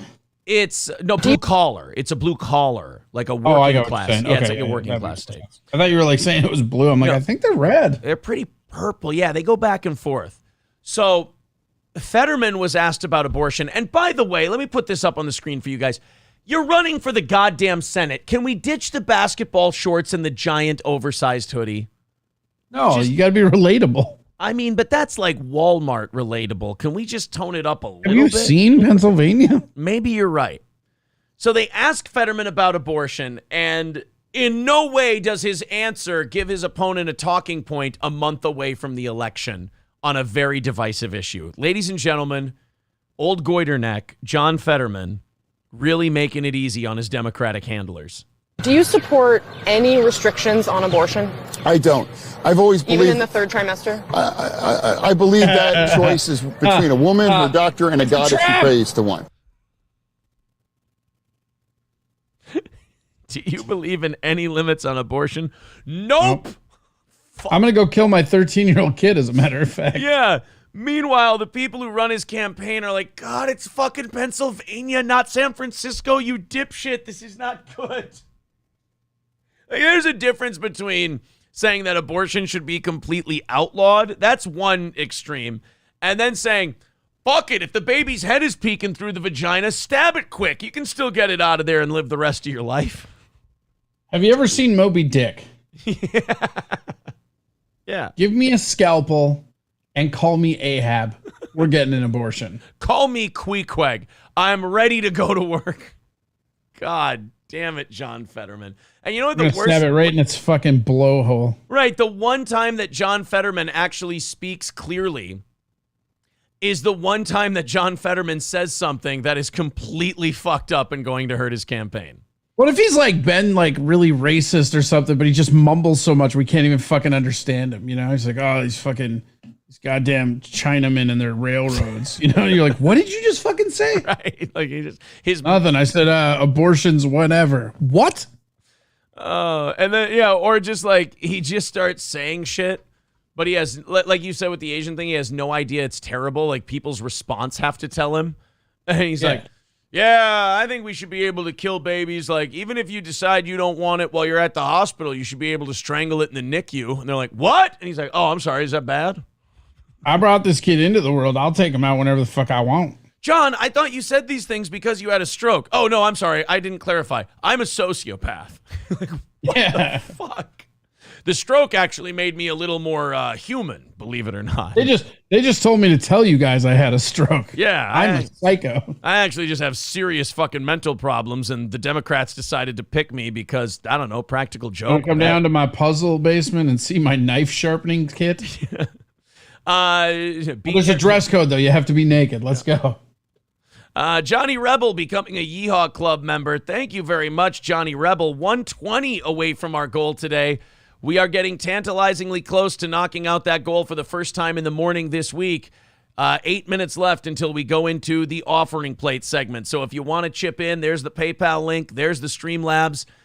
Please throw in if you can. I really want to hit that 120. I've wiped out the 215 we fell behind from the last 2 mornings. I've completely wiped it out. We're not going to try and catch it. We're just going to write it off and start fresh. So let's go ahead and knock this one out, guys. 120 away, half hour of overtime on the line. There's Streamlabs, there's PayPal, and we got the offering plate segment coming up in 7 minutes if you can help out and chip into the show. 120 away. There's all your links. So Fetterman fucks up again. Yep. Joe Biden is going to codify Roe v. Wade legislatively. I'm glad you and I had that argument about that, though, because like that one just slipped right by me. Like, you know what I mean? Because to me, when they say that, I'm like, well, yeah, if you have the Congress majority, but no, they would write a whole new thing. They wouldn't be cauterizing shit. Right. They wouldn't be.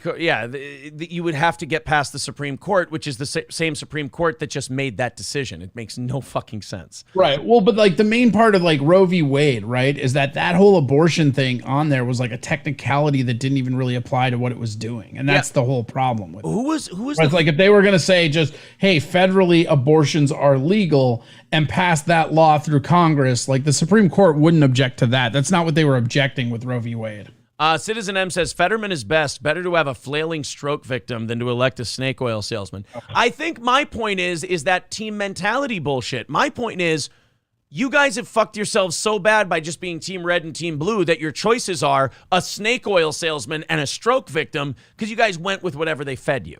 That's my problem. I just want a stroke oil salesman. Yeah, can we get a stroke oil salesman? That would be nice.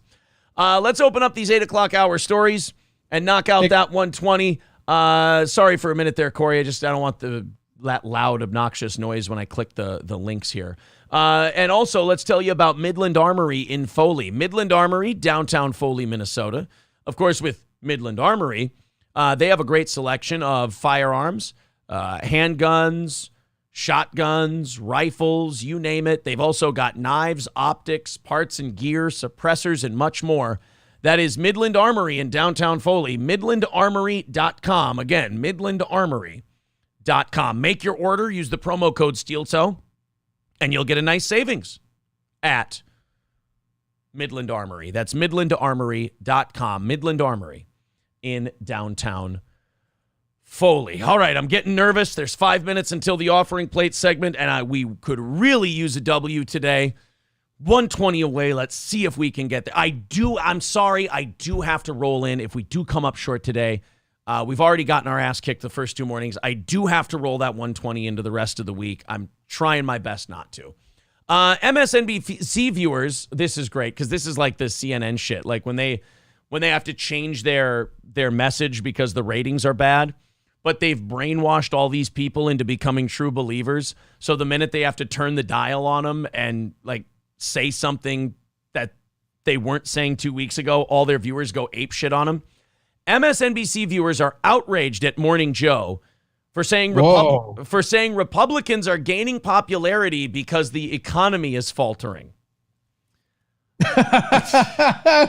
were mad at him for saying that? Yes, they are so soft. And you have worked these people into such a lather that they're now upset that you're letting them know factual news. They don't like factual news. The Republicans are doing better because the economy is dog shit. I don't know why that's so fucking funny to me, but it's like that's like the most soft way to like factually report what's going on, and they're fucking pissed about. Of course they are. They're not even saying the Republicans are good. They're just saying they're getting pity votes because the economy's in the shitter, and their fans are losing their mind. Well, it's because like MSNBC doesn't understand. They know they're full of shit, and they're just throwing propaganda out there. But what they don't realize is that they've brainwashed enough people into thinking a certain way that now if you say anything remotely positive about Republicans, you're complimenting Nazis. Speaking of which, and this is something that everybody can keep, here's some home project fun for everybody, including yourself. Keep your eye on Facebook, right? I have been seeing an increasingly amount of people complaining about 2 conservative anchors that were added to CNN. Oh, really? Yeah, I can't remember their names or whatever, but I mean, like we're talking, 2 of my friends now have had paragraphs about like how this isn't reporting this and that, and I just put on their status like, yeah, it's kind of weird when they're giving both sides of the aisle viewpoints, huh? Yeah, it's pretty fucked up, right? Like, these people are so fucking conditioned that they're fucking like, it basically with the MSNBC thing, they came out and they're like, hey guys, we just found out that sky's blue, and they're like, you can't say that. And now Skeezy says easiest way to piss off a lefty is tell them the truth, but Fox News runs into this same problem. When Fox News wants to give any credit or anything or criticize a Republican, their audience gets really pissed off at them. Like, it becomes that thing where when you pick a side, you get these people believing that you're serious. So then when you go the other way, they feel like you're complimenting these people you just told them were super evil. Well, it's like fucking Congress itself, right? Like Pelosi, McConnell, Schumer, they all go get drinks together. They're friends. Right. Exactly. Like, but we all buy into the fucking, like, because guess what? They're all rich politicians. They have a lot in common, guys. Exactly. Lip Ripper, thank you for the $5. He says, can we push the rally a few minutes? My robe is still in the dryer. Not that kind of rally, but we got 3 minutes until we got to knock out this $115 goal and send Steel Toe home with a big win. Thank you very much to Mike with $5 over there on PayPal. 110 away from today's goal. Oh, God, I really could use this one. Not going to lie. Steel Toe could use this one more than anything. So some of the viewers wrote, Dear everyone, fuck Morning Joe and the polls. Morning Joe. Now remember, these are the same. Oh, just an innocuous economy thing? So now remember, these are the same people that when Trump fans would complain about the polling and it's not right, they'd be like, shut up, loser. And now they're like, fuck the polls, not going our way. Dude, but like, could you imagine? Like, hey, you might be in trouble because of the economy. Fuck you. So this person wrote, Morning Joe was one of the ones that normalized Trump. Normalized Trump? He said that Joe Scarborough's wife that's sitting next to him was bleeding from plastic surgery when he met her. He normalized hating Trump. Yes. Amazing how these numbers come out after most Republicans have been humiliated in debates the last 2 weeks, huh? See, that's the problem. MSNBC painted it as these Republicans have been humiliated in debates, and so now they can't square that with the reality that the polls are saying they're getting their ass kicked. You think if they didn't phrase it that way, they'd be the best, or do you think it would still be like? I think it would still be the same either way. Like everybody doubled down on like because basically the narrative is this, right? If you're a Democrat, you think every Republican is a racist. That's just the way. That's what you can't vote for do anything positive because those people are monsters. That's what I'm saying. Yeah, they brainwash these people into saying and thinking and doing these things. So then when they have to give them a little bit of credit in the polls, it sounds like you're sympathizing with Nazis. It's remarkable. God, I love that story. Like, this is great. This actually makes me want to watch Morning Joe. Yeah, just to watch people get mad at them for telling in a very sensitive way, basic truths. Well, and that's how you can tell it's not actually news, it's propaganda. Because if it was actual news, nobody would viscerally react to the news. Yeah. All right, guys, it's time to pass the offering plate around for these 4 hours that we've done. If you want to throw in a couple of bucks, that would be great because we're 110 away from our goal, and we have gotten our butt kicked the last 2 morning shows. It's time to break the streak. It's time to break the losing streak we've been on. It's time to break even. It's time to keep our claws hanging in there, just clinging to the mountain here on Steel Toe. 110 away from our goal. There's Streamlabs. There's PayPal. The links are all over the chat. I'm spamming the chat with them. The offering plate is out there.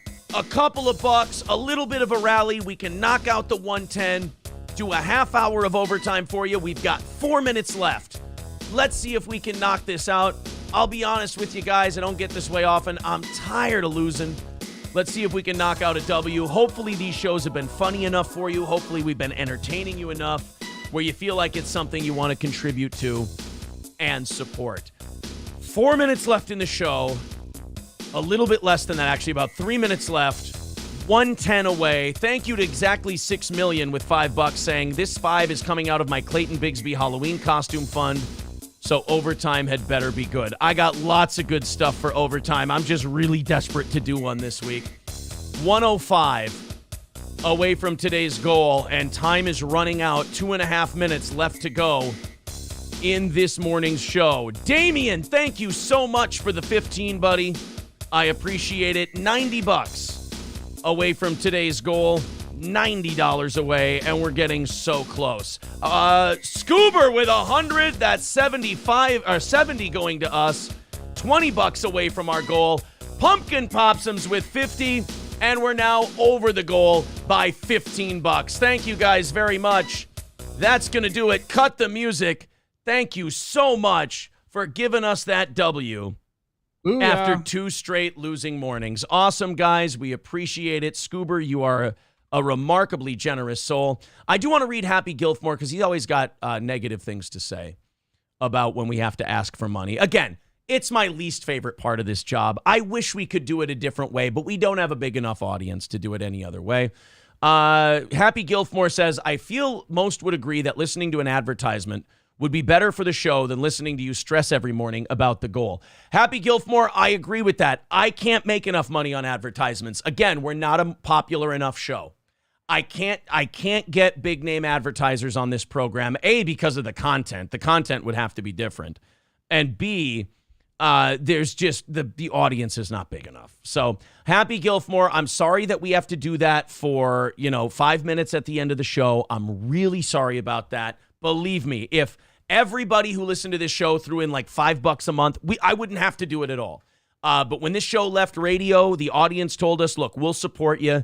Go to the internet. So we said, you know what? Fuck radio. We're done. They're going to bust our balls. We're leaving. We're going to be a listener-supported show.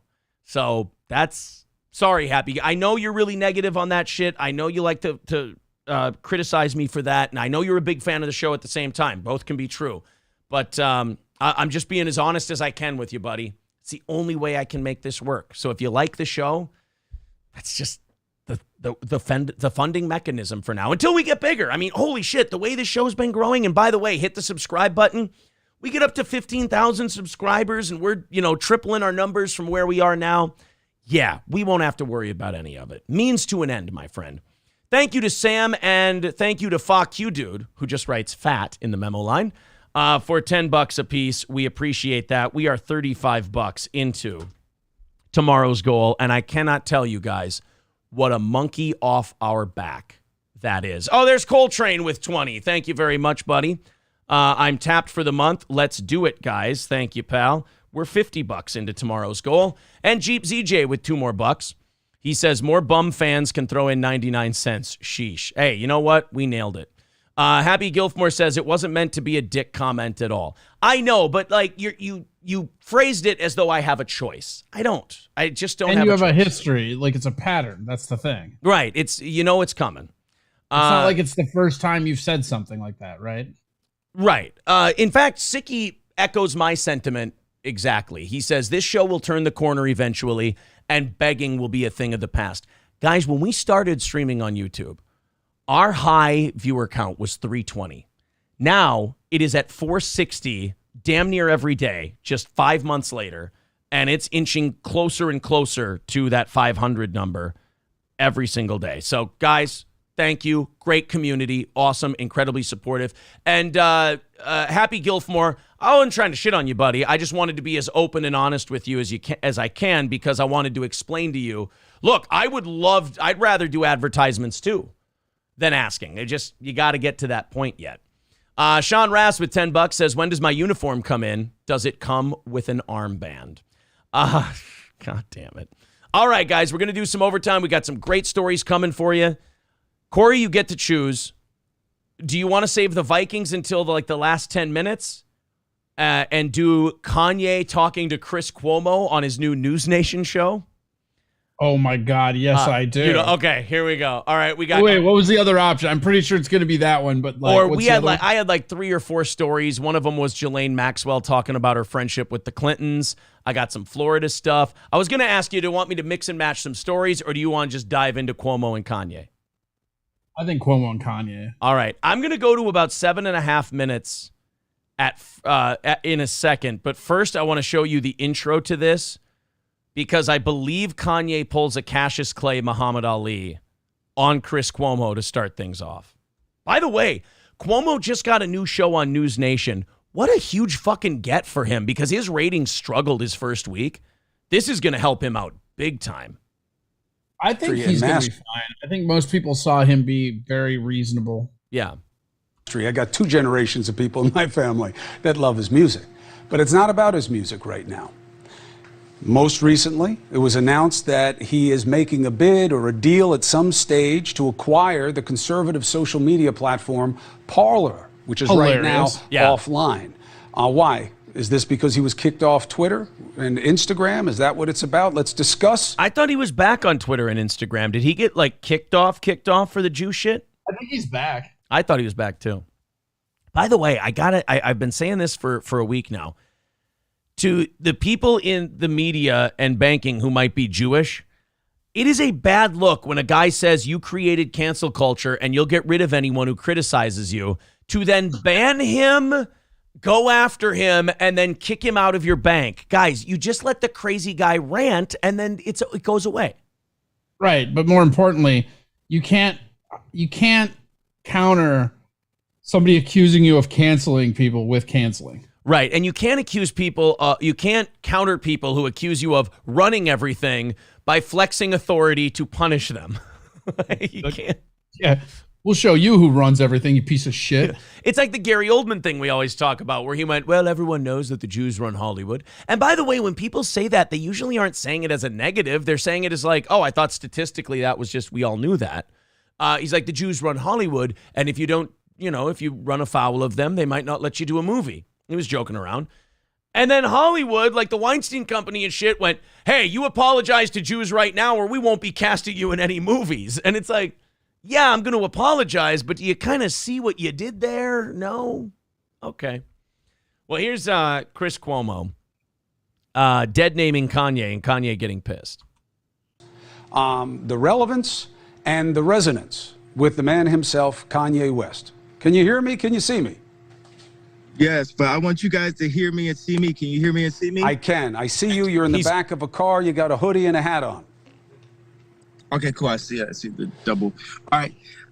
You guys are supposed to be made aware to use my legal name, Ye. I've changed my name like how Cassius Clay changed his name to Muhammad Ali. I'm sure you guys didn't mean it as any disrespect, but Anissa on the Chiron changed my name to Ye. You can say formerly known as Kanye West if you like to, but my name is Ye. Why'd you change it? Just none of your fucking business.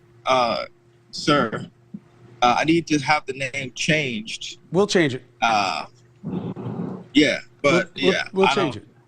I'm asking you why. I love that. Like I wish we would get the Howard Cosell moment where he's like, I'm sorry. I apologize to you publicly. Your name is Ye, and you have the right to be called whatever you want.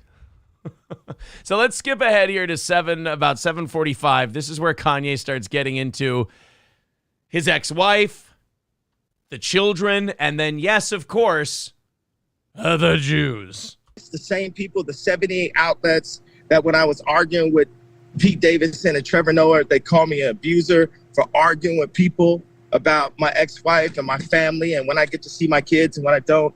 And they just immediately disrespect me. They keep the crazy narrative going. They never call me a billionaire.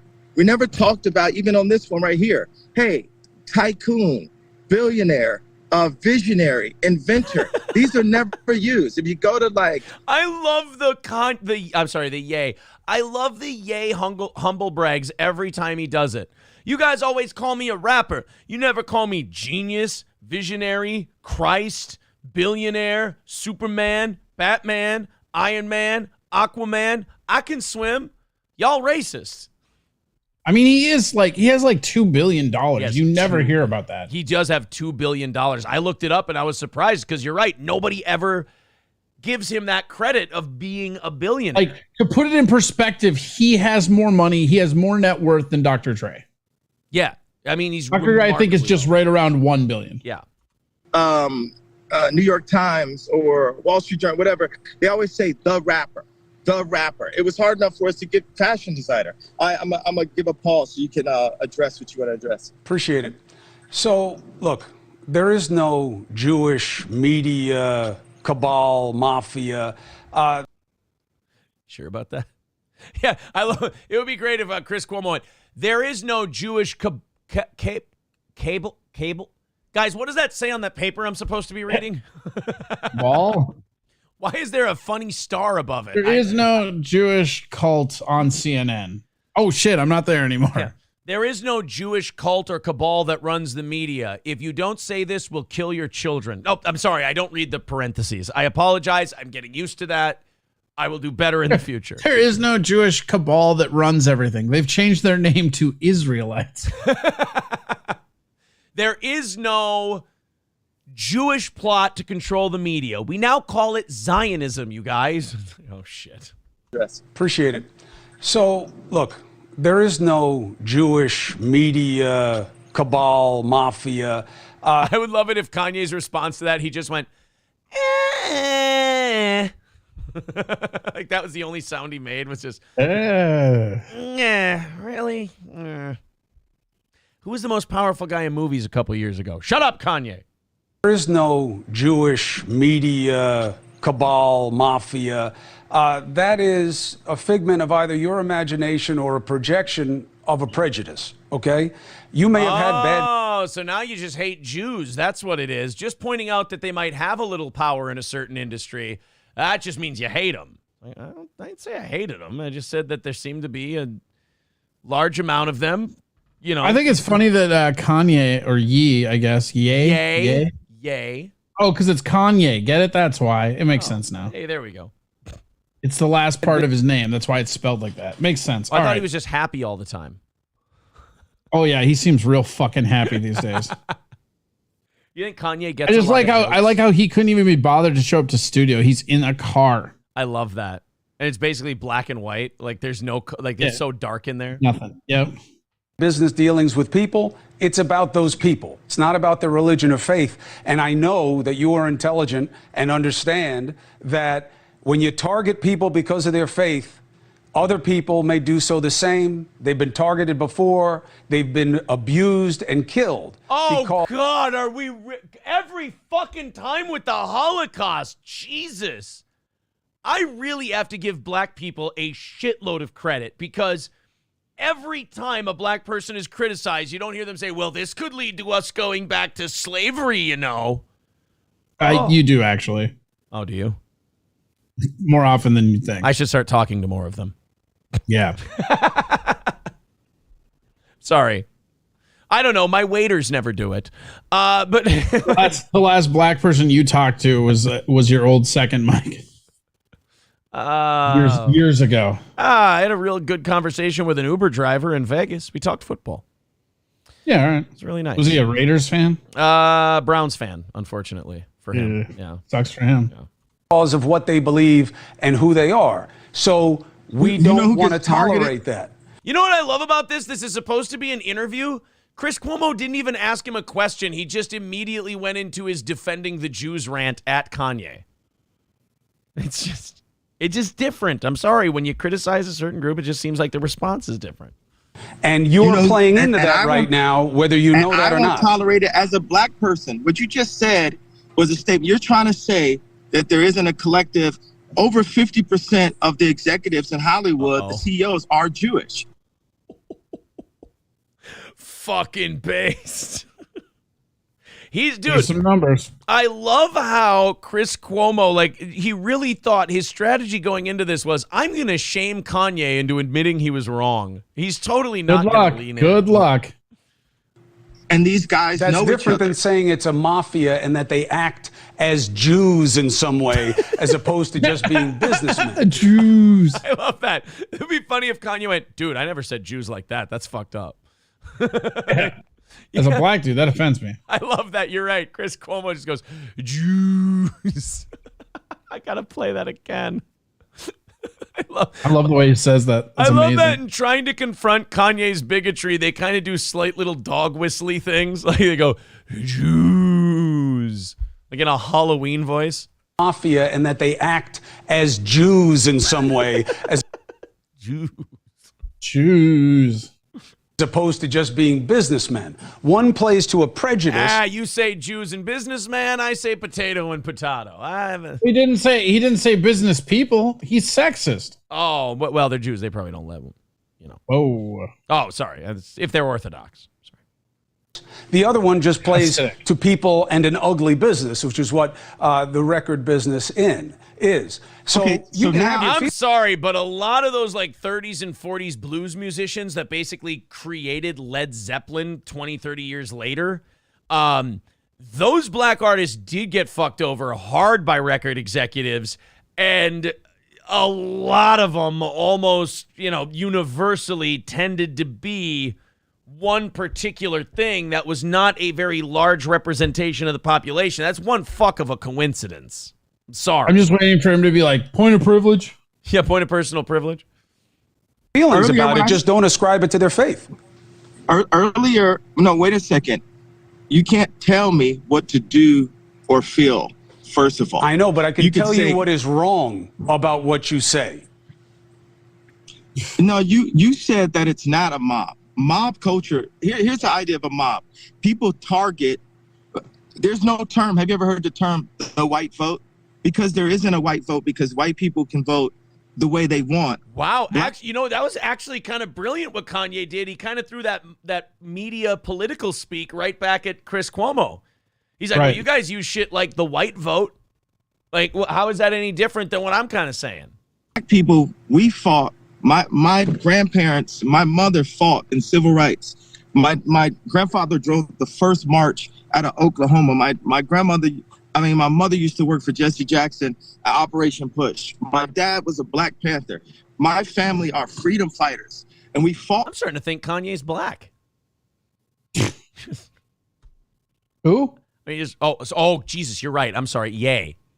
Starting to think Ye is a black man. For the right to vote. You realize when I wore a red hat that my life was threatened. I know. By my Jewish managers, by my Jewish lawyer, by my Jewish accountant. Your lawyer and your accountant threatened your life? Dude, he is not backing down at all. Cuomo's like, no. Those are individuals. He's like, really? My Jewish lawyer, my Jewish accountant, my Jewish manager, they all threatened me? Dude, I don't know how many interviews they're going to do where they try to shame this guy. Guys, get the word out. It doesn't work. You're going to have Kanye has no shame. No, none. Like, he said, not specifically the accountant, but there were many people who threatened my life. Also, my family. How do you feel if you're the Jewish accountant who specifically the accountant? Oh, but your lawyer and your manager, huh? How do you feel? Like, you kind of feel like you're getting side-eyed by all your other Jewish friends because Kanye gave you the out? He was torn apart off of my. This was legit the best overtime pick of my life. Because of my ex-wife's attachment to the Clinton administration. Oh, fuck. Kanye, back it off. Back it off. Kanye, back the fuck up. Say what you want. I just got a push update that Ye killed himself. Weird. Yay. Calm down, buddy. The Jewish stuff, you can survive that. Abort. I mean, they were getting my ex-wife to push the vaccination. I didn't realize how attached they were to the left agenda when I was Vaccinations there. are not a left agenda. Yay. Okay, I understand. Okay. He said yay kind of cunty there, didn't he? Yeah. Oh, he's getting pissed. He is. Not specifically the vaccinations, but period, that they're on Zoom calls during COVID with literally Biden and Kamala and Chris Paul and all kind of people, celebrities, John Legend, Chrissy Teigen, all these same group of people that come and attack me for what they call wrong think. Holy shit, Kanye's letting it all out. He's like, yeah, my wife at the time was on the phone with Biden and Kamala and all these people while married to me, all these people who shit on me and talk shit about me. I'm watching my wife on Zoom calls with them. I'm telling you, being in that Kardashian family, it fucks with people. Because they don't give a shit about the people they're with. All the people they're with are vehicles they can use as another revenue stream. They're just mindless, soulless, fucking money-grubbing whores, that whole family. Well, Backlow just said Ye versus Fredo. Ye versus Fredo. Fredo is working overtime though to protect the tribe though. That's for sure. You know, and look, you don't have to like it. You don't have to like it. You don't have to say what people want you to say, but you have to understand and accept what people will and won't tolerate. I don't have to understand. No, you have to do that because you're a fucking pussy. Yeah. Homo. Kanye doesn't have to stop saying Kanye doesn't have to fucking do shit. He has $2 million and everybody knows who he is. He doesn't have to do fucking anything. Yeah, he's got $2 fucking billion. He doesn't have to do. Could you see Chris Cuomo talking to any other multi-billionaire like this? No, fuck no. He'd have his fucking tongue so far up his asshole he couldn't talk. He would never talk to like even Mark Cuban this way. Ever. Or accept, because they're not willing to understand or accept. And that's the reason why I'm not backing down. People have had their careers destroyed. That's why they keep on saying, oh, well, yeah, Ye's dangerous, because he will keep talking. He will keep talking. You say. It's when you say Jewish people own the black vote. When I wake up, I'm going DEFCON 3 on Jewish people. Own the black voice. These are not. I love how Kanye just, like, Chris goes, what about this? Clarifies. Not only does he double down, but he clarifies. Yeah, he's like, fuck you, Chris. I didn't say they own the black vote. And he's like, oh, good, you're backing off that Jew thing. I said Jews own the black voice. Like, yeah. Fuck. Is that better than the regular The Voice? Because that show sucks. Hey, Corey, Jerry Heller from NWA has entered the chat. Yes. Fuck yeah. Things that you can say coming from a place of intelligence or love or anything productive. I'm coming from a place of love and a place of we're not going to be owned by the Jewish media anymore. If you Like, every time he says it, it never gets less jarring to hear. A guy just go, not going to be owned by the Jewish media. And you're like, fuck, dude. You know how many people just have their careers obliterated? Well, he's just going to buy his own internet. What does he care? Right. Like, this is the literal definition of a dude. Like, you want to know that price point? I don't know exactly what the price point is, but it's under $2 billion that you get to do whatever the fuck you want. Right. If you've ever wondered what fuck you money means, this is what fuck you money means. Joe Rogan The dude ran for president with the birthday party. Yeah. Joe Rogan can take his hundreds of millions and shove them up his ass. This is fuck you money. Yeah. Every celebrity, Kanye. If you look at their contract, and I'm going to finish what I'm saying. I know, but you have to understand this idea of the Jewish media. That's not how it works. You're talking to me right now. So, la la. Amazing. This is so great. He literally just la-la-la'd Chris Cuomo. Every celebrity, go ahead. Every celebrity has Jewish people in their contract. This is not hate speech. This is the truth. And these people, if you say anything out of the line with the agenda, then your career could be over. Listen. Tell him he's wrong.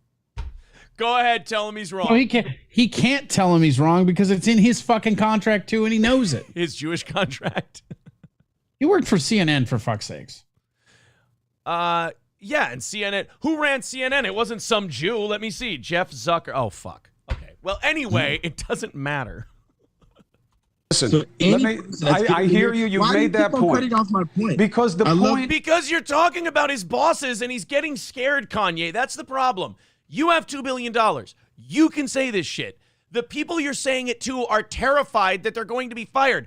He was on Nori's podcast and said this shit. And Nori took the podcast off of YouTube and demanded that everybody take it off of YouTube. And he apologized to Charlemagne the God and Rosenberg and all these other people just for Kanye saying the shit he said. Kanye, you got $2 billion. Chris Cuomo needs this fucking gig. Kanye doesn't understand, or I'm sorry, Ye doesn't understand why people keep cutting him off. They're terrified. Ye. They're terrified of the shit you're saying. Sir, why do you keep? Why? Yeah, sir, here's why. Don't cut me off, sir. Respect. I've listened to it. You've made it several times. No, I'm not finished, sir. I understand, but you said it several times. I'm not and finished, it is sir. an But my ugly people haven't thought. heard me. My people, they need to hear. Why would you bring a guy on your fucking show and then go, you have ugly thoughts, I don't want to let you talk? Well, then don't have me on, you ratings-grabbing whore. Yeah, have you never seen Chris Cuomo? Come on. Yeah, you're right. Why am I getting mad at him? I apologize, Chris. You do. Yeah, it's like, just, you don't know this guy? You never seen him before? I'm yelling at a frog for hopping is what I'm doing.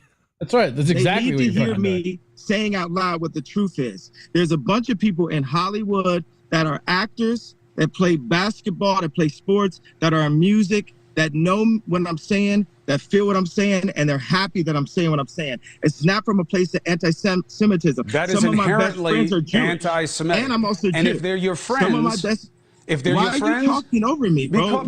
Because you said Jew again. Every time you say Jew, he's going to cut you off. I mean, I'm confused.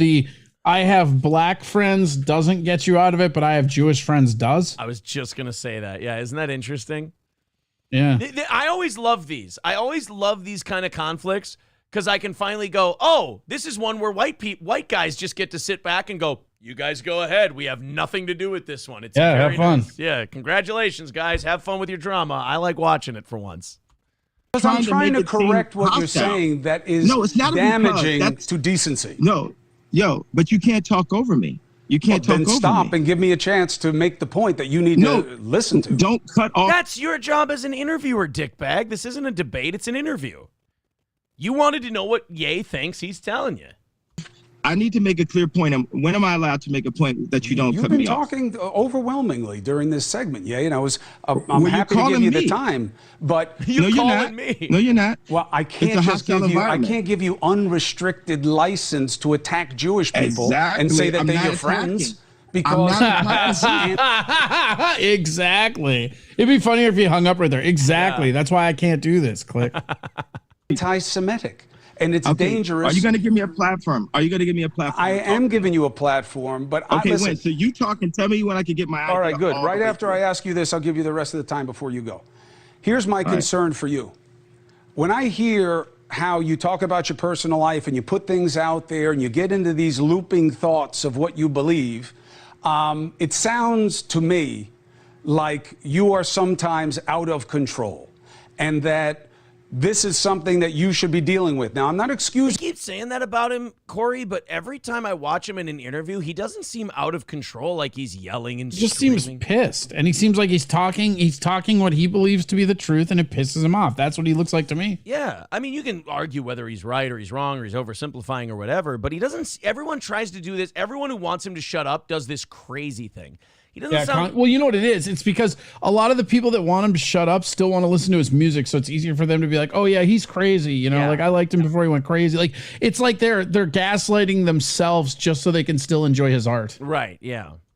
Using your thoughts as illness, okay? People attacked me for that and said, hey, just because you're concerned about whether Kanye West is taking care of himself Yay. emotionally and My mentally. name's Jay, sir. My name's Jay. Ye, I'm sorry. Ye is taking care of himself mentally and emotionally. You shouldn't say that. He has to be held to account for what he says. Both things can be true. Have you been taking care of your health? And in terms of making sure See, that... doesn't that just strike you as a gaslighty type question? Yes, the whole interview is. I mean, it's literally agenda based. That's Chris Cuomo. Have you never seen this guy before? Frog hopping. You're right. You are behaving and thinking at your best. I love what the way you worded it. What you don't realize is when it runs back, people are going to say, wow, have you been making sure you're behaving? If you run that back, that's not what I'm saying. You're going to be like, That is exactly what he did. Like, I'm sorry. I think one thing people are doing with this guy is they're Go back. Go back and run it back right now. So because we can do that in real time. Yeah, they're kind of underestimating. They think he's dumb. He's not dumb. Right. No. And I think part of that is, and I'm sorry. They just mistake him being aloof and not caring what anybody thinks for being dumb, but it's not. And is part of it, I'm going to play the race card here. Is this white liberals going, oh, this black man, he's not smart. He doesn't know what he's talking about. Well, partially, but I think it's also because they don't have any formal way to engage them based on their belief points, right? Yeah. Like, this is what's so interesting is you see shit like this coming out every now and again from like a black dude or like a black woman. Whereas if Kanye was a white dude, like they wouldn't even let him on here. Like his career would have been over the moment he said stuff, but because he has that minority card, which he knows, he can actually, and honestly, like it's good for him. He's in a position where he gets to say some shit like this, so he's doing it. I respect that. Mel Gibson ain't getting on Chris Cuomo. That's what I'm saying. If this were Mel Gibson, he wouldn't even be on the show, right? No. I love what the way you worded it. Okay, so let's go back to how he worded that question. Let's go back to about right here. Care of himself mentally and emotionally. I gotta go back even further. Hey, just because you're concerned about whether Kanye West is taking care of himself emotionally and mentally. My name's Jay, sir. My name's Jay. Ye, I'm sorry. Ye is taking care of himself mentally and emotionally. You shouldn't say that. He has to be held to account for what he says. Both things can be true. Have you been taking care of your health? And in terms of making sure that you are behaving and thinking at your best? He did. He did just ask him if he's behaving himself. Yeah. I love what the way you worded it. What you don't realize is when it runs back, people are going to say, wow, have you been making sure you're behaving? If you run that back, that's not what I'm saying. You're going to be like, whoa. That's not what I'm saying. You're trying to cheapen the point. I'm trying to make sure that you're healthy and you're taking care of your health. Did you work out this morning? No. Okay. The thing is, so when do I have a... But I took my medicine. Oh, you little cunt. You little cunt. My antidepressant medication that I take every day. Bro, you're cutting me off. When do I get a platform? It's all you. Go. Okay. I don't have to say how much money's in my account. I don't have to say who I voted on. I don't have to say why I changed my name. The life for a black person in America is like a constant test. Even after we're out of high school, after we're out of college, we're always being questioned. Why would you do that? Why would you do that? Do you think that I just had the right, and this is a rhetorical question because I don't want you to answer it. Do you think I had the right to just vote for Trump? I didn't even vote for Trump because of the people that were around me. Yes, you have the right. Okay, so for all of my fellow entertainers that know what I'm saying, I'm not speaking what is called hate speech. I'm saying something that happened out loud to me. And what I'm saying is, when I said DEFCON 3, what I was saying is, I'm going to talk about all these things that I saw that just so happened to be by Jewish executives or Jewish friends of mine, where I saw people pulling my coattail, telling me behave, instantly running the narrative that I'm off, that you need to take your meds. Even this was not supposed to be this conversation. I don't get a clean platform to tell my truth without being called out my name, being called subtly, called crazy. Saying I'm out of control. Part of this thing is you got people on my ex-wife's side and this person, Tracy Romulus, every day running a narrative. This person's not even around me because I'm not saying what the media wants me to say. All right, and well, that's a good spot to cut it off. I can't argue with anything he just said. If this guy has this experience where everyone called him crazy, everyone said he was nuts, and all this, and all he was doing was expressing and they did. himself. We've all seen it. Everybody has been. You're right. We all saw it. If all of that happened to him, and the people who were telling stories about him and the people who were mistreating him, they all just happened to be Jewish, why can't he say that? Why can't he point that out? And why are people like Chris Cuomo and others in the media getting so terrified and nervous about that? If it's all bullshit and it's not true. Why? Because they know it's not all bullshit. Right. I just... This Kanye thing, man, is a lesson in the term, because people misuse the term gaslighting all the time. The way Kanye is being treated is a great example of the term gaslighting. I got to throw a few thank yous out there, and then we've got to run. Thank you guys so much for such a great day, such an awesome show. Chevrolet JB with $5 says, been like 3 years of begging. I'll probably miss it when it's gone. Well, hey, I hope you do. Trucker 18-wheeler with $10 says, don't ever tell me what to do. Well, thank you, Trucker 18-wheeler. You guys got us $70 ahead for tomorrow, and boy, do I appreciate it. Corey Adam Comedy on every video platform after this show is done. That's right. We're going right now. We're going YouTube, Trovo, D Live, Rumble. All of them. I gotta do Restream, and I gotta get Rumble. I gotta do all that because YouTube lets you. I gotta take advantage. Oh, they're saying no football talk today. Yeah, we kind of. Neither of us, I think, wanted to tap out of the Kanye thing. No, it's great, and the Vikings are like weirdly bad but good. We're 5-1, but it's an ugly 5-1. 5-1, and at the top of the division, and I'm almost as happy about the Packers being 3-3 as I am us being. It was pretty fun watching them lose for sure. I will say this really quick is the UFC this weekend is super fire, and watching Deontay Wilder cry was hilarious. Deontay Wilder knocked out Robert Helenius in the first round. I did not see that coming, so congratulations. Nobody did, but like, did you see all the like him and the manager like crying? Like they really needed that after Tyson Fury. They needed that. They needed a big win like that for sure. Rumor and is, what is it? Ruiz looked like shit, and that's probably the next fight. So Wilder's probably likely going to roll right through him. They said it's going to be Wilder Ruiz, and the winner gets a shot at the WBC title. That would mean Wilder Fury 4. Which fuck it, I'll watch it again. I think I know. I would watch it. I like those guys. Styles makes fight, and those two have really good fight. In order for the heavyweight division to freshen up, you got to have either Fury retire or Usyk beat him.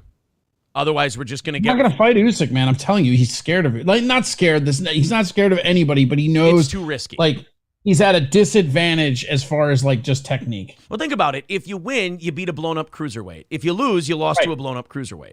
You know, that's kind of the problem with him. Like, just in general, right? Is like it's just a bad on paper match, because again, you don't get any respect for beating him, and you lose everything if you lose to him, especially because he's technically still undefeated, I guess, even though that one fight is a draw. Yeah.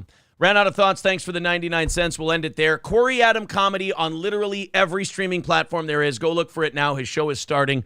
Corey, thank you very much, sir. We'll maybe talk to you next Wednesday. Yes, sir. And I'll keep you posted about that. I'll find out either tonight or tomorrow. Very cool. All right, guys, we will talk to you tonight at 7 o'clock for our last evening show of the week.